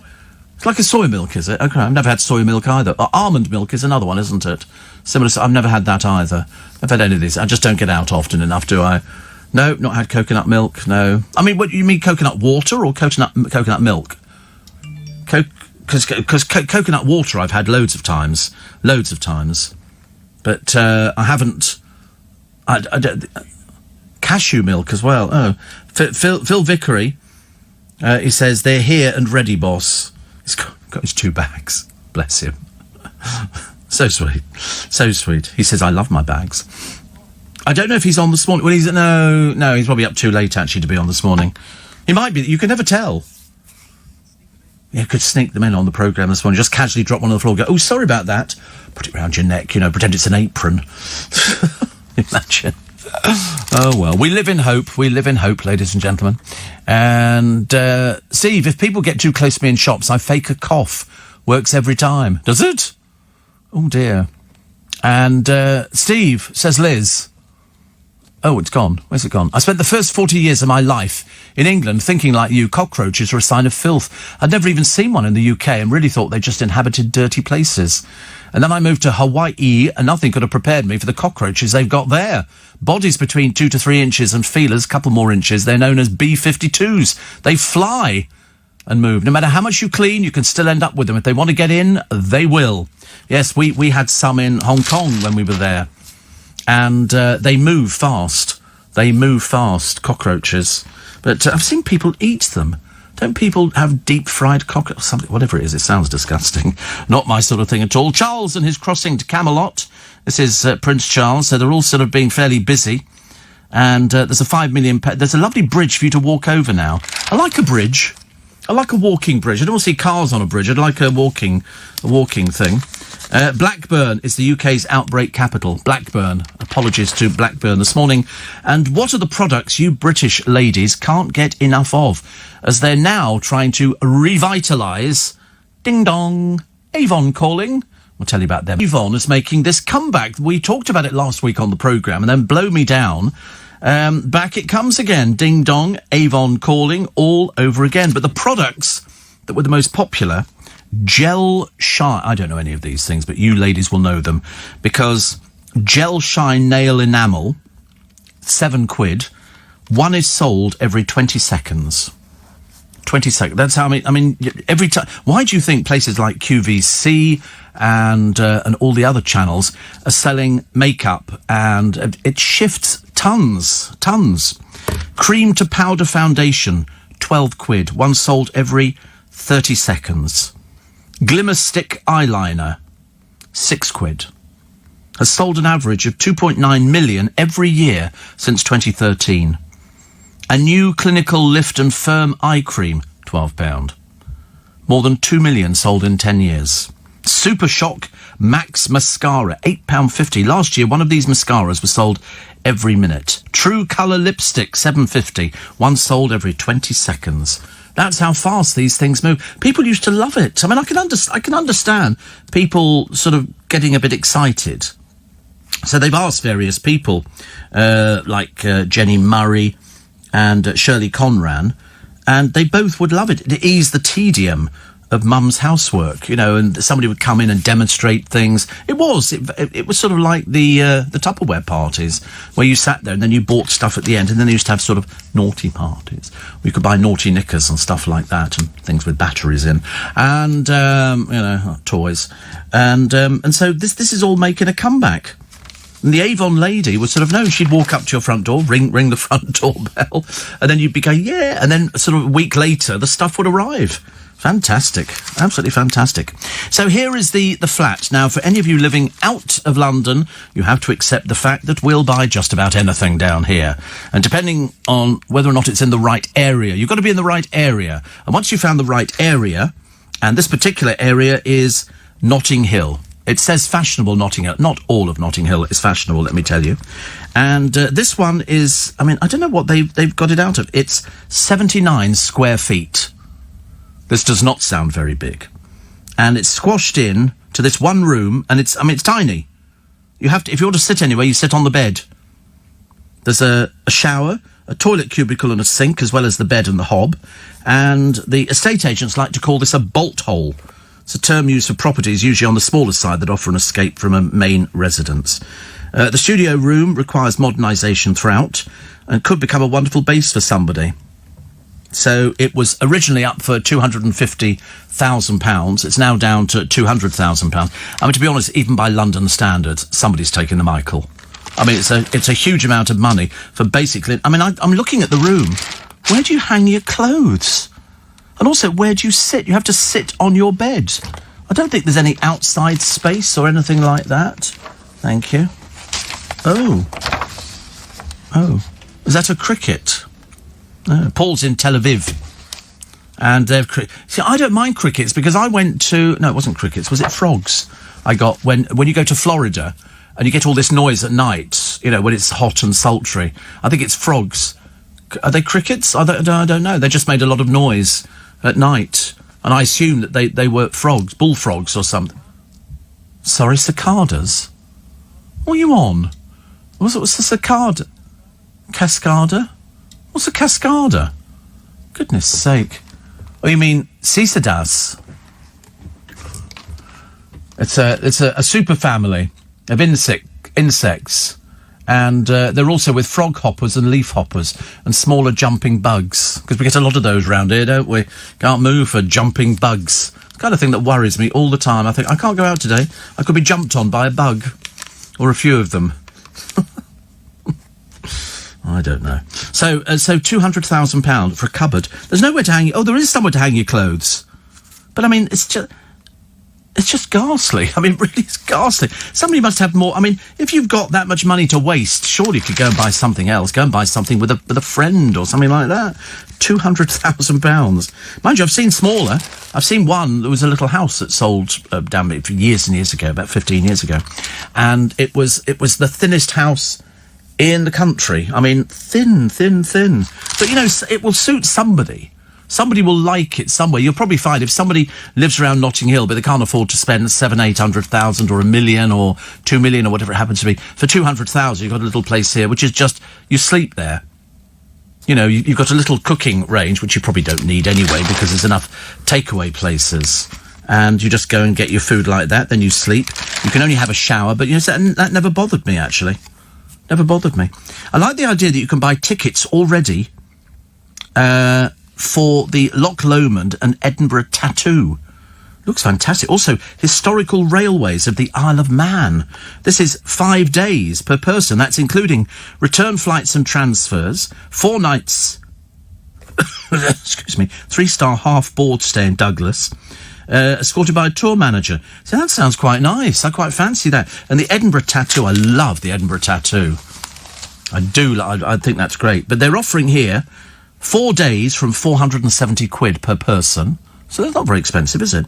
Return flights and transfers, 3 nights, 3 or 4-star bed and breakfast stay, plus 2 3-course evening meals, a seat for the Edinburgh Tattoo, a boat trip on Loch Lomond, a tour of the Trossachs, a guided sightseeing tour of Edinburgh, and a visit to the remarkable Falkirk Wheel. All for £470. That's got to be a bargain, hasn't it? I like the idea of that. I like the idea of the Falkirk, Falkirk Wheel, and having a look round your Trossachs. I've always fancied that idea. I think that's quite nice. And then you get a seat for the Edinburgh Tattoo. They're doing all the riverboat cruises. And they've got the Rhine cruises, the Danube cruises, the Undiscovered Danube. Let's hope the pilot of the ship knows where he's going. Budapest to the Black Sea, Gems of Eastern Europe. 15 days from £3,000. Now, these are the ones you can book, and they will go ahead.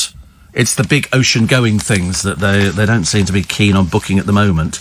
They do Burgundy, the River Rhone and Provence, 8 days from 1,589. You can do the Dutch bulb fields for 979 quid. How the bulbs are going to take to that when some ship hoves into view, I've got no idea. 84850 steve at lbc.co.uk. Steve, I was listening to you from Mexico. I'm now in New Zealand. And listening again, having come out on a 3-week holiday in early March, says James, normally London, and getting stuck. Makes me feel closer to home. Keep up the good work. I wanted to say that oat milk has changed my life. It's so good. Also, I forgot what it's like to socially distance. Oh, right. So you're not socially distancing there? Well, we're not, to be honest with you, we're not exactly doing it here. I don't think we are. I mean, we are. But, I wouldn't like to measure whether or not we were exactly 2 metres apart all the time. But, so far they seem to be reasonably healthy. But, things could turn. Things could turn. A couple of them, achoo. I got a cough the other day, but then I've always had a little cough. I get a little tickle. And that's the way it goes. But I wish you pleasant journey back, actually. Steve, I'm a Google local guide.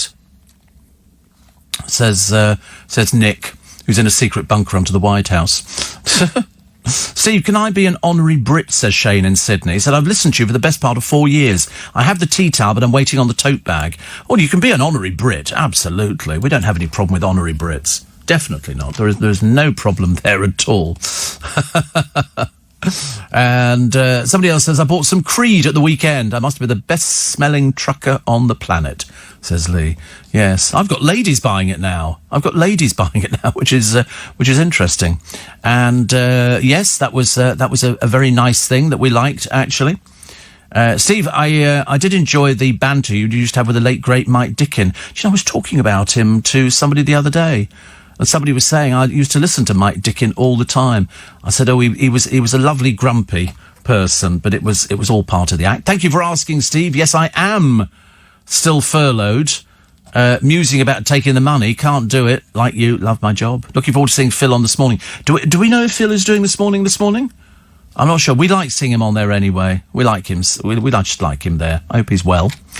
And, Steve, if you've never stayed on a boat, I can recommend the Norfolk Broads. George Formby had a house there called Beraldine. Yeah, the wife was buried. It's up for sale. 1.1 million. Take a look. Oh, I bet that's a house which has got... it's a boat he's selling. So, though the house was called Beraldine, named after the wife, and the house is located on the riverside in Wroxham. 1.1 million. Do you know, I bet he would have paid like 24,500 for it, if that. These things, the prices stuff goes for now. I can remember my parents... buying a house, £6,500 they paid for it. 6.5, it was a long time ago, quite clearly. Mind you, I suppose in certain parts of the country you can still buy property which is very, very reasonably priced. A lot of people talking about oat milk, which I did not know about at all. But Luke, who is a vegan, and tells you at every opportunity. Although the other day... No, I shouldn't tell tales out of school. That's so unfair, Steve. You really mustn't do that. It's not good. No, he didn't eat meat, no. Do you know what he ate? He ate Jaffa cake. Wasn't just one. Practically went through the box.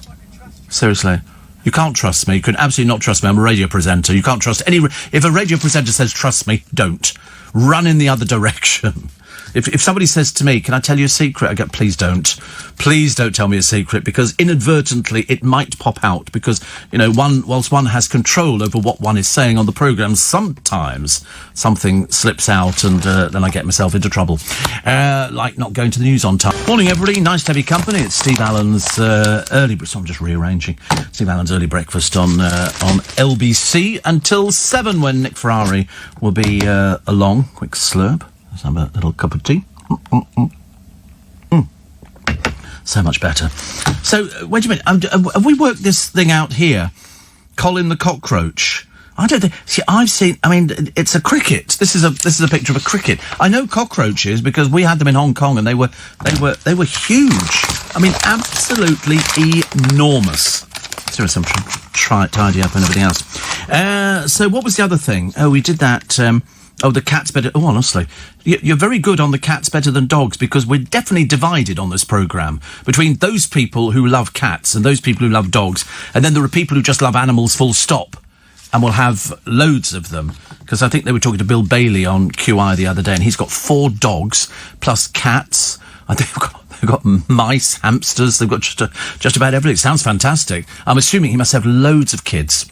Loads of kids. Tony in South Ealing says, got my 10 bags delivered, gifting to all my friends around South Ealing. So be prepared to be spotted all around the area. Fantastic.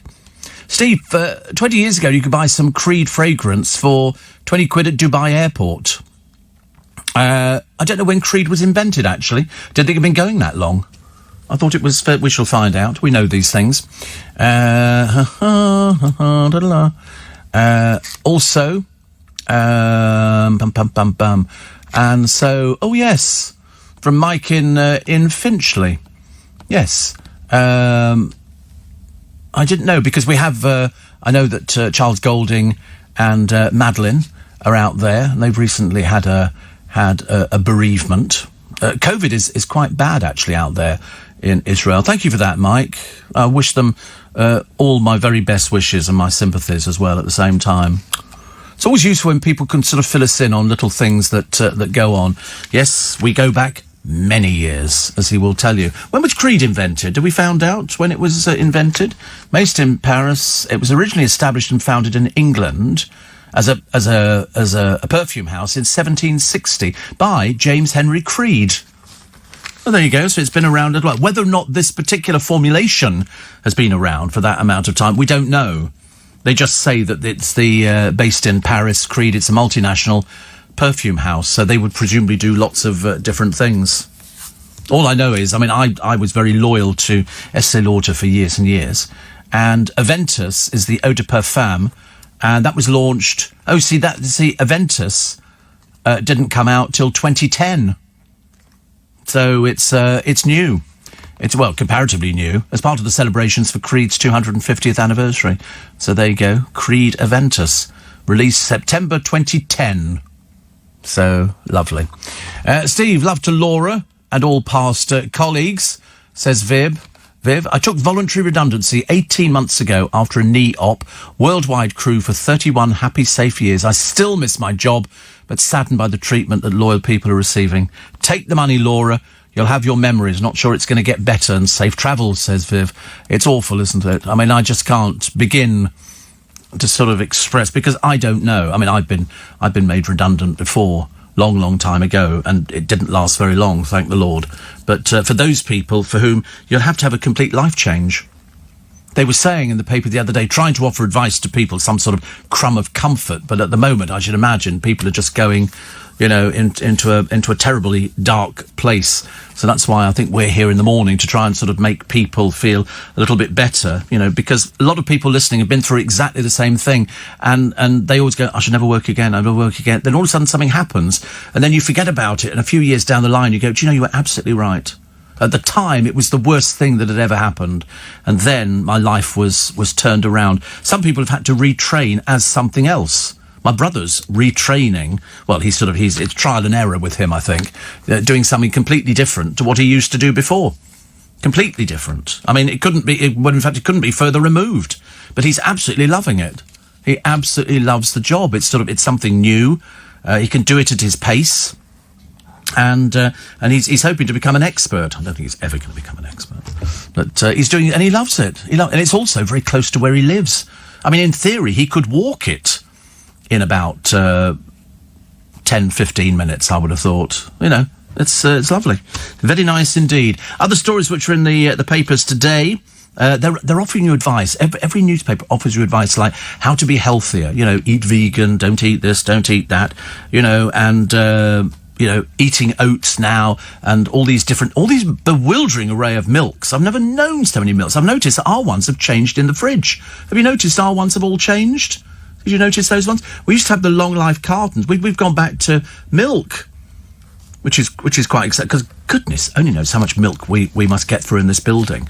I mean, if there are 8 floors and there's at least 2 kitchens on each floor, that's 16 kitchens in this building, which all get stocked up with teas and coffees and milk and stirrers and sugar. And I mean, it's a gigantic, monumental task, and it's particularly good tea. I know that because I drink it every day.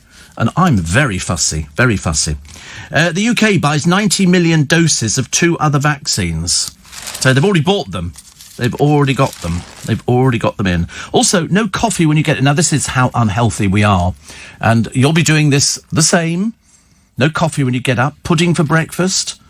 You know, putting on deodorant before bed. Who puts deodorant on before before bed? Is that a normal thing to do? I don't know. But people aren't eating breakfast.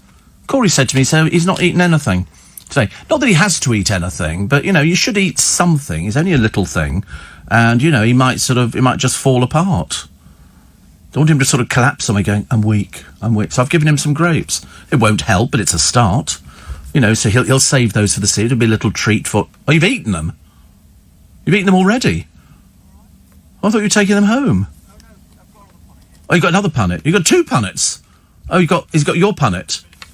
He's finished 2 packets. It's disgraceful, honestly. How can you sit there and say, I've never eaten anything? You're eating more than the entire output of Marks and Spencer's. Ridiculous, isn't it? I'm keeping you alive, I know. Not intentionally, believe you me. Steve, travelling on the district line between Upminster and West Ham, how on earth are they going to police face masks? Well, your guess is as good as mine. And my brother says, no chance of walking to work. That means I get fit. Can't have that.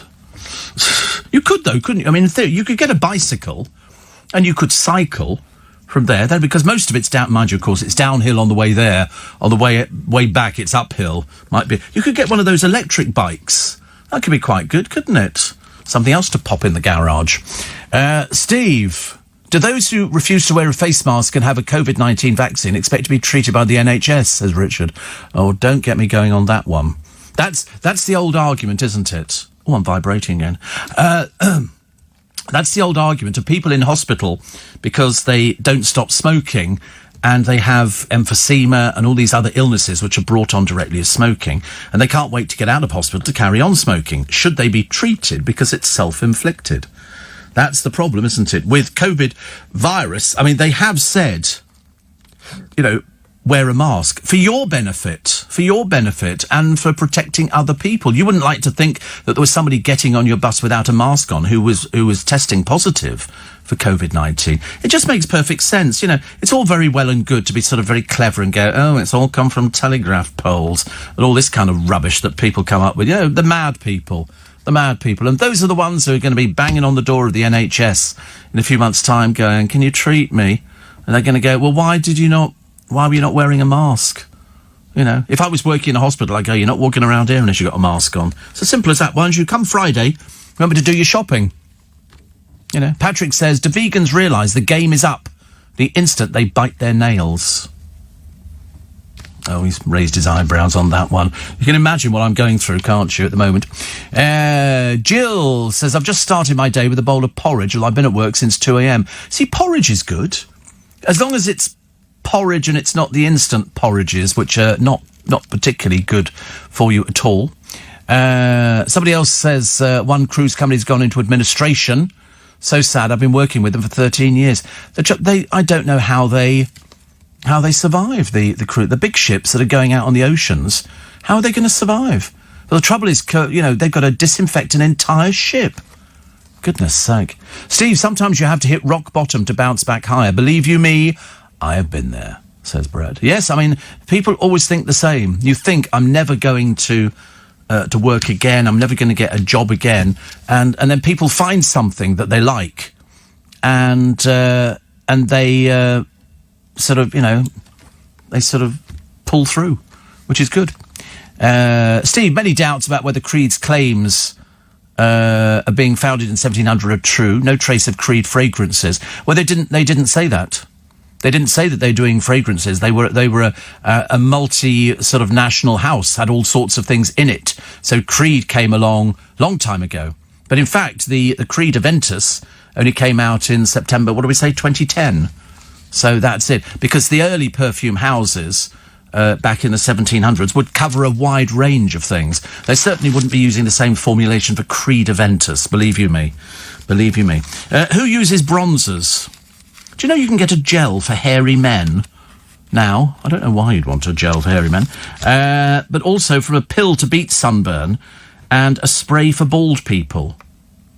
Because it's apparently it's, you know, people like fake tans, don't they? I always think you can spot them. I always used to think you can spot. I used to buy years and years ago tan towels, and it was like a wet wipe but soaked in tanning thing, and you'd wipe it over your arms and everything else, and it would give you a little bit of a colour. What's the gel for hairy men? I've got no idea. And you jumped in a bit too quickly on that one, asking questions about what's the gel for hairy men. You're not a hairy man at all. You're a boy with a very expensive haircut. £16. Can you believe it? £16. Gina says, I'm making breakfast now, Steve. Boiled egg and toast. The one meal I can't do without. Yes. If Corey doesn't eat breakfast on the 16th of August, he'll be in so much trouble with us all, Steve. Says, oh dear, can't be in Tuesday. I don't know what the weather's going to be like today. I can't remember actually whether I checked it earlier on. Is it going to be another one of those sort of mix? Because yesterday turned out to be better. Hey Siri, what's the weather like today in London? It's currently clear and 13 degrees. Expect mostly clear skies starting early in the morning at 11 a.m. Today's high will be 21 degrees and the low will be 13. Oh, well, that's okay, isn't it? So chance of rain, 0%. 0%. That's good. Steve, writes Jackie, I'm a former member of the dance group The Young Generation, my fave, and now a tour manager for Great Rail Journeys. We have hundreds of tours, including those you've read out, having taken over 30 tours now. I can highly recommend the Rhine, Rhone and Danube River Cruises, Scottish Highlands, Glacier Express, Tulips of Holland and many more. Every tour a truly incredible experience. My next one is to the Isles of Scilly, one of the most beautiful places I've ever seen. We'd love you to join us. Well, listen, you know me, I don't even take holidays, Jackie. I read about them. I'm what they call an armchair traveller. I'm the sort of person who reads about something, I'll buy a DVD, and I'll luxuriate in that. It means that I don't have to actually pack anything and do anything like that at all. But thank you for the very kind offer, and I hope that you have a busy year. Steve, thank you for keeping me company.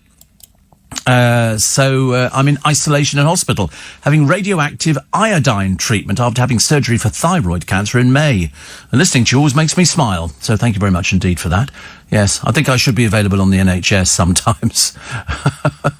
And Steve, years ago, I had the tan wipes in a nightclub. Was it my fault my friend thought they were baby wipes? Yeah, I mean, I used to buy tan towels all the time. I'm not even sure you could probably still buy them. But it was the smell, wasn't it, of fake tan? You could always spot fake tan because it smelt like fake tan. They're supposed to be getting an awful lot better. Steve, breakfast is the most important part of the day. You're right. I was in the Royal Marines. If you're found not having your breakfast in the morning, you're on a charge. That's how important. Yeah, you've absolutely got to have breakfast. It's the best meal of the day. I mean, I do have something when I get in. I'll have something when I get in this morning and have a little lie down and then go and sort of do me chores. Before you know where you are, the day whizzes through. I seriously can't believe how fast it's all going through. Daily Mail, breakthrough. Oxford scientists reveal their jab does work, could be ready in December. So that's good news. All the papers are covering that because, that's about the best news that you could ever want to hear. Except the Daily Star. They're doing Cats Are Now Better Than Dogs. Discuss. Not going to argue, are you? Rula Lenska has said that some of the younger members of the cast of soap operas now, they're not respectful of older people. I know, it's a different way of operating now. You know, people did look up to actors. Nowadays, they get photographed in the papers and they talk. Look at that. There is a young person, that's all I'll call them, who's in the papers today. They're in a soap. I don't know who they are, but they were caught in their car smoking a spliff. Well, they would have to be incredibly stupid to do that. And so the paper have contacted the relevant television company, and they're still waiting for a response. It's just, how stupid are some people? Perhaps it's like footballers. Too much money, very little sense. The Mirror. There's a court case running at the moment, which, hopefully we'll see the end of soon. But it takes up pages and pages in all the newspapers. And to be honest with you, I've lost the will to live on it. The vaccine by Christmas. University researchers hailing the breakthrough after promising trial results. So they say the vaccine will be in use by the end of the year. Fantastic. The riddle of Candice's marriage split. Who cares? Some person you've never heard of on Bake Off has split up from a husband of 2 years. And where does that come into it? Not very interesting at all. The Daily Express today, more on that trial. Plus the COVID vaccine breakthrough, the jab is safe and fights disease. Dear God, let's hope it's right. And frontline workers helping battle coronavirus are to be rewarded with inflation-busting pay rises. The Chancellor has announced all of this. So that's great news. That's great news. At least people are being, recognised. Definitely. Which was what they needed to do in the first place. Which would be nice. The Telegraph, how the Duchess of York is reinventing herself. God, what a horrible thought. Fergie and Friends. Yes, she's not the full ticket, is she, for Sarah? Every time you see Sarah Ferguson, she becomes more bizarre. She's reading stories out now. I mean, how much money this nets, I've got no idea, because she's hopeless with money. She's never had any money at all. Russia tried to meddle in the Scottish vote. This is on the front of the Telegraph today. And the M&S bad story, 950 staff cut. And there's more to come. More to come, they've said, because the clothes are not doing as well. I'll tell you for why. I've noticed it, because I shop in there all the time and have done. I'm classic Marks and Spencer's customer. The quality is not there. It used to be. I mean, I'm not saying anything about the food, because I've always thought that was great, the food. But and the clothing side, it's really not as good as it could be. I mean, I used to buy my socks there all the time. The standard became so poor, I stopped buying them, and I now get them from Costco. Another one here says, somebody else saying thank you for keeping me company, which is, we don't mind. We're very good at keeping company. Kevin the Milkman says, because he would sell milk, but he sells oat milk, and it's in a glass returnable bottle as well. Proper eco-friendly. Good for you, Kev. Good for you. Another one here. Yes, I love my job. Oh, somebody's saying looking forward to seeing Phil on this morning. Yeah, well, we didn't decide actually if he is actually doing the This Morning programme today. Front page of the Eye, the drug, the breakthrough vaccine, ready by the end of the year. I mean, that's to me that's nearly as exciting as Sir Colonel Tom. Or Sir Tom Colonel, raising £32.5 million for charity. I mean, I was equally as excited by that. The pay rises are for doctors, teachers and police, which is good. The Guardian, Kevin Clifton on Stacey Dooley and fame. They're all going for the sort of the cheaper end of the thing, haven't they, really? Doesn't always work all the time. Friday, boss, says Phil. So Phil's going to be on this morning on Friday, okay? We just like, if you could send us the diary entries, Phil, they'd make it so much easier. Mark in Reading says, recording training videos today. What's your number one microphone use tip? Don't touch it when you're working. Leave it alone, because it'll be something that you do that bangs it or something like that. And also learn to do silent P's. That's what you have to do, a silent P. So if you do P, it pops. That's why they put mic muffs on there, to stop people popping. But and then sometimes you move away and you're not actually in the line of the microphone, and it sounds a bit distant. Which is actually the best way to listen to this programme. Travel, get the car, start it, drive as fast as you possibly can. Sun on the front page, hope, hooray! 2 COVID breakthroughs, the British vaccine in trial success, and the drug number 2 can cut the death risk by 80%. That's what we want to hear. That's what we want to hear. Thank you very much indeed. Let's hope that it all works, and let's hope that we can get them out to the people who need them. And then, and only then, can we sort of start opening theatres up. If there's a vaccine, aren't you then going to have to check with people, aren't you, in the theatre? Have you had the vaccine? No. Why are you here? Stay at home till you've had the vaccine. Then, of course, all the restaurants, then we won't have to socially distance. That'd be nice, wouldn't it? If we didn't have to socially distance, we could actually sort of, as I say, the moment it happens, I'm going around hugging everybody in the entire universe. I'm going to be a very busy boy. That's on the front page of The Sun and the trial, which I'm not really interested in at the moment. I think that's just about it this morning. I think we've cleared up most of your texts and emails. It's amazing, actually. We didn't find out whether or not you were a cat audience or a dog audience. I have a sneaking feeling. I think we're fairly divided on that one. I think there's going to be as many people who like cats as like dogs. But they still run all those adverts, don't they? The adverts on the television for people who've abandoned dogs. And then they were showing a thing the other day. They've got various dogs that they use because they appeal to people, because they look sad. We're strangely drawn, aren't we, to sort of dogs who look a little bit sad. But will I ever get a dog again? I don't know. Haven't had one since I was a child, or a cat, or something like that. You think if you buy a place in the country, you're going to get mice. And if you get mice, you're going to need a cat, aren't you? I'm not sure I want things being dragged in from the outside world. That's it for this morning. Thank you very much indeed for your company. So, nice day today, nice weather. You can go out, you can get a little bit of air, socially distance, and wear your mask, please. I've got a free little bit extra podcast. Kerry Katona, believe it or not, has gone topless for money. You have to pay to go onto this site where she sort of goes topless. I mean, I can't imagine why anybody'd want to pay for something like that. Reports say Princess Anne serves pie and choc ices at her house. What next? Mushy pea fritters? And Captain Sir Tom says the Queen was the kindest person you could ever wish to meet. No, Captain, that would be you. Appear to have fallen out, him and Kardashian, and I thought that they were like tight and thick as thieves. But apparently not. He's making all sorts of allegations. And, as I say, the marriage looks rocky, to say the least. Also, the pranksters who hired Boris bikes to ride to France, and they made it back within 24 hours to avoid a £300 fine. I didn't know it was possible. What happens if you get a flat tyre? I suppose you have to sort of take it in and get it done. Cheryl Baker from Bucks Fizz says she hated the Eurovision song, Making Your Mind Up. And they rip off the skirt, don't let you in. And said she didn't get on with some of her bandmates. That's always the way, though, isn't it? Isn't that the way with all groups? You know, some people get on with some people and some people don't get on with other people. I think the same for Roger Daltrey and what's it in the Who? They didn't get on at all well, did they? I don't think so. Of course, we now can't remember the other person he didn't get on with. Who was in the Who? Come on. Roger Daltrey, Keith Moon we know died, and oh, for goodness sake, honestly, it's hopeless. Look, between four adults, we can't think of who the person is. Isn't that terrible that we're all racking our... This is how it goes. This is it for the rest... Sorry? Pete Townsend. Yeah, I was just going to say that. And so they didn't talk. When they went out on tour last time around, it was all done via emails. They never spoke to each other because they couldn't stand each other, and it's happened with other groups. I think Floyd as well.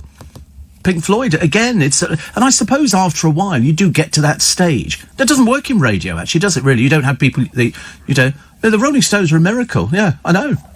Well, they're a miracle anyway, for the fact they're still alive. I mean, it's nice to see the old strolling bones up there on stage. But and Mick Jagger, who looks older and older, but they have to sort of maintain the image with the hair and all the rest of it. So they look like rock stars. That's what rock stars are supposed to look like. 84850 steve at lbc.co.uk. We take all your texts and emails on the programme this morning. Vivienne Westwood's in the papers. She's 89, I think, but she's in a cage. She's defending Julian Assange. She says he's in a cage and should be released. A little bit odd. MI5 is said to get more powers. Adam Woodyat from EastEnders is half the man. He's been on a diet and he's lost an awful lot of weight. What was the other one which I quite liked? Oh, the couple who had a hell of a job trying to name their son Lucifer. Apparently there are certain band names, and Lucifer was one of them. The chocolate thief who nicked 64 Cadbury's cream eggs has been jailed for a year, and Paul O'Grady blasts Love Islanders for milking 5 minutes of fame. He said they're only famous for basically putting on a bikini, and then people go, oh, here they are in their bikini again, here they are at a photo shoot. It's just designed to try and flog clothes off them. None of them can design anything. They don't have any talent or any power or anything like that. The Friends reunion special could start filming next month. And I did watch a couple of Friends episodes the other day. I just don't... I'm not really into it. Perhaps you've got to be a certain person to enjoy the American humour. And I get most of it. I just couldn't... I didn't get it with Friends. People became addicted to Friends, whereas I liked Will and Grace. I thought that the scripting for the American stuff is sensational. It really is very good indeed. Dawn Neeson, in her column in the Daily Star today, talks about... Shamima Begum, she says, bringing her back beggars belief. This is somebody, they keep referring her to as that East London schoolgirl. She's not. She knew exactly what she was doing. Exactly what she was doing. You know, she talked about seeing severed heads. Didn't seem to bother her. She hates us in this country. Hates us. But I suppose we have to sort of accommodate nowadays. It's we are the snowflake generation, aren't we? And what was the other one? Oh, yes, Love Island winner, Danny Dyer. I mean, that was ages ago. Give up on it. Come up with something new. She's apparently looking bright in these sort of outfits. I mean, who buys this stuff? I've got no idea. But she hit out after fellow islander Molly May Haig faced abuse over her weight. Look, it's not an abuse, it's people having an opinion that differs from yours. You know, just because somebody says you're fat, or somebody says you're thin, or, you know, your hair's all extensions. We're in the decade of fakery. The whole thing is fake now. People come out and they go... I mean, you've got that poor old creature, Bam Bam, from Towie. His real name's Pete or something, whatever it is. He's got his hair tied up in a knot on his head, so he's Bam Bam as far as everybody's concerned. He's been twice on Celebrities Go Dating. And the reason is he's boring. He's so dull, as indeed most of them are. I mean, half of them, you know, you wouldn't want them anywhere near you. They can barely string two words together. And so when you see these people, we're in the area now of not just Z-list celebrities, but sort of even under the radar. You know, get over yourself, says Paul O'Grady, for the Love Island stars acting like divas. Oh, I can't believe somebody's supposed to... And they turn up and they do their little poses with one foot inside the other, and you think, do you know, in 5 years' time, I can't wait to see where your career is. I say career. Paul says, I can put up with a diva if it's Barbara Streisand, but not somebody who's sat around in a bikini all day. And that's just the boys, isn't it? That's just the boys. Yes, he's got no time for them at all, so we are like-minded on that one. Most of them, I mean, they are tragically over-processed bimbos. Fake hair, fair sort of cheap extensions. One of them, I think, actually, and I can't remember which one it is. It's one of those people from sort of, you know, Love Island-ish type programmes, and they're sort of wearing their new hair, and then they credit the company who's obviously given it to them for free, and they look ridiculous. They look absolutely ridiculous, but that's their lives. And then you look at the end of the day, and there you get her. There you get poor old Jordan. Bankruptcy court in the morning, getting Harvey out of hospital in the afternoon. I mean, he walked out, he's fine. He's absolutely 100% fine. That's why they released him. And as I say, she's making a TV programme about it. And the woman who they claim was once worth 45 million, which is the biggest lie you'll ever hear. She was never, ever worth 45 million. Now apparently doesn't possess her. People have stolen from her. She's always got excuses. There's always an excuse with her. She'll use, you know, everybody else as her blame situation. So, there you go. So, Dawn Neesom's column we get round to a little bit later on. Zac Efron is famed for his chiselled sort of body, and now he's not got a chiselled body anymore. But then, I mean, you know, I always feel quite good about things like that. You know, when you see people and they're hailed, I mean, I thought he's amazing, actually. High School Musical star Zac Efron. He's also in Hairspray. Very good. Very, very good indeed. And he's lucky. He's got looks. I mean, I'm lucky as well. I've got looks. It's just that they're hidden under this sort of awning that I've got. Yeah, I don't know what looks are, actually. Somebody says, oh, you've got a great face for radio, which actually is obviously a dreadful insult, meaning that I'm desperately unattractive. But is that what your mum says to you? The voice for silent movies. Oh, that's not nice, is it? Yeah. Is she still tagged? She's still got that bracelet on. She'll be listening. She'll write in. The ankle bracelet. It's quite nice, though. I like the idea of putting Swarovski crystals all over it to make it look sort of somewhat more interesting. What did I watch the other day on the television? I can't watch it. It was another one of these housewives of, you know, Orange County or something. My God, it's so dreadful, it's addictive. You can't not watch it. The ones of Beverly Hills are so stinking rich, but so miserable.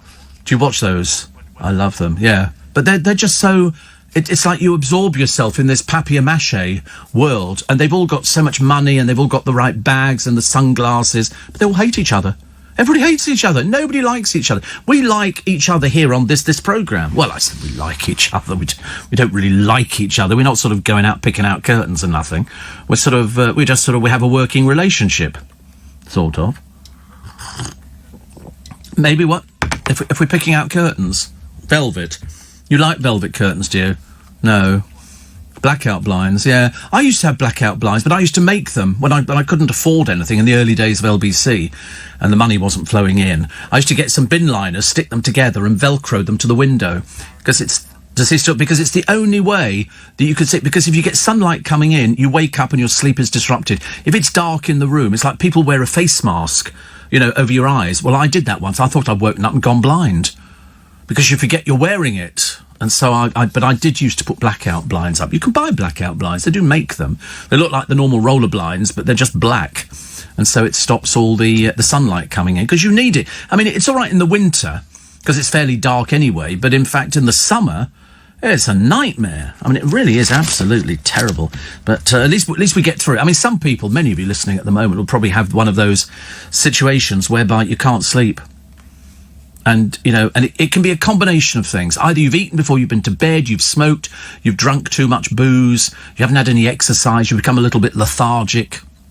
Because I have to keep myself out until it gets to about 12 or 1 o'clock. So I went to get the car wash yesterday, went to pay for the washing and ironing over at the dry cleaners, went to the chemist to go and pick up some little bits and pieces, and then eventually staggered back.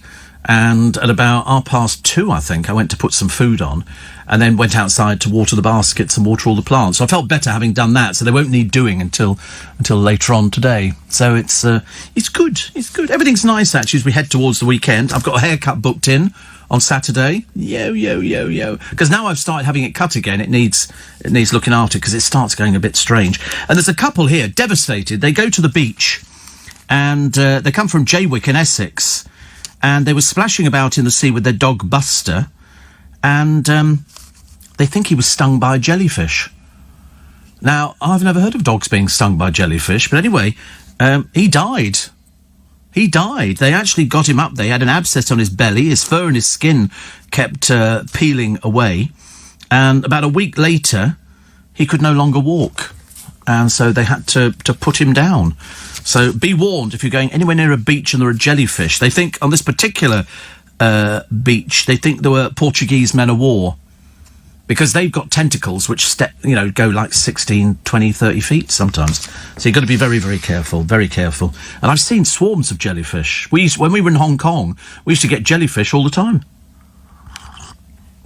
But we never bothered about them. We were just told they were jellyfish and you don't want to tread on them. And they looked like jelly. That was it. Bit bizarre, isn't it, really? So anyway, so they've said we don't let our other dogs in the water now. We can't take the risk. And I agree, actually. So sound advice from those people there. Also, Emily A. Tack has shared disturbing messages sent by a sinister new stalker and then publicly mocked him. She seems unfazed by it. Of course, because every time it happens, she keeps going to the blooming newspapers. Go to the police. Go to the police. Go and sort it out.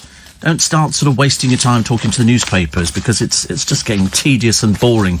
Andy, Prince, Andrew, out of favour, royal family, boo. Didn't feature in the wedding photographs, the official ones, but the unofficial ones, there's probably loads of him. But an ex-employee of Jeffrey Epstein claims that she stumbled on him and Ghislaine Maxwell watching a video of Prince Andrew with a topless woman. I mean, he must be waking up every morning going, oh, thank goodness we're not in the papers today. Yep, front page of the Sun. Front page of the Sun and inside the Sun as well. So somebody said, that's Randy Andy for you. That's what he was known as. You know, he's a good-looking young man. I mean, now he's just an old man, isn't he? And he's not even, within the royal family, not sort of doing anything at all. In fact, we don't really know what he does. Don't really care. Really got nothing to do with me. I don't think he ever added anything to the royal family. I think he was, he could have been good, but, he ended up with Sarah Ferguson, and then he had 2 children, and they've both now got married, so that's great. So at least they're off the shelf. Don't have to worry about that with them hanging around the nightclubs or Ellie Goulding. And Sarah Ferguson sort of reads these stories on YouTube. She's not exactly the full ticket, poor soul, but at least she's making an effort. Kim Kardashian and Kanye West are living apart. I'm telling you, it's on the cards for a split. And I thought they were thick as thieves. They say after his latest meltdown, there are fears for his health. He's always looked miserable to me, but now he's started coming up with all sorts of ghastly accusations and stuff like that. Katie Price, before collecting him, you thought they could have had him delivered home, in an ambulance, but obviously she went to drive him back in her one chronically awful car because she told a court she'd lost everything after being declared bankrupt last year. Yeah, she hasn't paid any bills. That's the trouble. So I love the way they always blame it on everybody else. It's like, oh, I had all this money. She's declaring $45,000 a month income. I don't think that's every single month. But, and you think, well, you're just an idiot with money, aren't you? It's nobody else's fault but your own. She claims that all she's got now is a pony, a horse and a Volkswagen Beetle, about 12 years old. No, you've got the mucky mansion, dear, worth probably nothing at the moment. But she says, everything has been stolen off me. Well, where's that? Are these police cases? Where's this coming from? Another load of old codswallop from the mouth of Katie Price. But she was wearing a mask when she went to collect him, carrying a big bag of medicine. Well, there you go. I mean, you get that when you go to hospital. He's got lots of items that will need medicine, because otherwise it's ridiculous. But she went to collect him, and luckily there was a photographer there to take a picture. So that was it. So he's recovered from his illness, and he was able to walk out yesterday. So, but she does like to make a lot of a drama out of a crisis. She's very good at things like that. But the hearing for the bankruptcy is back on again in October. So wait and see what happens. But she's never been any good at money. Absolutely. Almost as bad as Jade Goody. In fact, they didn't get any worse than Jade Goody because the Inland Revenue chased her even after death. There was a bit left because Jeff Brazier told me. He said they came back, they took the last bit. She hadn't paid any tax. She'd paid nothing. She didn't know you had to pay tax. Well, I'm telling you, at the end of this month, you've got to pay tax. 19 minutes per company. It's Wednesday, the 22nd of July. It's Steve Allen's Early Breakfast. We take all your texts and emails. So I think it's going pear-shaped in the Kim Kardashian camp. If they've now separated, living in separate houses, I mean, he's started coming up with some really bizarre stuff. I haven't quite fathomed it all out now. And it's pretty clear to everybody that his mental health is in free fall at the moment. Something's gone wrong, and I don't quite know what it is. We really have no idea what it is, but whatever it is, I don't think the marriage is going to survive very much longer. Not so good at all. A Princess Diana exhibition reveals how her wedding dress had to be constantly remade to hide her dramatic weight loss. The secrets are told at a Diana exhibition in County Kildare. Curator Pauline Doyle said stress was making her change shape. So every time, so they had to keep sort of changing because people are like that, aren't they? You're going to come in here, aren't you? Whoopee! Sorry, I've got to think about my my text machine. It seems to have frozen on me, and it's actually showing yesterday's. Which is a bit like, you watch, he'll sort of fiddle about with it, it'll work instantly. Okay? This is so exciting, isn't it? I feel like we're in the war. And it's sort of showing... Oh, is that it? You might... Oh. No, someone... Isn't that odd? All of a sudden it went just a little bit peculiar on me. Sorry, talk among yourselves. I'm sort of fascinated by this because I can't do any of this stuff. I've got no idea. We are still on air. This program's a huge audience, as you know, at this time. You know why? Because it's real. It's keeping it real. Is that it? Wait a minute. Is that it? Oh, right. Oh, well done. Oh, yeah. It's like a chocolate biscuit or something. No, diet. It's not working. It's not working. No, he went on that diet more than 2 weeks ago. Only because I mentioned it. I said, you put on a little bit of weight, Tom. And he said no. And then obviously the girlfriend said the same thing. You're putting on a little bit of... And then it's finally registered.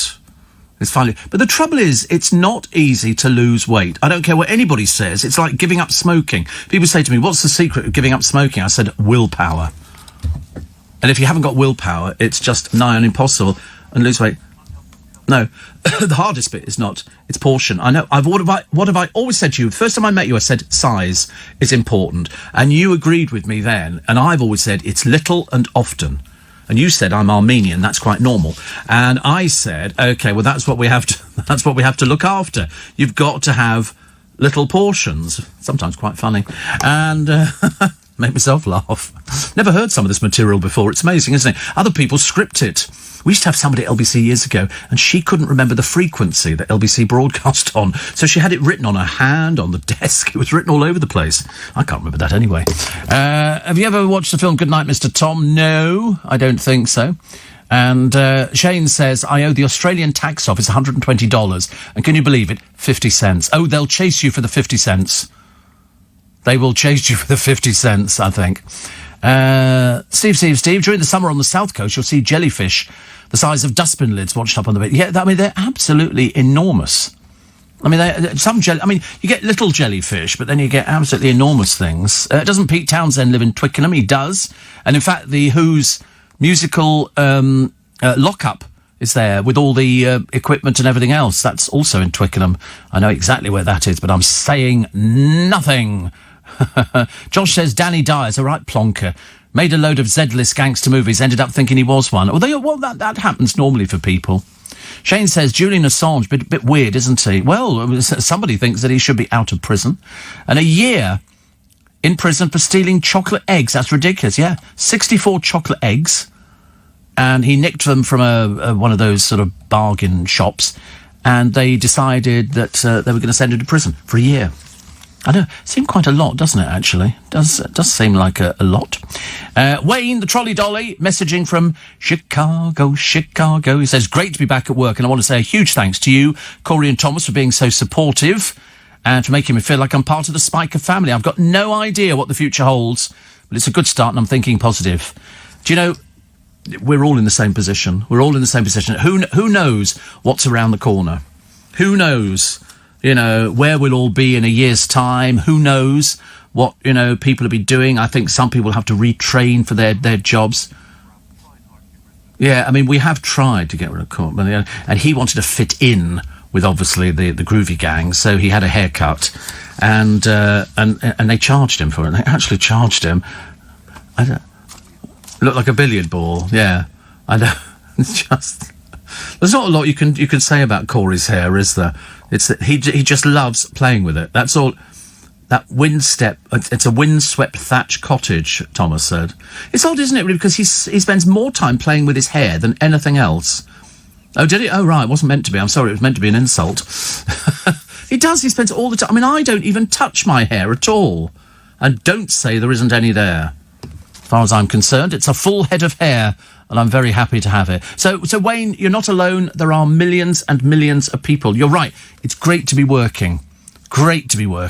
But there are a lot of people who aren't, and it's just 700,000 people who've lost their jobs, 700,000 people for whom life will never be the same again. But it will change. I promise you it will change.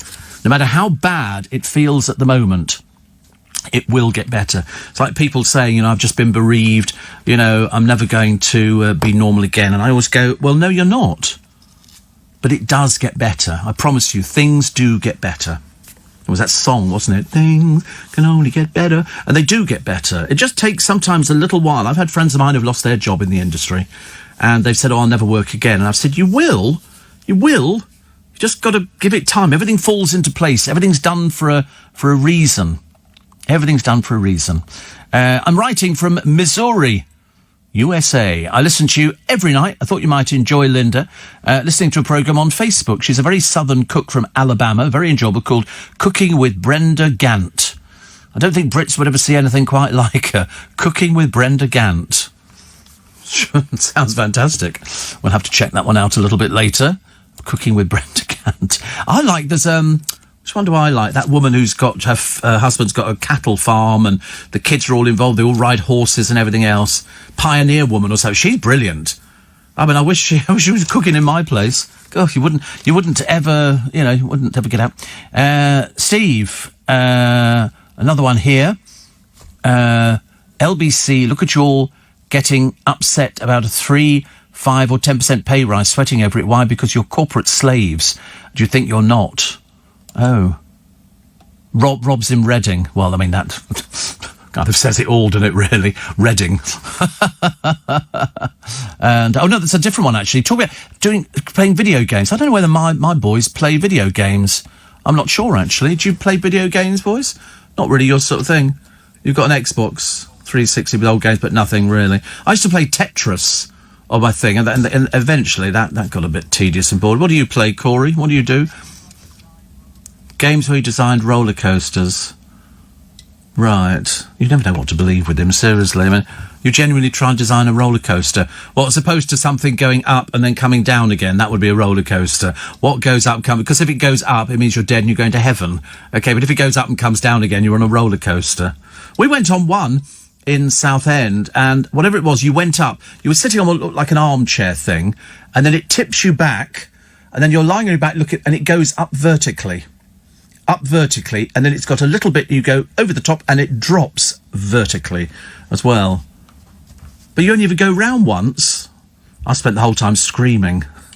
I was like that. Scream if you want to go faster. I don't want to go faster. It's the sensation, isn't it, of going on a roller coaster, which we like. Jez says, Steve, I'm in my 20s. I listen every morning. Your show is for all ages. It is. It is. We don't differentiate here. I don't mind if somebody's 9 or 90. 9 or 90. You know, it really makes no difference at all to me. This programme, I mean, obviously the 9-year-olds are not going to get much out of it, you know, but if you're 90, you're going to get an awful lot out of it. 84850 steve@lbc.co.uk. Let's have another look here, quickly. A lot of people talk about jellyfish. Mainly, you get them around the world. Up early, says Billy. Coffee in hand, taking my tote bag proudly around the supermarket since it arrived at the beginning of the month, and he sent a picture. Thank you very much indeed. They're nice, actually. I'm hoping all the bags have been sent out now. I'm hoping. Another quick one here. Shall we go into the papers? Because we will go into the papers this morning, trying to find story. I mean, there are loads of stories. It's just trying to pick out the ones which are of interest. You've got to watch the film The Yellow Rolls Royce from 1964. 3 different stories connected by the car. I think I might have seen it, but I wouldn't swear to it. LBC News Time, 4:30. The latest heading, the 22nd of July. And another one which says, from Corey. Planet Coaster is a construction and management simulation video game developed and published by Frontier Developments for Microsoft Windows. It was a sequel to the Roller Coaster Tycoon series released What is this language? It was a sequel, yeah. Planet Coaster. Okay, I'm going to design roller coasters. Have you ever been in rehab, Corey? I mean, it's a miracle he's got the girlfriend. I know. I mean, to be honest with you, how they stay together, I've got no idea. Like chalk and cheese. What? Oh, she's great. I know, I've met her. I've chatted away, you know, for minutes. And they came to my show when we were at the theatre. I don't differentiate between people's girlfriend. You can't ask me to say whose girlfriend do I like more, mine or his. I can't do that. I'm not saying. I wouldn't even tell you, even if I knew the answer. I wouldn't know that. I wouldn't know whose was the best girlfriend. I'm not interested. I'm only interested in the boys and they're working on the programme. If the girls were working on the programme, then it would be completely different. So, well, Luke's not with his at the moment. She's moved to college, isn't she, or something, or Guildford. Is it Guildford? She's moved to Guildford, yeah. But I don't know, but I think they're having a long distance kind of, well, I don't know, I'm just guessing. Probably Corey can fill you in on the gory details of the whole thing, I should imagine. They all talk in there. Yeah, the Corey details. How many days till Christmas, says Brenda? 264 days till Christmas, is it? Have a check on the computer for me. How many days to Christmas? Don't start guessing it. How many days to Christmas? Don't guess it. Put it on the computer. Just find out. 87 days to Christmas. For some reason, Brenda, who's really Martin, obviously on some sort of medication, says 264 days to Christmas. Unfortunately, you must be living on another planet or something.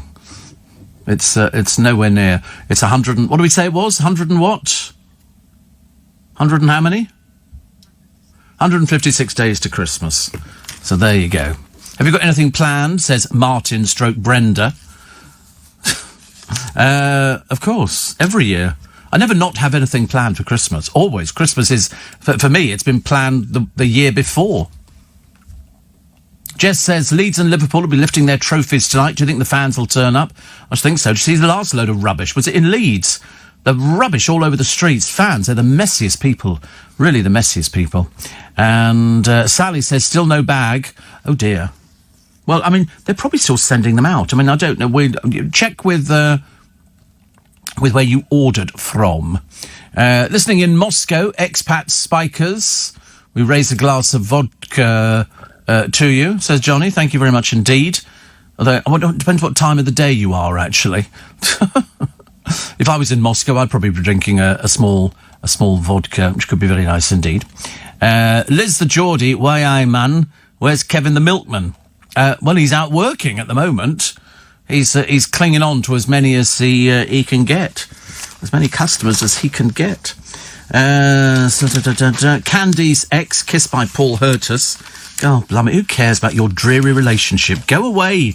It's boring. Very dull. Thousands lined the streets yesterday to say farewell to Jack Charlton. Mourners from across the aisle stood there and burst into applause, which was lovely. Martin Knopfler's local hero theme, Going Home, was played above the applause from the crowd, so it went through Ashington in Northumberland, where he and Bobby first kicked a ball, and then they went on to do, I think it was in Newcastle, the actual funeral. It's private.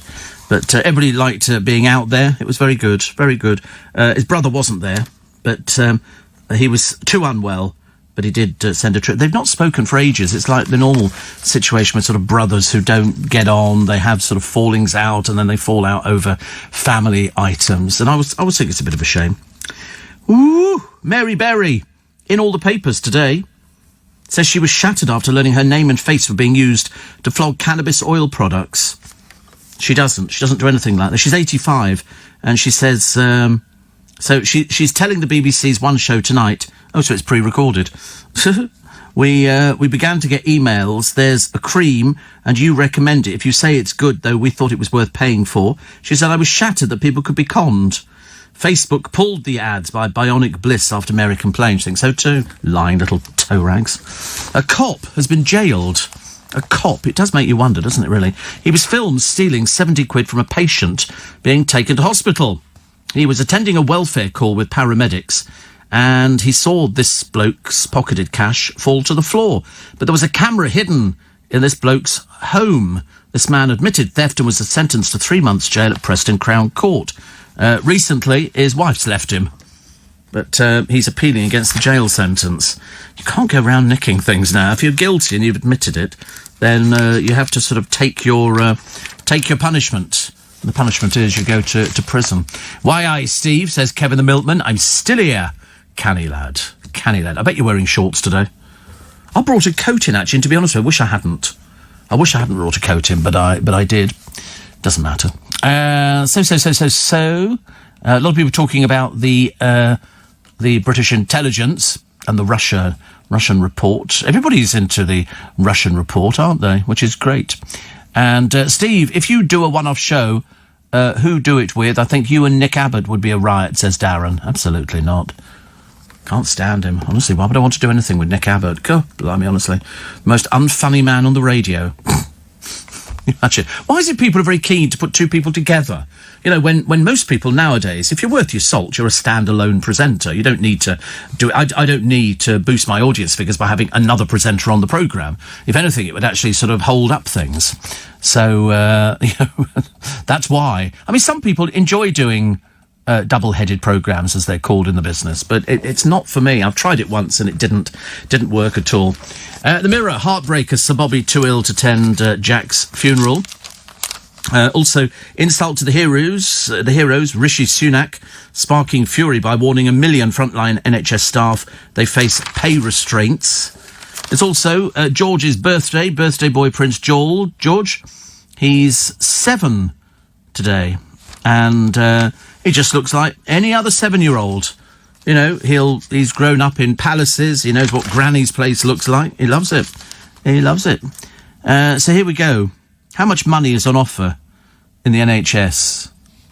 The results might shock you. Midwife stroke paramedic, starting salary 31.3 thousand, experience about 38,000.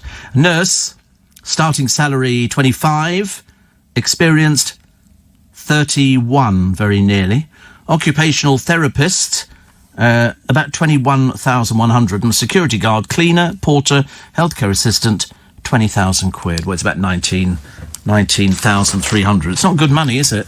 Not great money at all. Especially not for all the other people who are not going to be getting a pay rise. Not very nice at all, but they do their job, and they do it really very, very well. Are you a modern man? Are you a modern man? Do you think you're a modern man, Thomas? Do you show your feelings? Do you fret about the environment? Can you do cleaning? Oh, right, okay. Can you talk... You find it therapeutic to clean. Do you talk openly about your feelings? Are you comfortable with a female boss? Yeah, okay. Do you listen to others? Okay. Are you happy to be a stay-at-home dad? Yep, he'd be... Doesn't always feel the need to put on a brave face? I don't know. Stands up against prejudice? Yes, okay. Wants to leave a better planet behind for future generations? Okay. Is happy... These are all yeses we're getting from him. Is well-groomed. I'll answer that for you. No, not at all. Makes time for his friends. No, that's not good either. Okay. Takes pride in his appearance. I'll answer for him. No, he doesn't. Is vigilant about recycling. Yes. Is self-assured. And keeps active. We're working on the keeping active bit. So, I mean, most of those sides are good, which means that you're a modern man. Whereas Corey is designing roller coasters in his own little world. I mean, I know the jumper. I mean, I can't believe it either. He brings his jumper in.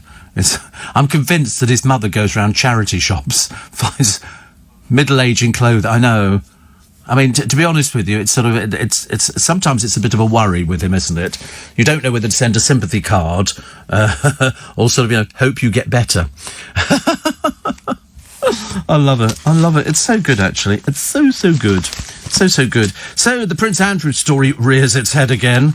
He must be wondering every day how much more stuff can come out, and the answer is probably loads.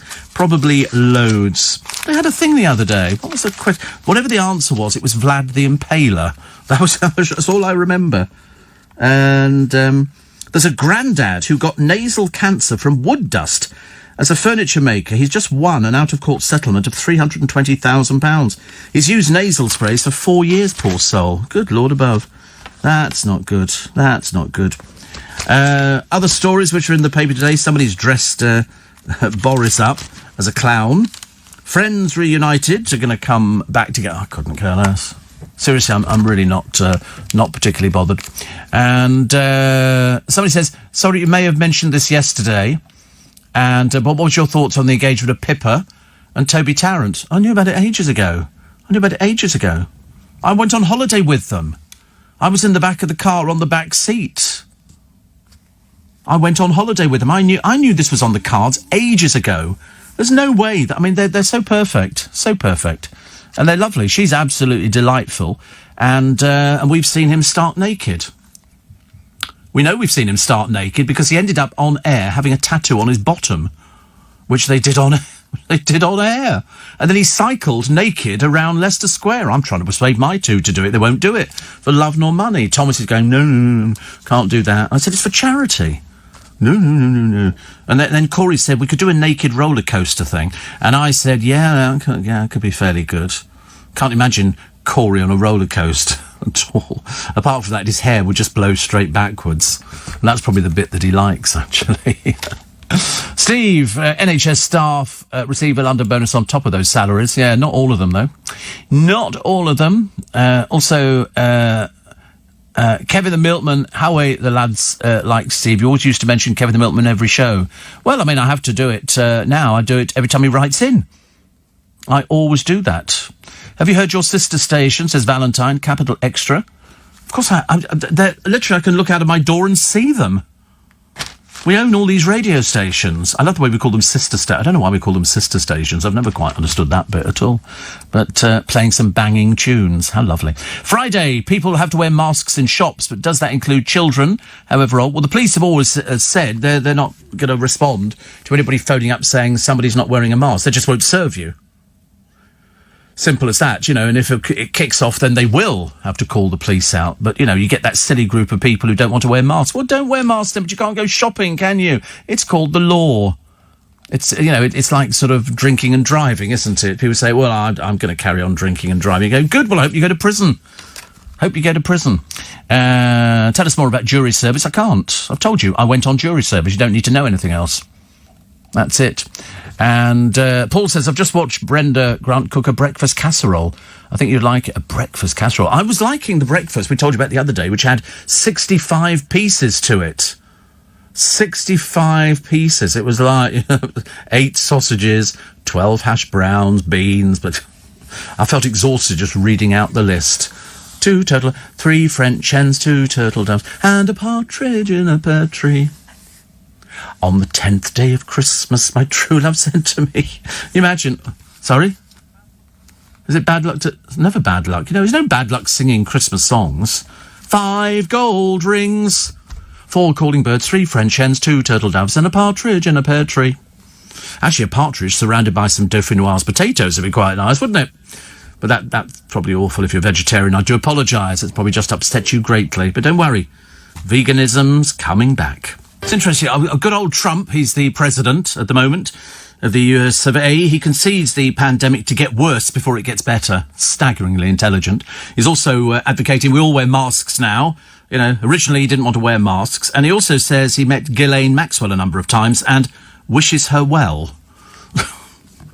Well, just what you need. The backing of Donald Trump. I'm wishing her well. Of course you are, dear. Shappi Khorsandi has hit out at the ghastly culture on I'm a Celebrity. She went into the jungle but hated her time in 2017. She claims it's full of fake stars who want to create dramas in order to raise their profile. Oh, absolutely.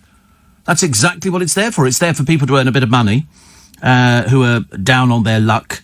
She says, I knew that when I got in there, the only reason I could stay was if I created some kind of drama. That was the only reason, because if you're just a nice person, they don't want you. They're not interested. They're not interested in controversial. I refused to argue with anyone, not even Rebecca Vardy, when she was really mean to me. I'm not cut out for it, she says. I know that's the way it is, isn't it? Some people, some of these sort of ne'er-do-wells, they've got such inflated egos. Oh dear, I can't watch tightrope walkers. I watched somebody tightroping. What do they walk across? I remember seeing. Was it Niagara Falls some years ago? Blondini or somebody like that walked across Niagara Falls on a tightrope. I remember thinking, oh my God, Father, that makes me feel physically ill. I could do a little tightrope about, a foot off the ground, but I can't do anything else. If it was in the air and you've got that big pole, oh no, definitely not. Ellie Goulding is plotting the world's first environmentally friendly tour after the pandemic. They're all going to be capitalising, aren't they? And a real scaredy cat stares in shock at the camera. Mimi, who's a toothy German shepherd from Manchester, was snapped as well, looking pleased, while a pooch in Prague became a snow monster. There's a lovely picture in the Daily Star of a little pussycat, a little grey pussycat with the biggest eyes you've ever seen, like saucers. Absolutely gorgeous. Just makes you want to rush out and get a cat today, doesn't it, really? Dawn Neeson, talking about Shamima Begum. And she says, can we please stop calling Shamima Begum an East London schoolgirl? She's a 20-year-old jihadi bride who admits severed heads in bins didn't faze her and thought the murder of 22 innocents at Ariana Grande's Manchester pop concert was justified. Her only remorse has been pity for herself. Yet last week, 3 judges, writes Dawn Neeson, decided to risk the entire country's national security by insisting she's allowed to return to the UK from her Syrian refugee camp to fight for the return of her British citizenship. A legal decision that opens the floodgates to the estimated 150 other Brit ISIS terrorists currently in the hellhole that they choose of their own free will. Shamima may now be dressing in jeans and sun hats whilst posing in front of carefully placed Union flag cushions. But make no mistake, she hates this country and its people. She decided to join a death cult fully aware of what they stood for. Oh, absolutely. She's not the innocent little thing, oh, she was this, she was that. She's not the innocent. She read up on the internet. She knew all about it. And now, of course, it's all gone a bit pear-shaped. She wants to come back. And, if you still want to sort of garner sympathy with her, the East London schoolgirl line, I give you one Lancashire schoolgirl in return. Her name was Safi Roussos. Her life was taken at that Ariana Grande concert by a vile piece of scum who subscribed to exactly the same warped belief system as Shamima. Safi was just 8 years old. Her devastated parents were offered £11,000 for her loss. Shamima has already been awarded £14,000 in legal aid. It's a case of Dawn is saying, listen, I present you with the facts, you make of that what you will. Will children have to wear masks in shops? I don't know. People in shops don't have to wear them because they're in there all the time and they can go and, use hand lotion. There should be hand lotion in most places, I think, now. If they don't have it, then go somewhere else. But if you start walking in with... I think they're going to have security going, sorry, you can't come in without a mask on. It's the law. It's the law. It's a case of, they can... I mean, I can't see it ever getting to... Can you see it getting to a prison state where they actually sort of put people, up in court and then say, well, you'll go to prison for 3 months or something like that? I don't think so. Also, the dad of 2... Somebody asked me about this. I don't know what this is, actually. This is the man who developed nasal cancer from wood dust. Working as a furniture maker, has won this settlement of £320,000. Edward Kennedy only found out he had cancer after he asked his GP for an MRI scan. He was told to be in there for between 15 to 20 years, and he could die at any minute. Lord above. So he's yet to receive 120,000 owned by a company formerly based in Leighton who no longer exists. The lawyer says both the furniture and this other one accepted they were at fault for not protecting Mr. Kennedy against the cancer. But of course they don't have these businesses in operation. They sort of fizzled out ages ago. Another one says, I agree, a double header, Steve, would not suit your slot, but a duo with Nick Abbott would be almost as good as one with the Giffen. Yes, no, they're back together. I think they record separately, though. I seem to remember somebody told me like that. I was sort of fascinated by this. Fascinated. Steve just got back from my run. Thank you for keeping me going. Kanye went crazy after he lost his mum. They were very close. Well, he's completely gone, completely off kilter. They're now living separately. You know, and you think to yourself, it doesn't sound very good. Doesn't sound very good at all. But you never know. You never know. Will kids have to wear masks in shops? I do see children on the street. Wearing masks and looking quite pleased to be wearing a mask because, you know, you want to protect yourself, don't you? And other people around you, so it makes perfect sense. People who don't want to wear them are idiots. Absolute idiots. Nice piece on Rachel Riley. We love Rachel Riley. She's absolutely divine, absolutely gorgeous. And all the hot telly news. Diane Morgan, joined by Maxine Peake, Natalie Cassidy, Sean Locke and David Bradley on her new comedy called Mandy. Oh, well, that sounds quite nice.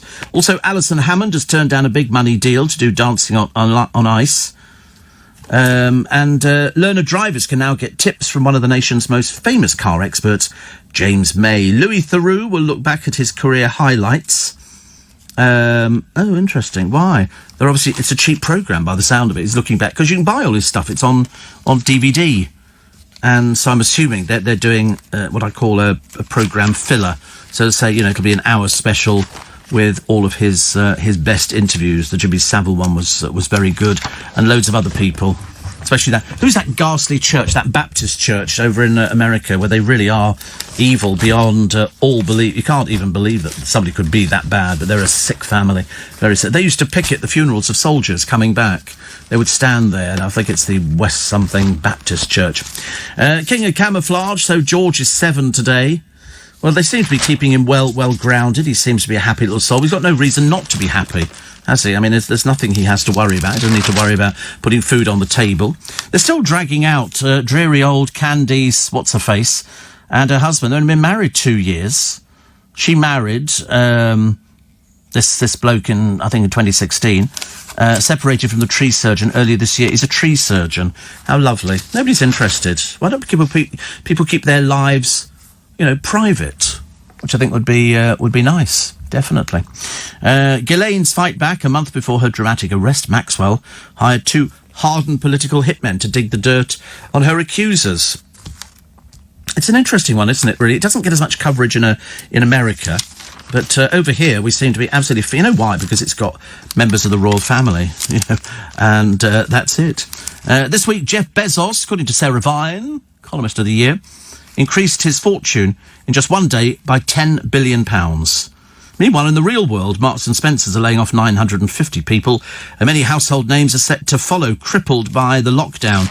I've seen it on, you know, people's front doors. They say, I'm terribly sorry, we cannot survive at the moment. In the Philippines, Steve, a mask is a must when in public. They arrest anybody without one. Good. I wish they'd do the same thing here. You ever met Kim Woodburn? She's great. Yes, of course, she's been on In Conversation. We got the news coming up at 5 o'clock this morning. We'll tell you about the chocolate thief. He nicked 64 Cadbury's cream eggs. They've sent him to prison for a year. Seems quite a lot, doesn't it?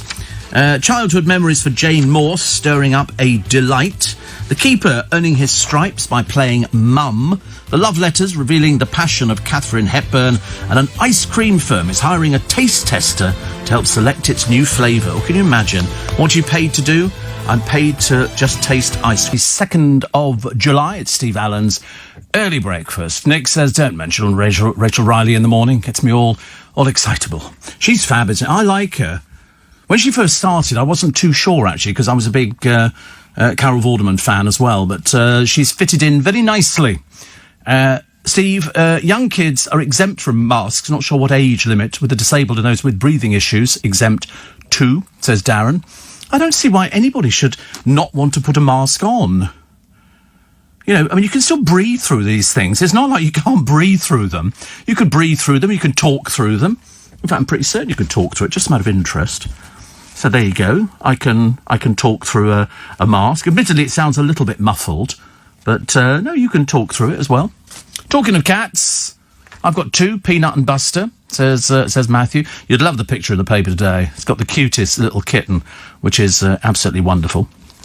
Also, made in Chelsea stalwart Georgie Toffolo says her first Mills and Boon title would be Chicklet. She said it'll be a bit of an easy read. It's based in Chelsea, which is obviously very me. There's a department store that I kind of modelled on Peter Jones sneakily. Action stations, Booker Prize judges, here we go. And the Queen of Punk still rattling cages at 79, Dame Vivienne Westwood, in an oversized cage the other day. And she was suspended outside the Old Bailey in support of Julian Assange. Assange is 49, she's 79. And she says, I am Julian Assange. And it's it's a giant, I don't know who paid for it, it's a giant cage. Absolutely enormous thing, like a sort of a giant bird cage. Giant bird cage. Pupils facing an A-level and GCSE grade mark cut. That'll please them. But my favourite story is centre pages 24 and 25 of the Daily Mail today of Honey, She's Shrunk the Klimt. And it's a woman who paints miniature pictures. You know when you have a doll's house and you put pictures on the wall? She paints everything from Girl with the Pearl Earring, the Salvador Dali, Monet. They're all little tiny pictures.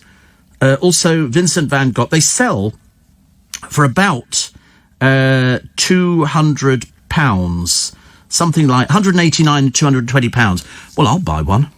She's got the Fighting Gunship's Last Voyage, towed to the Breaker's Yard. I mean, she's also got Klimt. I mean, she's very, very good. I like the sunflowers things. And it's for people who've got... I mean, you might just like a little miniature art gallery of these pictures. She's very good. I'm envious of anybody who can do things like that. And then they put them up on a little easel. They're about the size of a 50p coin. That's how big they are. Because I think in the Doll's House that's in Windsor Castle, all the pictures are original. In the Doll's House, all the oil paintings are originals, done by all the great artists of the day, the Gainsboroughs and people like that. They just did miniature pictures, and that's why it looks so fantastic. But how do you fancy Bilbo Baggins's bolt hole? It's a Hobbit hideaway. It's going to suit Corey down to the ground. This is you written all over it. It's a Hobbit hideaway in an 80-acre forest. It was built in 2005. It's ancient oaks and all the rest of it. The interior of the house, you'd love it. Look, very nice indeed.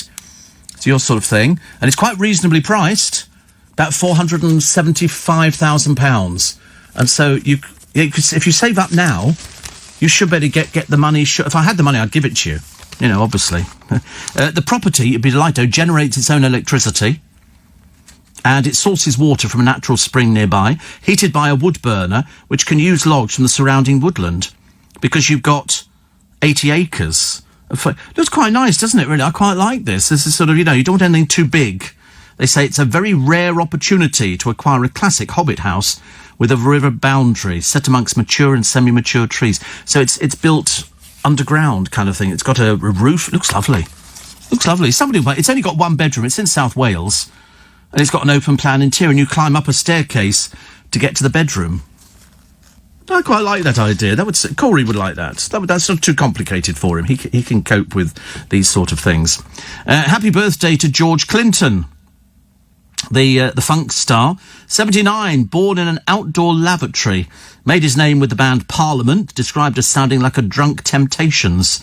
And in the 1970s, he performed on stage in a giant nappy. And there you go, he's 79 today. And Louise Fletcher. Louise Fletcher is 86 today. Made her name for her role as Nurse Ratched in One Flew Over the Cuckoo's Nest. Ooh. She's also got a Golden Globe, a BAFTA and an Oscar. And then when collecting the latter, she delivered part of her speech in sign language to honour her deaf parents. Isn't that fantastic? I love that. I always remember Marley Maplin. Was it Marley Maplin who did Children of the Blessed God? And she was a deaf actress. And she... This only works if you can see it. So, you just have to take my word for it. And she demonstrated, don't ask me why, she was talking about how she longed for a banana milkshake, which involved like that. That's what she did for the banana milkshake, brought the house down. And but she was but I like the idea that people do something. It was like when All Kinds of Everything, I think by Dana, won Eurovision Song Contest. She sang it in all different languages. There was about 10 different languages that and I thought that shows that they were dead confident that they were going to win Eurovision. It's good. Shane says, down in Melbourne, there's lockdown again and wearing masks is mandatory. Yes. Shop workers should wear masks. No, they don't have to. They don't have to. That is the law. Steve, the minister, was Pastor Phelps. His family picketed funerals of service personnel. Well, they were vile, weren't they? Were they the West something Baptist Church? Westboro Baptist Church. What a bunch of degenerates. Disgusting. Matt says, what it's worth, I'd listen to you and Clive Bull. Oh, right. Well, in fact, we have done Double-Headed before, many years ago. I think it actually it might appear on sort of internet or something like that. which is quite nice, isn't it? It's something to do with, I think, Ryder Haggard. That's all I know. Steve, wages for Premier League footballers is immoral compared to the people who really mean something to society, like nurses, says Patrick.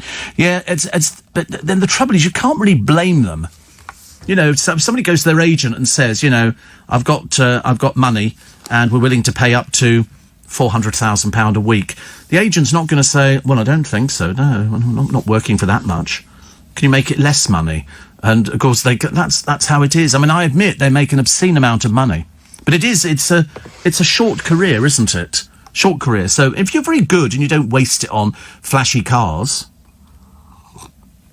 then I mean, you should better save up a huge amount, which I love because that's all people are interested in nowadays, isn't it? Really, they want to see a flashy house. There's also a lovely charity that can turn extra inches into new looks for cancer sufferers. And it's people who've got very long hair who donate it. And so the recipients who, you actually look at them without hair and then you see them with hair. This is somebody who's grown their hair. I mean, one here, Giselle, lives with her parents in South Croydon. She donated 14.5 inches of hair to somebody who's got cancer, whose hair falls out. And they end up with a wig, but it's made of somebody's real hair, which is a very sweet thing. Ken Bruce, they call him a veteran now. They call me a veteran as well. It's a bit of a worry, isn't it? It's obviously something that happens when you get to a certain age. He's called for a cull of BBC management. What a brilliant idea. I'm all in favour of that one. He accused a corporation of shooting itself in the foot and admitted it was a frustrating place to work. Sometimes it's always been overmanaged. Absolutely. Always. I've been down to see friends of mine who've got radio programmes, and to be honest with you, there's way too many people working on them. Way too many. And they've got loads of people who are managed. You don't need these people. You really don't. Where they go to, I've got no idea. But he's the longest-serving presenter at Radio 2. But it's very interesting. He was speaking to the Radio Moments conversation. With David Lloyd. And it's interesting, because I say exactly the same. I say the same. The annual report for the BBC revealed that Ken Bruce earned £280,000 last year. This compared with Steve Wright on £465,000. £500,000. Zoe Ball, £370,000, and she's on The Breakfast Show.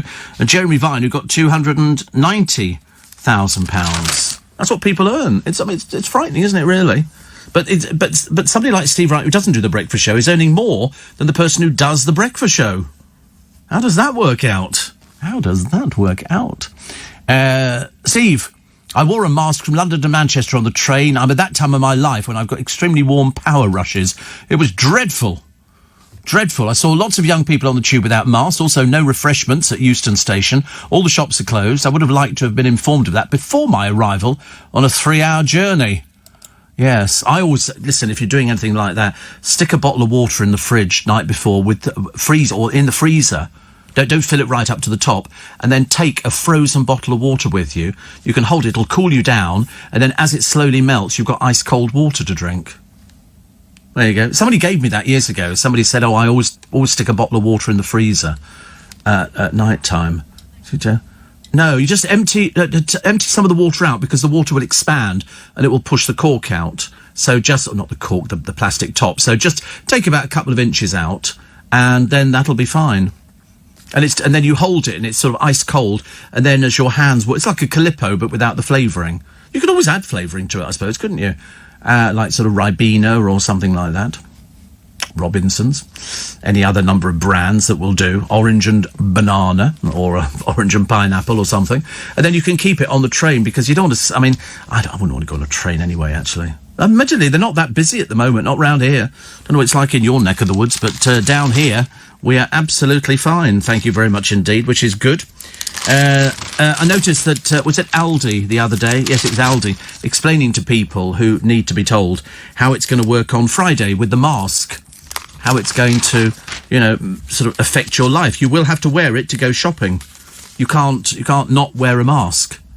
You know, it doesn't have to be, actually, they do sell, they're even telling you we sell masks. We sell masks, which is good. Matthew says, I bought a meat lasagna in Iceland for £1 and preferred it to the Charlie Bingham's range in Waitrose. I don't like the Charlie Bingham's range in Waitrose. I don't know, ever so expensive. I've got a limit to how much I'm going to spend on a meal. And I have had a look at, and that's just too expensive. For everyday use, that's too expensive. I can make stuff myself. Which I did the other day, actually. I made some myself. I did some hot dog sausages, which were in beef, and fried those off very, very gently. A little bit of flambe, and then I added some beans, and then I added a little bit of double cream. It was delicious. That's the Steve Allen cooking lesson over for the day. Don't take any notes of what I eat. I'm a very bad diabetic. Very bad. Steve, been out watering my plants, which is good. Christmas tree looking great. So small, but I got it. Yes, a lot of people do that. They plant their Christmas trees, but you can only do it if it's got roots on it. If it's a cut Christmas tree, it ain't going to grow roots, I'm telling you. And don't write in and say it does, because they don't. It's like flowers, you know. I'm taking a break. It's 5:15, so where do we go to? We go to the LBC Travel Desk, find out the state of the road and the rail at the moment. Steve, I missed the double-headed shows you used to do with John Warrington, Paul Savory and Alan Dodgen. Yes, actually. And Miss John's dulcet tones on the radio, my lady-in-waiting. And don't forget Bonnie Langford's birthday today. 56 years young. 56. We all remember Bonnie Langford, don't we? In fact, she used to feature on LBC quite a lot, not just on my programme, but on Sandy Toksvik's show. Bonnie Langford was a regular. Her mother used to have the Babette Langford youngsters, used to do all the pantomimes, and Bonnie, Little Miss Showbiz. Absolutely, without a shadow of a doubt, Little Miss Showbiz, still going strong. But I don't think people ever give up on that. It's like being a nurse. You're always a nurse, aren't you? It's like if you're in show business and you've been a dancer, a hoofer, then you'll be a hoofer for your entire life. People never stop, do they? Never stop. I told you some time ago we had a lovely book that was sent in from the girls who were the dancers at the Windmill Theatre. They were the girls who went topless before people really knew what topless was. Well, we knew what topless was, but you didn't see it in London theatres. Oh, poem. Missed the poem. Oh, here we go. This one, carefully picked out by Corey. You're going to love this one. It's by Effie Waller-Smith, who was born in 1879 and died in 1960. And you're going to like this one a lot, okay? I shall try and do it justice. It's called The Rainbow. Love is a rainbow that appears when heaven's sunshine lights earth's tears. All varied colours of the light within its beauteous arch unite. There's passion glowing crimson hue, burns near truth's rich and deathless blue, and jealousy's green lights unfold mid pleasure's tints of flame and gold. Oh, dark life's stormy sky would seem if love's clear rainbow did not gleam. I think I've read that quite well, actually, even by my standards. Lovely one, thank you. And no sort of death in it. It's normally for sort of Corey's trying to have somebody who's murdered halfway through the poem, or somebody who just snuffs it at the end of it. You know, the captain lay on the burning deck. He was dead. Always very popular. Corey, the man who designs roller coasters, but roller coasters that crash.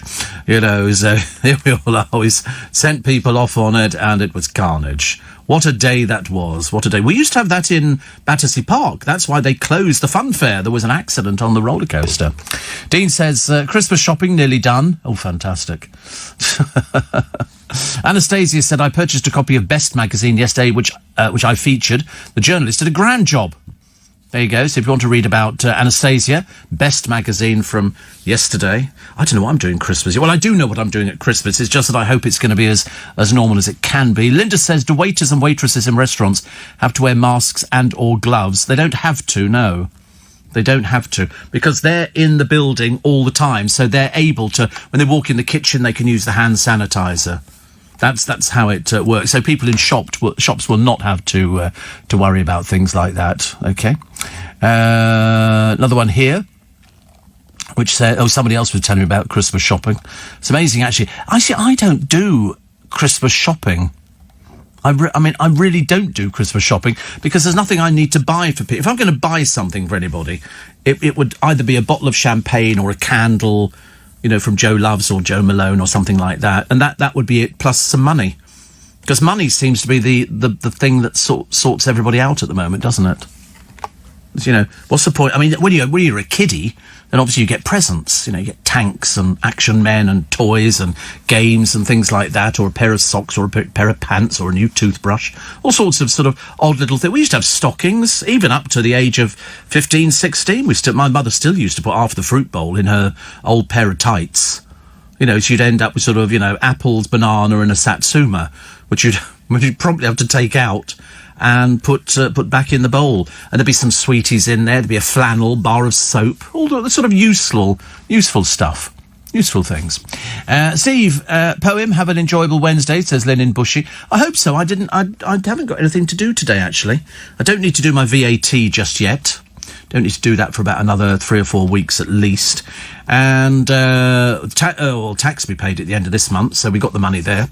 Sitting there ready and waiting to transfer it to HMRC. More than happy to, as well. Well, not, but then you have to. If you've earned the money, you should have saved some of it. But some people will be deferring. You can defer your tax. HMRC have been very generous, and they've allowed you to defer it until January. But it could be false economy. Check out just how much extra it's going to cost you, because otherwise you'll be losing, and you don't want to lose, do you? So. What else do we have in the papers for today? It was fun. The keeper. I had to explain to Corey exactly what it was. It's an orphaned baby zebra. It was out, and his mother was killed by a pride of lions at the Tsavo East National Park, because that's unfortunately what lions do. They go out and they hunt. And when they hunt things like zebras. This particular baby zebra managed to get away. He managed to get away, and his keepers are looking after him. He was taken to the Sheldrick Wildlife Trust's Vol Reintegration Unit.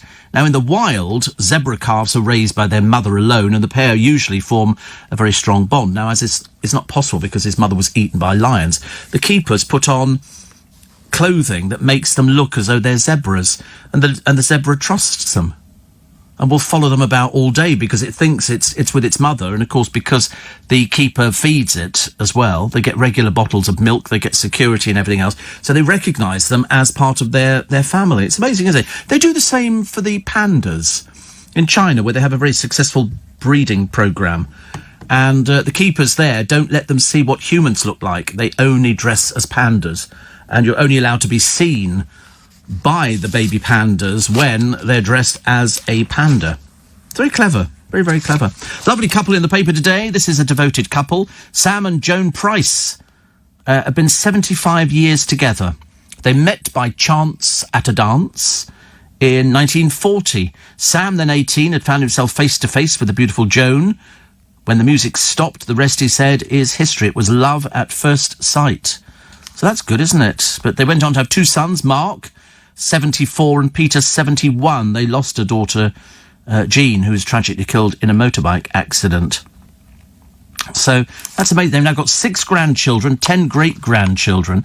Sam is 98 now. So they celebrate 75 years of wedded bliss. How amazing. How absolutely amazing. Joan is 97. She does volunteer work at Oxfam. Good for you two. Good for you two. I hope you've got a very lovely family around you, because that's so pleasing to see, isn't it? 98 and 97. Brilliant. Also, a cache a cachet of love letters sent by the Hollywood icon Katharine Hepburn to Howard Hughes in the 1930s are up for sale. They began a relationship in 1937, 2 years after they were introduced by Hepburn's friend Cary Grant. In total, she penned 55 letters, notes and postcards almost weekly. Seemingly to maintain discretion, Hepburn referred to herself as Mrs. Hughes and Mrs. H.R. Country Mouse, whilst calling him my most excellent boss. That's what they call me around here. They call me Captain. Captain, as in Captain, my Captain, you know, which is when, or Sir. They call me Sir a lot of the time, which is quite nice. Chief, yeah, Chief's another popular one. I quite like it. Of course, it makes me feel terribly old. Terribly old, but it doesn't matter. But she talked about, sleeping with him was so exciting and incredible. She could lie in bed with him for centuries. And they were bought. They were acquired from Hughes by his accountant, who died in 2012. Passed to his daughter, who's now selling them. They could fetch 12,000 quid. They're funny. People don't write anymore, though, do they now? Do people write? Do people write letters? My mother used to type letters. We do like a round robin. I think my brother did one once. A round robin letter at Christmas. It's a thing that they actually do. You never had 2 Christmas dinners last year, did I not? I always have 2 Christmas dinners every year. In fact, actually, I have 3 Christmas dinners every year. I have Joe Allen's. Please open before Christmas. I get my godchildren's, and I get my brothers. So I definitely had 3 Christmas dinners. Why would I not have had 3? Yeah, I did, definitely. Steve, I start work in half an hour. Can you even imagine having to go to work as early as 6 a.m. every day? Unbelievable, unless they pay you very well for it. Last night, Steve, we had a jumbo battered sausage and chips from the chip shop with a nice bottle of Prosecco. Oh, I think that's about as good as it's going to get. Battered sausage and fish and chips, or chips with it, and a bottle of Prosecco. I've not had chips for months now. I keep meaning to do it, but I don't want to fry them at home. I don't like doing that. I'm frightened. You know me and my accident-prone existence. So, but I could quite happily eat some chips right now. If somebody said, we're going to open up the fryers in the kitchen upstairs, Steve, how do you fancy chips? Yes, please. Yes, please. I don't think you should have chips for breakfast. We did have it, though, didn't we, when we had the 65-piece breakfast the other day. And I remember thinking, good God in heaven, 65 pieces. And yet this bloke finishes it off on YouTube. He eats the whole lot. He really does. So Cheryl Baker says she hates the group's Eurovision song, Making Your Mind Up, and didn't get on with most of her bandmates, which is a shame. She says, put it this way. My taste in music is James Taylor and Joni Mitchell. That's hardly making your mind up, yet I owe everything in my life to it, that and Velcro. TV presenter Cheryl claims she didn't hit it off with band member Bobby G and Jay Aston from the start. She blames the age gap between her and Jay, but says she's best mates with Mike Nolan. Yeah. She said it worked with me and Mike, it never worked with Jay, and with Bobby, never. Things were very strange in the Bucks Fizz camp. Bobby G and I were like oil and water. We were never going to get on. Yeah, because at one point there were 2 Bucks Fizzes, weren't there? But we like Cheryl. I knew she was very friendly with Mike Nolan. They just seem to... They share sort of so many things, so much humor. According to the Minister, or the Department for Digital, Culture, Media and Sport, John Whittendale is the Minister there. He said the BBC are taking political correctness too far by pulling programmes like Fawlty Towers from its catch-up and streaming platforms in case modern viewers take offence. But I've thought of loads of programmes on the television which should be... if you're going to start nitpicking about programmes, there's tons you could take off because, you know, they might offend somebody somewhere down the line. Even the title of some of these programmes, you know, doesn't bear mentioning at all. But... it's interesting, his comments came after the Tory MP Tom Hunt blasted the Beeb for removing the comedy Little Britain from its servers. I mean, they end up putting all these things, but the BBC have always been complete idiots. Do you remember, after they banned Frankie Goes to Hollywood, the thing goes straight to number 1. You go, we're not playing that, it's a rude record. And you think that, so by banning it, you just gave it extra publicity. So Frankie Goes to Hollywood goes straight to number 1. They've never managed to get it right at all, actually. They've got no idea. We were hearing from one of their team the other day, which went to the newspapers, that there's a manager in there who's been bullying left, right and centre, and the BBC have just promoted them It makes you wonder, actually, whether they're aware of everything that's going on. McCain's do a very good triple-cooked gastro chip that you cook in the oven, safer than frying. I'm not sure about oven chips. You know, and so I thought your godchildren moved house around Christmas. They were living in a caravan. They've never lived in a caravan. Never lived in a caravan. No. They were living in what do they call it? A guest house. They were living in a guest house for 3 months when they were moving home, and I went down there. We had food down there. But, this year, I'm hoping to have 3, if not 4, Christmas lunches. They're always seriously, it's always a thing. And also, I've started enjoying for Christmas lunch as well now Yorkshire puddings. Never used to think about Yorkshire puddings before, but fantastic, aren't they? I mean, that's it. Everybody should have at least 2 Yorkshire puddings on the plate next to the crispy roast potatoes. What kind of stuffing? I'm not big on stuffing. Just sage and onion. I don't do anything poncy. No chestnut. No, don't. I'm not into chestnuts at all. Of course you would be, because you're a traditionalist. Have you seen the photograph of Corey's balcony? It's marvellous. There's enough room to swing a small mouse. Certainly not, or a chestnut. Exactly. That's how he gets them. He takes the chestnuts, threads them through and bangs them against the wall. So to say, you don't swing your nuts on the balcony. We know you don't. That's very good, because there's no room for doing it. But thank you for sharing. A little bit too much information. I miss the time when we had paper chains. You know, decorations were so much easier, because I told you I've got huge balls, and I'm going to give them to my godchildren this year, because they've got trees which they can hang them in, and I think they'll look really, really pretty. And they're outdoor. I've had them for donkey's years. I mean, but they're still in the tubes. They're big. They're the size of footballs. What? Sorry? Size of footballs, yeah.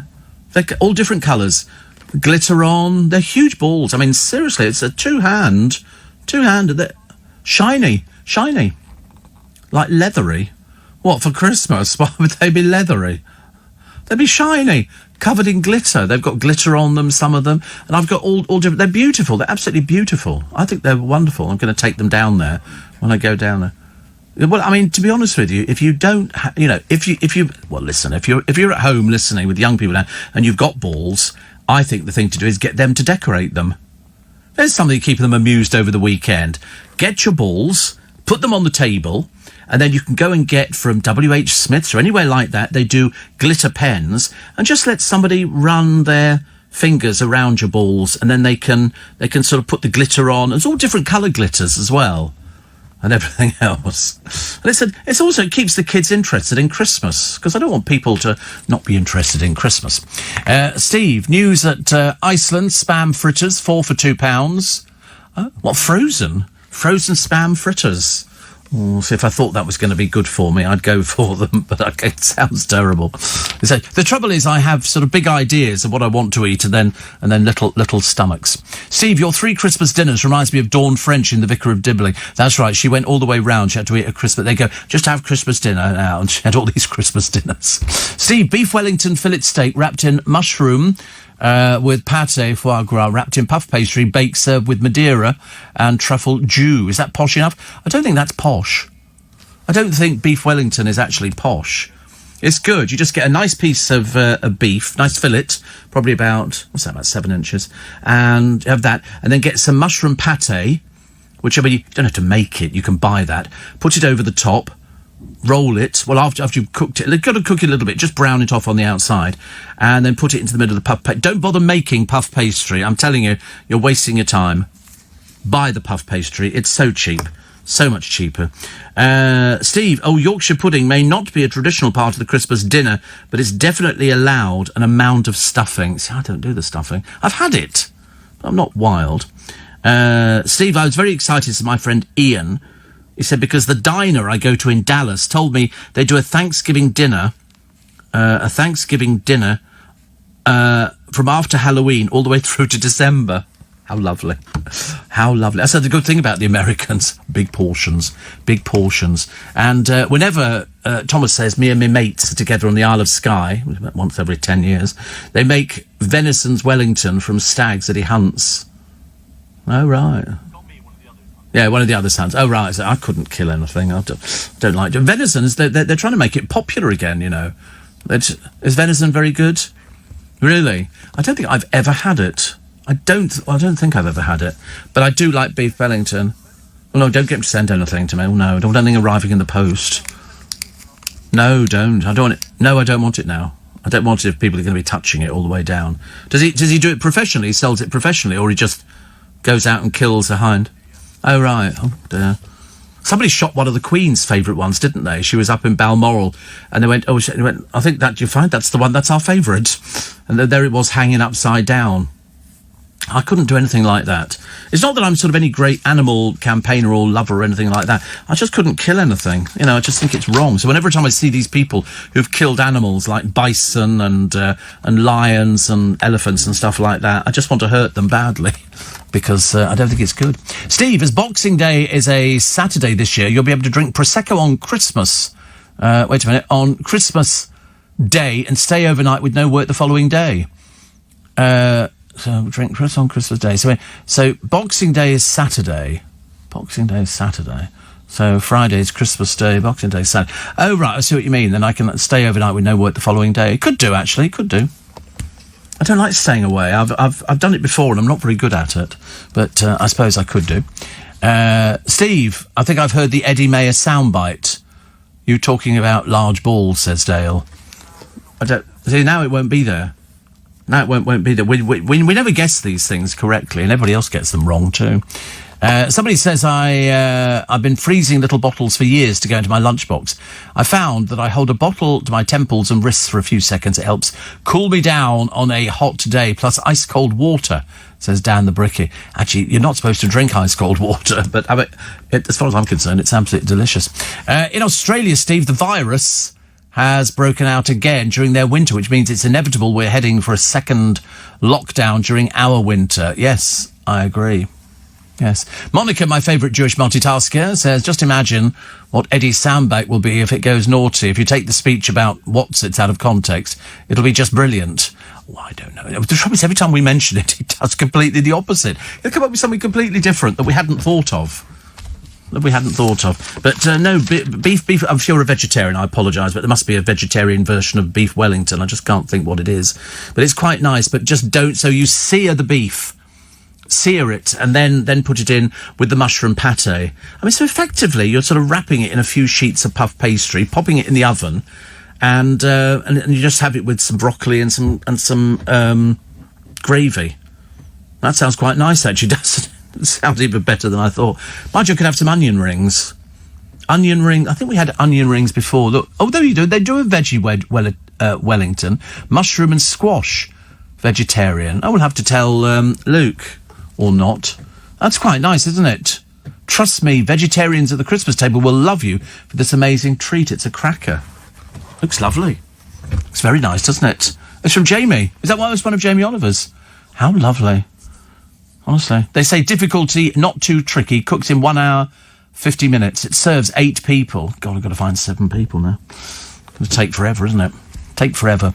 So, the freeze-in little bottle's very good. Corned beef hash with baked beans and bread and butter, says Joe in Melbourne. Yes. Yes, I've definitely corned beef hash. I love corned beef hash. You can get it in the Ivy. It's one of their standbys that they've been doing for a long, long time. Long time. I'm not even sure if the Ivy is open, actually. I think some of the Ivy cafes are open. So here we go. Kevin Clifton is weighing up a possible return to Strictly Come Dancing, saying never say never. No, that's the trouble with dancers. You know, once they realise it's a bit cold out there, they go, never say never, which means they come back again. I want the ice cream firm's job. They're looking for a taste tester to help select its next flavour. Are you allowed to actually eat the ice cream, or do you have to sort of put it in your mouth, swill it around a little bit, and then spit it out? Because that's what they do with all the wine, isn't it? Perhaps it doesn't work the same with ice. What's the matter with ice cream? I love the idea of sort of swilling it around your mouth, and then spitting it out into a spittoon. Is Corey going to be sick again? He spends most of his life being sick, honestly. You know why? It's all those blooming roller coasters he's been hanging around. Poor soul. So Emily Attack, we did that earlier on, actually, and that wasn't very exciting at all. It was just sort of a bit of a non-event. And Rosie Huntington Whiteley, you have to spot the differences. Well, everything's Photoshopped nowadays. But I'm not very good at telling what's Photoshopped and what's not Photoshopped. So sometimes I just guess. And sometimes I'm lucky and hit the nail on the head. Let's take a short break, shall we? It's coming up 5:45, a check on the road and the... Nice to be company. It's Steve Allen's Early Breakfast, 22nd of July. It's a Wednesday. Loneliness, which crops up a lot in London. It probably crops up a lot around the entire country, but London I always thought was a terribly... You can be very lonely in London. It's very easy. You can be surrounded by people and still be lonely. People think, you work in an environment with tons and tons of people that you see all the time. You can still be very lonely. But apparently now they've said it's linked to dementia. You can increase your risk of catching it if you are lonely. But I think it's the loneliness, it's a case of liking yourself. That's all it comes down to. If you like yourself, you're never going to be lonely, are you? Sometimes people go and sit at bus shelters. I'm sure some people sit there forever and a day just watching the buses going past, having a little chat to people. But especially in these days of the coronavirus and in these days of people losing their jobs or being furloughed or people losing a job to never get the job back again, it's not like a case of we're going to sort of drop you and then perhaps we'll bring you back in a few months' time. It's not happening. And the advice has been from all the experts that I've ever heard is to start almost thinking of a completely different career. Go and do something else. Write a list of things that you'd like to do. Things that you would like to do. A job that you think, I could do that. You might want to go and work in a warehouse. You might want to go and work in a supermarket helping. You might want to go and work in a restaurant. If you're in a financial position to do these things, none of which pay particularly good money, it has to be said. You might want to go into cleaning or doing anything really. Doing odd jobs. The amount of cards that we get shoved through our door from people offering to come and do cleaning and things like that. People are trying to think of anything at the moment. So if you feel particularly sort of a bit down, then we have advice for you on LBC. It'll be coming up on one of my podcasts very shortly. So we'll let you know about that. Don't forget, if you go to the LBC website, which is lbc.co.uk, you can find out about my virtual show, which is coming up on the 16th of August at 3:30. It's a Sunday afternoon, and I've got some front row seats, which are... Don't laugh. Seriously, we've never done one of these things, but I don't know how it's going to work. I've got no idea. I'm putty in their hands. They'll just say, sit there, talk into that, and then we shall... What time do we need to get here? Well, you'll have to be here for hair and makeup and clothing and things like that. Costume. We thought we were going to dress you as a serf. Let's have you sitting in the corner, looking all sort of naughty. We'll build a step for you. You can go and sit on that. Yeah, with a dunce's hat on. They used to do that, didn't they, years ago? I'm sure nowadays you could sue for it. The veggie version, says Nick, of beef Wellington is leaf Wellington. Tastes rubbish. And Richard says, I've been making bread. Fantastic thing to do. Yes, if you make a friend of mine makes her own bread and everything. She's very good. It ends up being artesian type bread, which is sort of better than the stuff that you get. Another one here, which says, bread and butter. Does anybody have bread and butter pudding anymore? Is that still a staple? I'm not really into bread and butter pudding. Definitely not. Not at the moment. And somebody else talking about gluten-free. My son's gluten-free. And the fish and chip shop near us does great gluten-free. Top tip, always order the gluten-free. It's just the same, but all cooked in clean oil. Absolutely gorgeous. So much fresher and nicer, says Rose in Lichfield.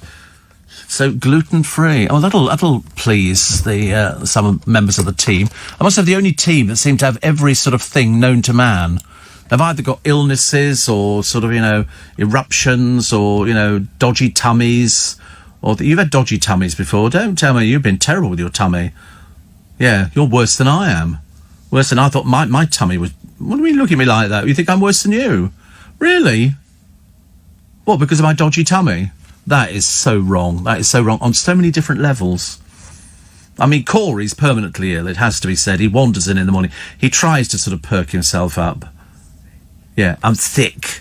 Because sick means good, doesn't it, really, now? But I've never heard anybody say that. Have you ever heard people say that? The fizzing hasn't happened today. Didn't happen today, didn't happen yesterday. I had a little bit in the morning of fizzing. I get this sort of... It's like somebody's stuck a vibrator thing in your pocket. It feels very strange. I didn't know where it was coming from. Somebody said it could be diabetes related. Don't know. It could be. I mean, listen, there's so many different things. When I was looking at these bruises on my arm, the chemist, Mr. Shah, said he thought it could be to do with my blood too thin?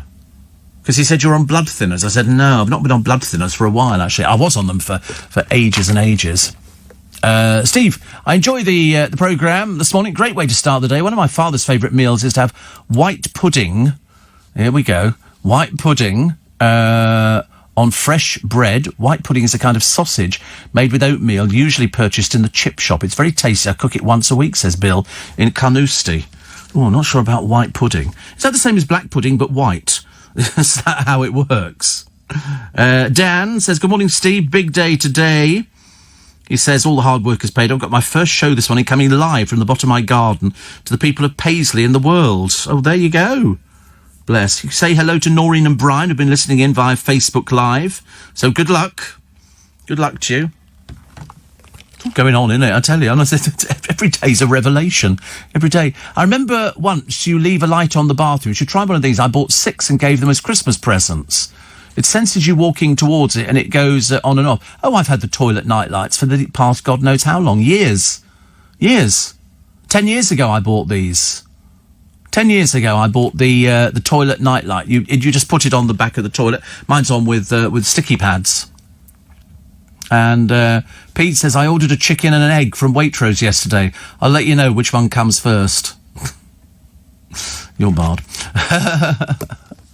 And somebody else saying, McCain triple cooked gastro chips are delicious, but you're cooking them in the oven, aren't you? And that's what I don't really want to cook in the oven. I want them fried. That's the sort of thing I'm looking for. I'm looking for fried chips. I don't think the oven chips sound or taste the same, do they? I'm still thinking of getting a job as a money launderer. As I hear the pay's quite good, although the bosses can be a bit temperamental, says Paul. Actually, somebody told me the other day there's a lot of fake money doing the rounds at the moment. So if you're a shopkeeper, check it. Notes, in particular, notes. A friend of mine said that somebody came in and offered to sell him £600 worth of notes for 50 quid. So you get £600 of fake notes for £50. Be very careful. Because the police are being just as vigilant as everybody else. Steve, would it be possible to catch up or download your show on the 16th of August? I do not know. I can't answer that question. Have to get one of the boys to find out whether or not you can catch up or down. I think you must be able to download it afterwards. Would you not think so? I don't know. We will find out. Don't worry. They're obviously not in at the moment, but they will be very, very shortly. Right. 5 to 6. Sorry, I should have given you a time check a little while ago, but I've completely forgotten about it. So, Rachel's Heroes, TV Kate's, hubby's great. Oh, thank God for that. Thank God for that. The Daily Mirror, TV's Rachel as well, our Lotto tribute to lockdown stars. Mary Berry, talking to Watchdog about how scammers used her image to endorse cannabis oil products. Lots of pictures of the national hero, the local legend, and the granddad.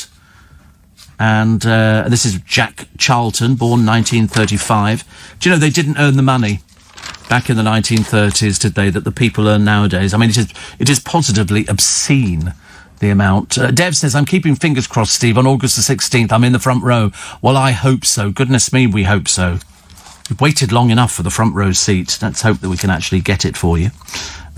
Love Island winner Danny Dyer has blasted lazy social media firms for not silencing vicious trolls. Well, whatever. Where did her career go to? Where did it go to? Danny spoke out after Molly May was abused over pictures of her in a bikini whilst on holiday in Ibiza with Tommy Fury. Speaking to the Mirror, Danny said users of sites such as Instagram should have to give passport details to stop fake accounts being set up. Loads of fake accounts, aren't there? It's obviously quite an easy thing to do now, to set up a fake account. And then people think that they're getting something from that particular person, but of course you're not. You're getting it from the fake account. More on to David Attenborough, whose post is being quarantined. Bit of a worry, isn't it? My postman Darren's very good. He's very good. I mean, he must be about the fittest postman in the entire country. He's very good. He's walking in his shorts, come rain, come shine, come sun, come hailstones. The fast food giant McDonald's is slowly getting back to normal. They've reopened dine-in areas. Long queues expected as table service is offered at 700 of the 13 outlets. So only half, just over half, will be opening. Hand sanitizers will be at entrances. Customers will be protected by screens and all touch points will be cleaned every 30 minutes. So they're doing it properly, like here. Doing it exactly. Playing golf today, says Stephen Kent. I should be taking spare socks in case I get a hole in one. Thank you. Steve, every year I have Marks and Spencer on Christmas Day. Bread and butter pudding is lovely. It's my tradition, says Irene in East Sheen. I don't think I've ever had bread and butter pudding. I'm sure that when you do it, don't you not line a dish with bread that is buttered on both sides and then push it into the side of the bowl and then you pack everything in the middle of it and then you turn it upside down and that becomes a bread and butter pudding. And you have it with what? I've got no idea. Custard? Something like that? I've been listening to your show for months as I'm one of the unaccounted ones in New Zealand. Not a day goes by without mention of Prosecco, says Susan. It's not a popular drink over here, but curiosity's got the better of me and it's time to give it a go. You let me know the best brat. They all taste the same. All taste the same, Susan. I mean, seriously, if you can taste the difference between the Proseccos, good luck. I've never managed to do that. I've mixed them in the same glass, out of one bottle into another one. But it's funny, it's not popular in New Zealand. I thought it would be, actually. Very light, very refreshing. Chill it in the fridge, so it hurts as it goes down. And it's lovely. I love chilled Prosecco. It's very nice. I don't know if it's good for you or not. It's probably full of sugar. But then, what is good for you in this day and age, Susan? Nothing. Hope the weather's good. You seem to have as much rain over in New Zealand as we have over here in the United Kingdom. Oh, this music means it's the news coming up. So I'll be back 6. Sorry to be cheerful. I know, Wednesday. Normally we're cheerful on a Monday, aren't we? And a Friday. Always cheerful on a Monday and Friday. So I thought this week we'd push the barriers back a little bit and make it Cheerful Wednesday. Not for everybody, it will be Cheerful Wednesday. Some people, the one thing I dread, bills. But for some reason, I seem to have not been getting bills recently. Now, I'm assuming that this is because my bank are now looking after them. They just sort of get them and they pay them and then they write to them and say, look, send them straight to us. It saves me worrying about it. Saves me worrying. Simon says, I watched the rerun of Last Laugh in Vegas. Oh, there was Sue Pollard, Bernie Clifton, there was, Cannon and Ball were there, Jess Conrad, Bobby Crush, loads of people. But of course, the problem that they had was that they rehearsed for this thing and they're all advanced in years now. Anita Harris was there as well. But of course, they had that shooting in Vegas, which could have scuppered the whole thing because Vegas, as far as I know, is still in lockdown. As far as I know, they've not opened up Vegas. But I mean, not that they're going to be worrying about the money anytime soon, are they? They'll just sort of socially distance on the tables. But no, I thought it was quite interesting, actually. I mean, Sue, I've known for years. She's always been exactly the same. Anita Harris is just divine. Bobby Crush, I know. We're exactly the same age. Bobby Crush and myself, exactly the same age.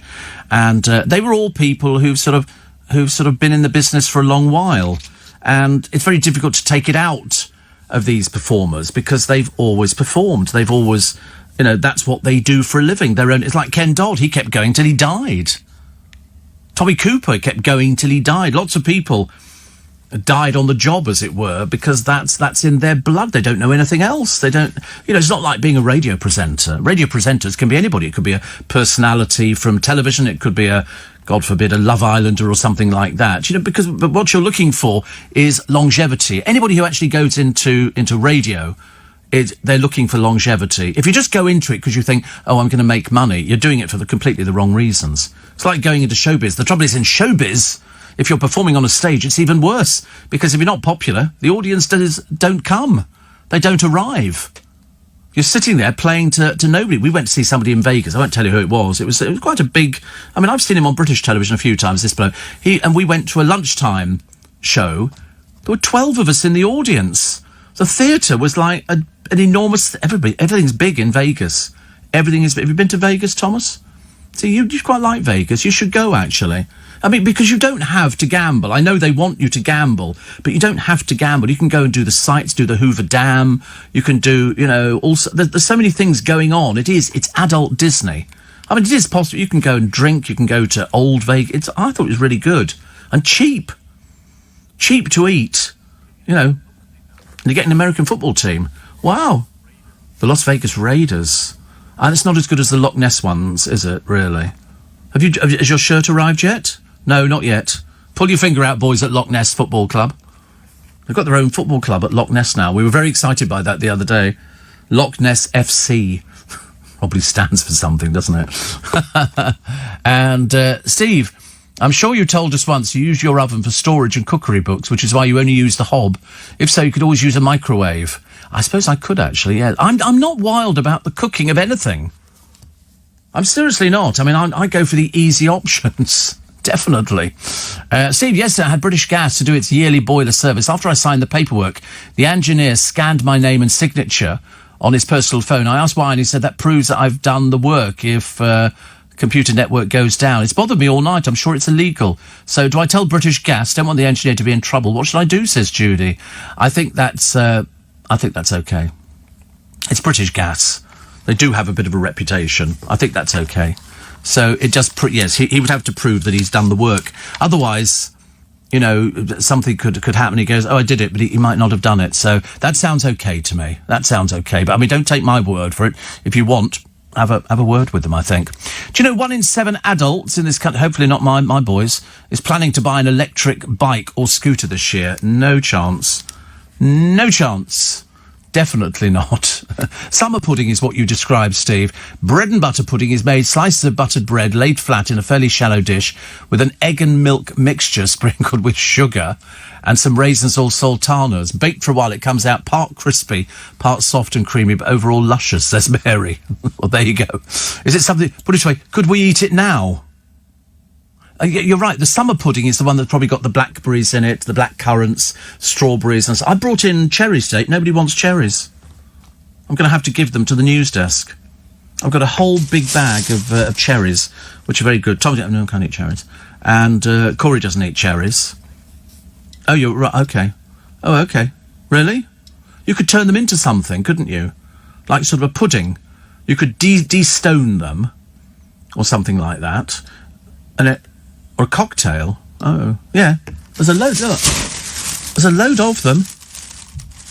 There's loads. There's a whole bag. So, I mean, to be honest with you, I would actually get them home, get the missus, cutting them, freeze them, and then turn them into sort of cherry pie or something like that. Or you could get some phyllo pastry, put them all in there, wrap them up, and then make phyllo pastry cherry parcels with sort of squirty cream or something like that. Oh, okay.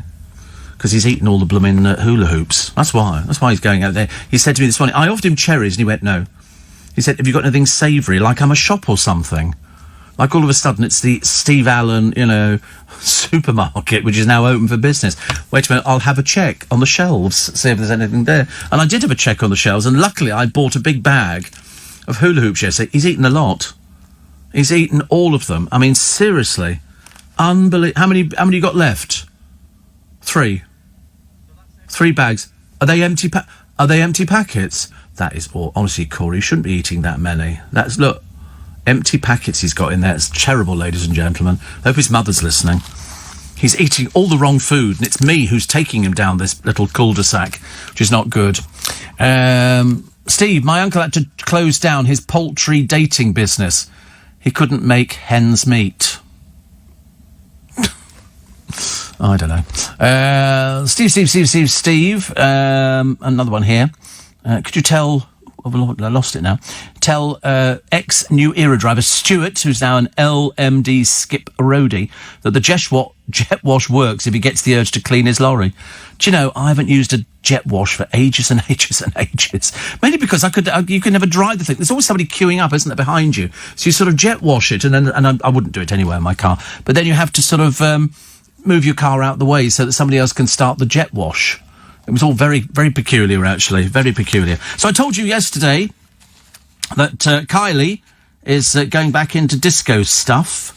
I don't know. She's 55, I think. Is that too old for disco? I don't know. And Alison Hammond claims celeb go dating producers wanted to paint her as the fat person eating by asking her to bite a hot dog during filming. Well, of course. Because you are overweight. And they obviously thought that they would capitalise on that.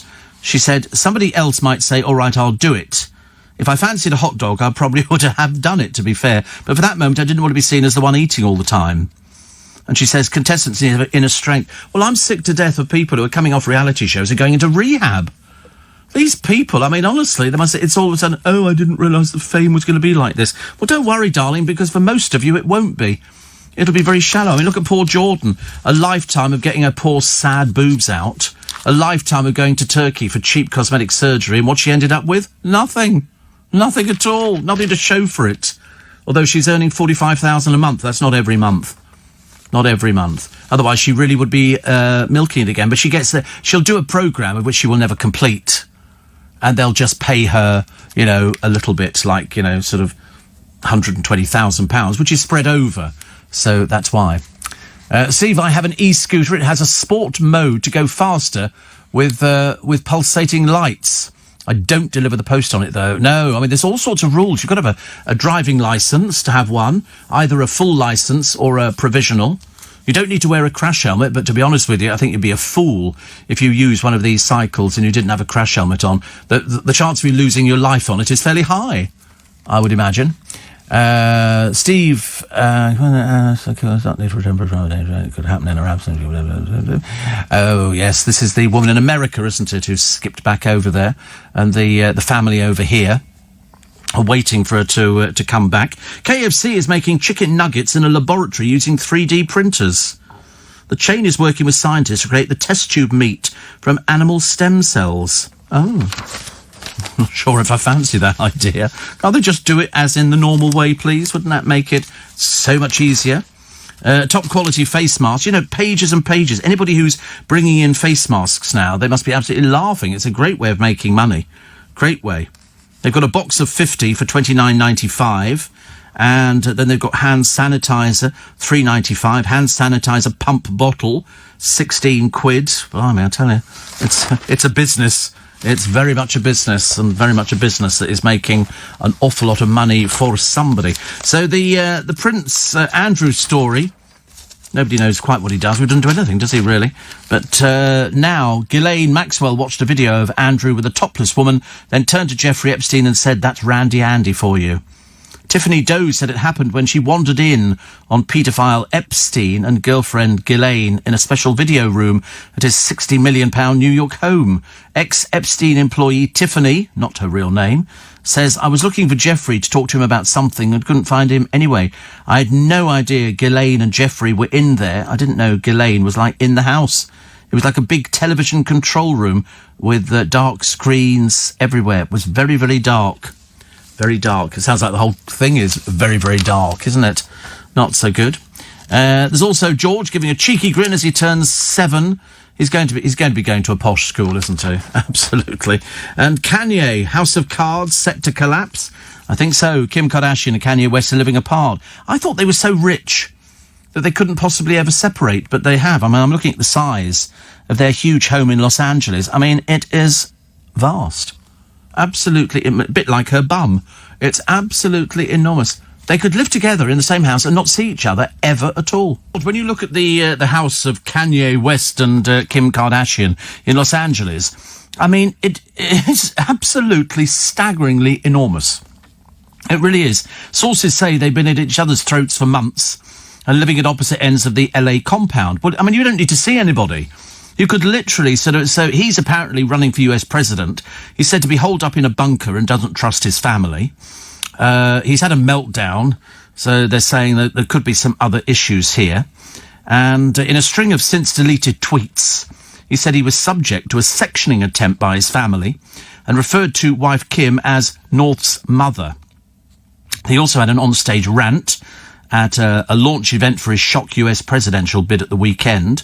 They wed in 2014. They've got 4 children, so they've had daily bust-outs about just about everything. They barely had a functioning marriage for the last year. Kim's been finding living with him too difficult. He's very demanding and obsessed with one of his schemes. She's exhausted. They now live totally separate lives. And so he's now surrounded himself with this little group of people who they say he's paranoid and convinced he needs protection from them. I mean, they're obviously worth a lot of money, aren't they? Wasn't she said to be worth $1 billion? But, I mean, you could stay one in one part of the house and one in the other, but once it goes wrong, ooh, boy, does it go wrong. Boy, does it go wrong. And it's gone wrong on that one completely, which is not so good. There's a 1,000-year-old oak tree. It's in Sherwood Forest. You know, Sherwood Forest. I can never work out, actually. I've been to Nottingham quite a few times because Dale used to be at Radio Trent. And I can't remember, we did go to Nottingham Forest. And I couldn't work out whether or not Robin Hood was actually genuine or if he was just a made-up character. Did he really rob from the rich to give to the poor? But this oak tree has been damaged by people climbing on it. It's called a major oak. It's 93 foot tall, and scaling it has been banned for 40 years, but vandals have broken a 3-foot section of bark during lockdown. I mean, who are these stupid people? Honestly, I mean, you know, the world is full of real thickos, isn't it? Signs have now been placed, you know, on this tree. I mean, it's cultural vandalism. They need to put cameras up there and find who these people are, get them into court, throw them into prison, leave them there, let them rot. If people don't understand signs nowadays, and they appear not to be. Although I was quite pleased this morning. I was waiting for the car, and there were 4 sort of teenagers walk past. I don't know, I can't tell people's ages now, I've got no idea. If I was a landlord, I'd be useless at trying to guess people's ages. And they walked past me, you know, being sort of a bit, yeah, Larry, and all that kind of stuff. And they sat at the bus stop, no masks. And I thought, typical, isn't it? The bus comes along, they all produce masks out of their pockets and put them on. I nearly cheered. I nearly went up to them and said, you know, you had me fooled. I didn't think you were going to produce anything. Stuart the Skip said he'd love to use the jet wash if he and the Skip didn't get upset when somebody else used it, said Dean the Skip. I've got more Skips on this programme. You could shake us. It's Milkman and Skips. Milkman and Skips, which I don't mind, actually. Ghislaine Maxwell broke down in tears whilst appearing via a video link in a New York court. Reportedly, it was because she was denied bail. Either that or she caught sight of a court sketch of herself, which looks absolutely terrible. She's been denied. She has been denied. And experts say that Britain must prepare itself for millions of dogs getting separation anxiety when their owners go back to work. Au contraire, says Jane Moore. More used to having the house to himself. I suspect our Tibetan terrier Jasper will be glad to see the back of us. Our dog was called Jasper as well. Talking of which, he's off to stay with friends as I'm going on a staycation to sunny Fingers Crossed, Yorkshire. See you back in a couple of weeks, Yorkshire. You see, I've got a link to Yorkshire as well. We've got more in common, Jane Moore and I, than you can shake a stick at. Steve. I've ordered 50 face masks for £8. You have to shop around, actually. You have to shop around. I mean, you can really find them. Steve, you'd never have a supermarket. You're far too classy. More like Steve Allen's Emporium. Yeah, it would be an Emporium, wouldn't it? What was that film that sounded like Emporium? Mr. McGorrin's Wondrous Emporium, was it? Wonder Emporium. I remember thinking, an Emporium just sounds so fabulous. It just sounds like something a little bit better than a supermarket. Does Harvey's dad ever see him, says Jackie? No, he doesn't. This is Dwight York. I mean, to be honest with you, I can't quite understand why he didn't want to see him. Then after a while, she didn't want anything to do with Dwight York. But when he went into hospital recently, he's fine, of course. He didn't have coronavirus or anything like that at all. She was just being a bit dramatic until the doctors and nurses had checked him over. So they kept him in for a couple of days, and he's fine. He's been allowed to go home with her. And Dwight York didn't even contact him to find out how he was. I don't understand that either. You would have thought if it's... I mean, at one point, I think Peter Andre wanted to adopt him. I thought, he's not your child. You can't adopt somebody else's child. That's ridiculous. But then Peter Andre was never the full ticket, was he, really? He was sort of doing it. And then the other day, there was the wife on the television moaning about something. And you think to yourself, they kind of all deserve each other, don't they? They kind of all deserve each other. Another one here, which was talking about British Airways, actually. British Airways, somebody says, are you going to listen to your employees? Well, they should do. They should do. As I say, we've got quite a number of BA employees who really don't know what's going on. They really have no idea. No idea. But they don't realise they're playing with somebody's life. Somebody who's sort of devoted their life to working for somebody and then getting nothing back at the end of it. A good send-off to the World Cup legend. That was Jack. And it was good. They had a woman walking in front of the court. You don't see that very often, a woman walking in front. And thousands of people turned up in Ashington, and then it was on for a private funeral service in Newcastle. So, I mean, people were out there for it, which is good. I think people adored him. People loved him. And it was great. So he got his big send-off, thousands lining the streets. And you often wish, don't you, that, you know, if there is a God, he can allow you to see your own funeral, to go, see, they did all turn up. That was the odd thing with Dale, because if you remember, I told you, less than a year before he died, he'd said, you know, do you think people would turn up to my funeral? I went, of course they would. Of course they would. Loads of people. And, of course, loads of people did. It was packed out. But for some reason, he was worried about that. And then, blow me down, less than a year later, he died. Police have got 22 months to give Maddie justice. Here we go again. We're dragging this one out. But this time, it's the family lawyer. Rogerio Alves says the clock is ticking on the 13-year-old mystery due to a time limit on prosecutions in Portugal. And the time limit is 15 years. So they've got 22 months left to find out. He tells ITV tomorrow night we have a 15-year time barrier, even to manslaughter, to homicide, to certain sexual offences, and even to the most serious kind of kidnapping. So we're still on time, but now time is getting short. So we'll wait and see. So the police will be asking for more money, no doubt. And then at the end of that, they're not interested because they've got a time span. I wish they'd find out from that German prosecutor, who was the one who apparently sent 2 letters saying she's definitely not alive anymore. And you think, why have you not followed this up through? Goodness sake. Steve, on the dreaded Brighton to London drive, M23, safer than the train though, and no need for a mask, says John. Yes, I mean, given the choice. I mean, I do like a train journey. I don't knock train journeys at all, because I've been on some fairly lengthy train journeys.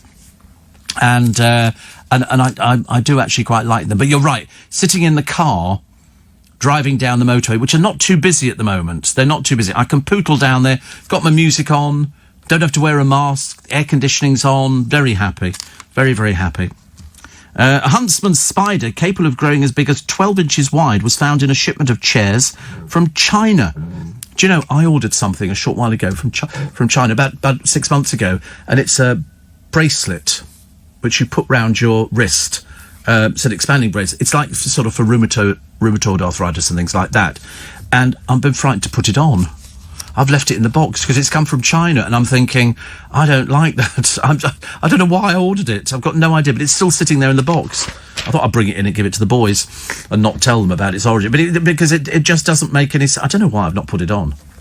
I'm just a bit worried that there might be, you know, I know you can buy things from China, but I'm worried about how this coronavirus is spread. I'm not totally convinced. Oh, about 3 months ago. Be fine? How do you know? So, can't last that long. How long does it last? Is it 2 days or something, or 2 days or a week?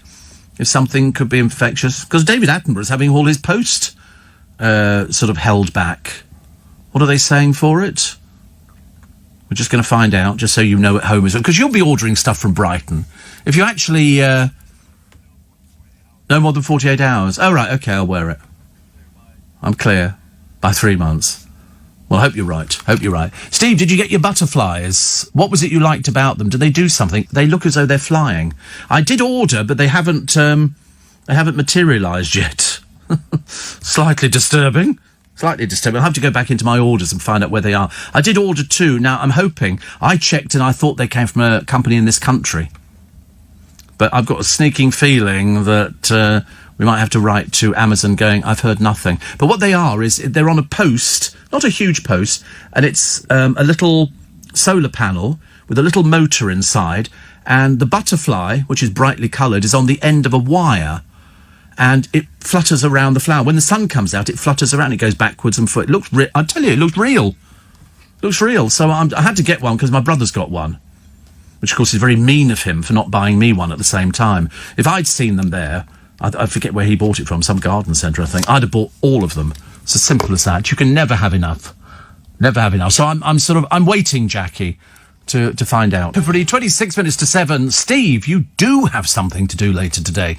Your loyal Spiker says Neil is still awaiting pictures of the hanging baskets. You're right. You know, I nearly did them yesterday.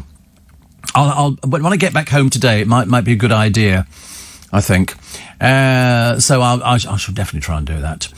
Also, Steve, off to the Maldives today. Can't decide if this is an insane idea or not.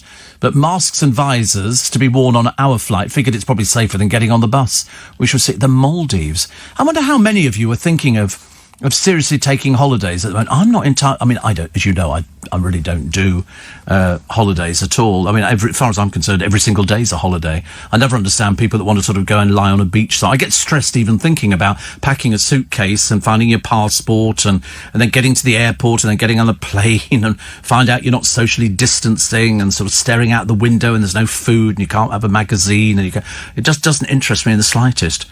I'd rather stay in with my feet up on the settee. I could have just as exciting a time. I put a fan on, and it just wafts backwards and forwards. I could be in the Maldives. Could be quite nice. A university lecturer was sacked after claiming that Eskimos are good at fishing. I don't quite get that one either, but mind you, sometimes I don't understand these things. Stephen Lammonby also said that Germans are good engineers and that Jewish people are the cleverest in the world. Now, I think... Now, who did this? I think... Isn't Nick Ferrari doing this today? I was thinking... I knew it was ringing a bell with me, actually. He's a 73-year-old. He insists he's the victim of super-sensitive woke culture. See, I never worked out what woke culture was. He claimed his comments were not racist or offensive because he was using positive stereotypes.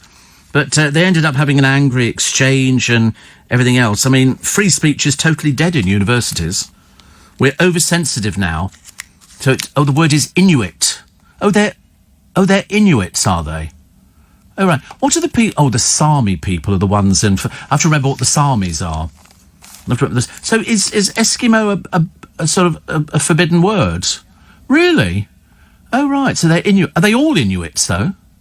Oh, right. How unusual. Yeah, the Sami people are the ones... But I think they've always been Samis. They're the ones in Finland who look after the reindeer and everything else. I get very confused, very confused. Giving birth is very painful for most women, and scientists have discovered that for a lucky 1 in 100, it's really not that bad. I suppose it depends how many you've had, I suppose, doesn't it? If you've had sort of like, anything more than 3, must be like pushing out a football team. You're not going to worry about it too much, are you? Like shelling peas. Or just sort of pop out 2 or 3. I mean, some people are very good at doing things like that. There was that woman on the television, remember? I loved her. I thought she was great. And the family. And they've got 22 children. And they don't claim benefits. They just claim what they're entitled to. They don't, they work for a living. They have a bakery. And the 22 kids, I mean, their weekly shopping bill was staggering. Staggering. They get through something like 100 pints of milk. And they've got washing machines on the go practically 24 hours a day. But 22 children. And she's obviously just incredibly fertile. And he's incredibly fertile. And it seems to work. They just seem to pop them out. She'll go to hospital, and then all the other kids look after the little ones and get them ready for school and stuff like that, which I think is so cute. I like the idea. I've told you before, big families I'm big fan of. Steve, maybe it's a northern thing, but both my parents' funeral processions were led by the ladies who own the funeral directors, and an excellent job they did too. So there you go. And I'm sure I've seen TV footage of Albins from Bermondsey doing the same thing down south. Oh, yes, I heard from them. They're lovely. I love them to pieces. I thought they were lovely because I loved the programme on the television about them. And I think there was a book that came out about Albins as well. And they do the horses and everything. But that's a real family, because it's so rare, believe it or not, to find a family funeral director. Most of them look like a family funeral director, but they fall under the auspices of a big insurance company. But they keep the family names. You think you're dealing with a family, but in Albans, I think you do, actually. Also, belated birthday wishes to our friend Robert Craig Morgan of I, Claudius and Grange Hill fame, still living in Ireland with his partner. Now, I can't pronounce this, Paul, in Manchester, but I'm hopeless. Donker? No, it's not Donker, is it? It's an Irish name. I don't know how you pronounce it. Doncha. How do you pronounce that? Donica. Are you sure? Are you absolutely sure? I don't want to say it if it's wrong, because it makes me look silly when I can't pronounce some of these things. Doncha. You think it's Donica?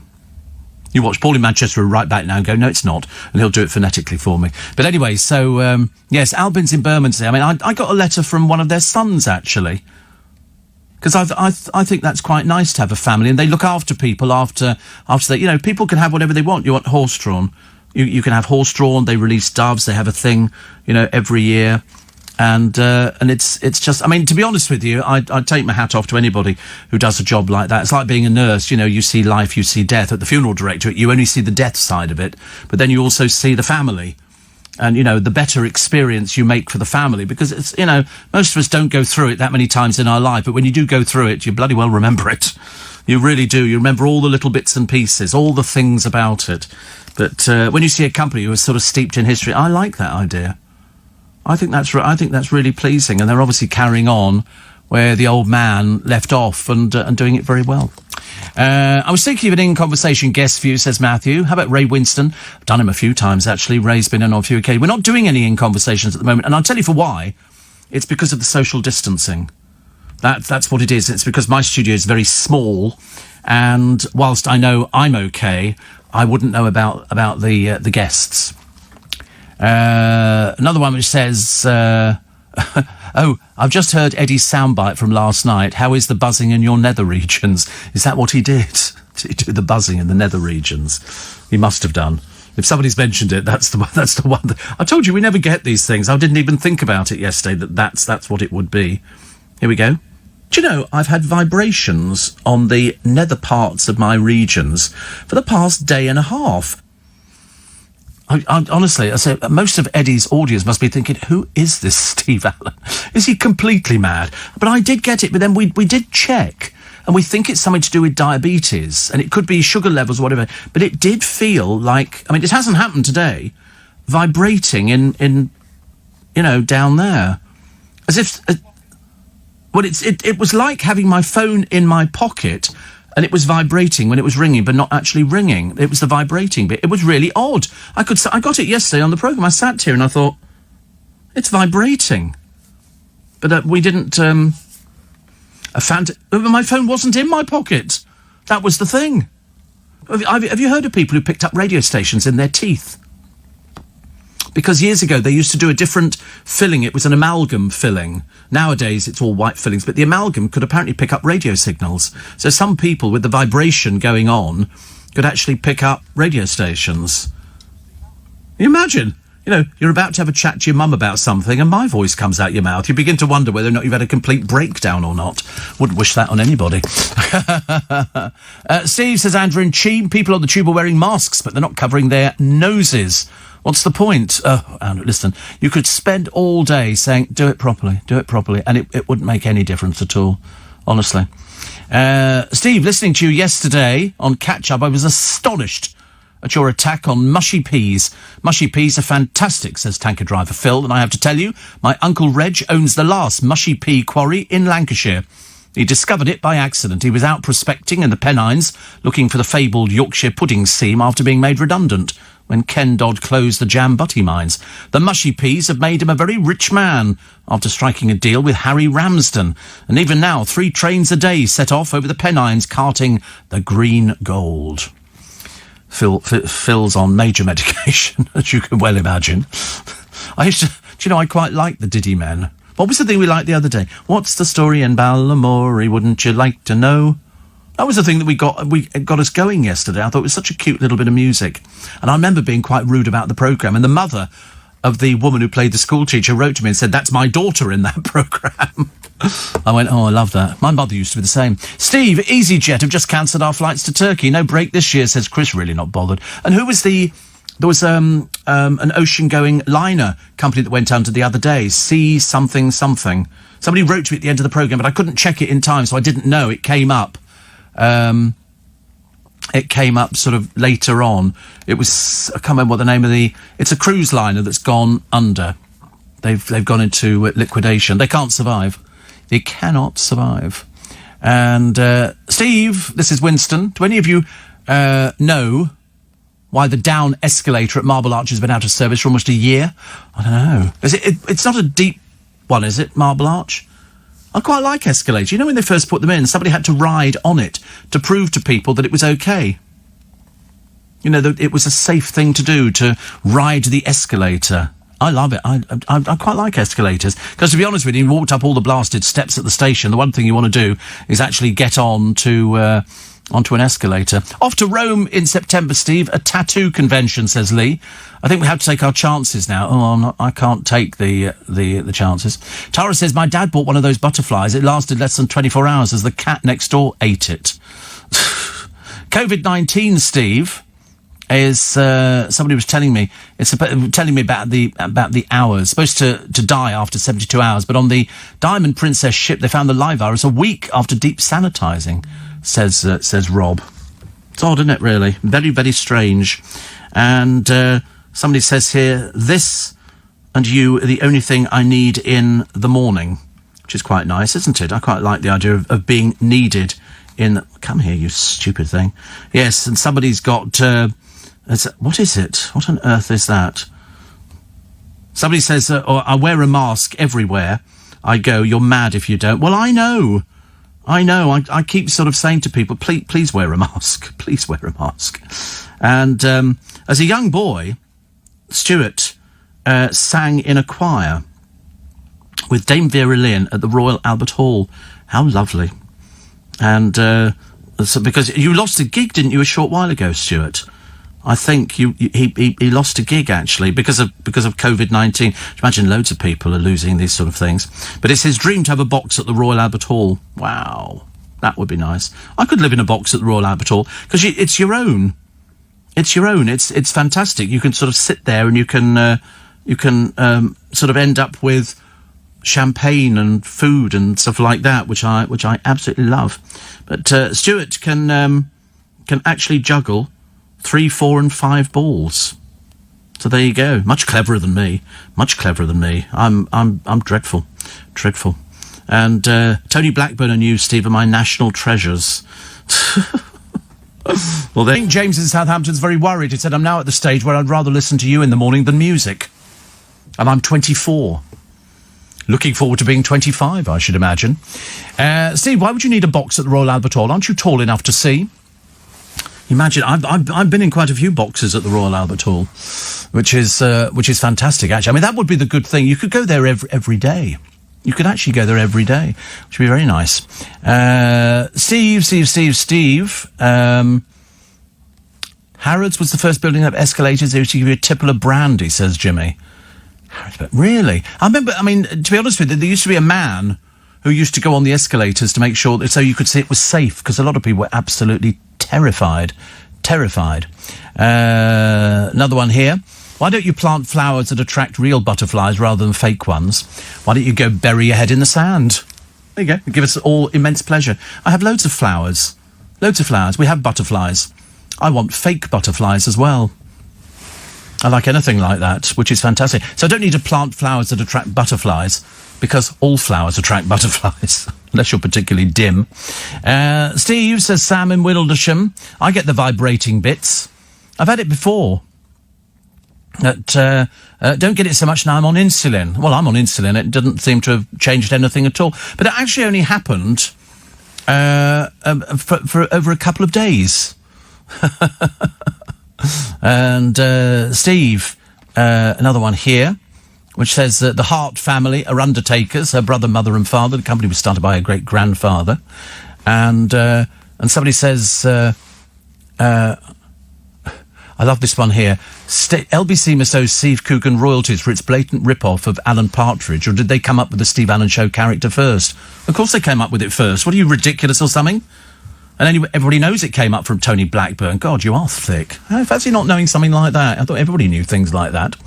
And Catherine Bush is the undertaker in front of Jack Charlton's hearse and coffin, based in Gateshead, and is a 4th-generation family business. There you know. See?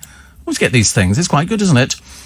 Great history, and known in many years from Philip, 5th-generation funeral director in Newcastle. Woo! Good Lord above. There you go. You never know who's listening to the programme. Do you have to pay for your garden waste bin, Steve, says Jackie. I don't have a garden waste bin. I don't even know what is a garden waste bin? I don't have one. There is no garden waste. We throw it in we've got wheelie bins. Front page of the Daily Mail. 7th birthday, how Prince George became the king of camouflage. So he celebrates 7 today, and so the papers are just full of pictures, which is very nice. Plus, excuse me, blimey, that's a good start, isn't it? Bless me, thank you. Hand lotion. Every time you sneeze, hand lotion. But this one goes mad. That's better. So, the damning Russian dossier, now tame the Russian bear, they say. Front page of The Guardian. Report damns number 10 and spy agencies over Russia. Hundreds more NHS baby death cases found. Is singing in a time of COVID still safe? I don't know. You're not still singing, are you, Thomas, in the choir? You're not still singing, are you? No.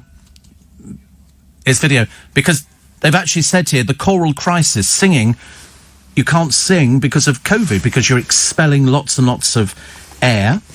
Daily Express this morning, Rachel salutes COVID heroes. Sorrow as Sir Bobby too ill for Big Jack's funeral. Boris, no way Russia rigged Brexit vote. Happy birthday to George, who's 7 today. Andy and a topless girl, this is Prince Andrew. It's not going away, is it? As we predicted on the front page of the Sun. Mirror, heartbreak as Sir Bobby too ill to attend Jack's funeral. He sent a nice wreath and a card, though. And the insult to the heroes, Sunak, warning of pay restraints as million NHS staff and care workers not in the deal. TV Kate Garraway, husband's great. He's it's getting there. It's getting there. It's very, very slow. Not out of the woods for a long time yet. The Daily Star, this is Rachel's heroes, and thanks for your help, folks. But up yours, say the Daily Star. Carers, bus drivers, bin men, cleaners, nothing. Nothing goes to other people. Well, perhaps second round might be quite nice, mightn't it? 5 to 7. The Times, MI5 to get more powers. Tough new laws will combat the threat of Russian spies. The government took their eye off the ball, despite the rising evidence. And that's rich. Amazon's founders' wealth is up by, well, they've said 13 billion in a day. But, I mean, it varies between 10 and 13 billion pounds in one day. Unbelievable, isn't it, really?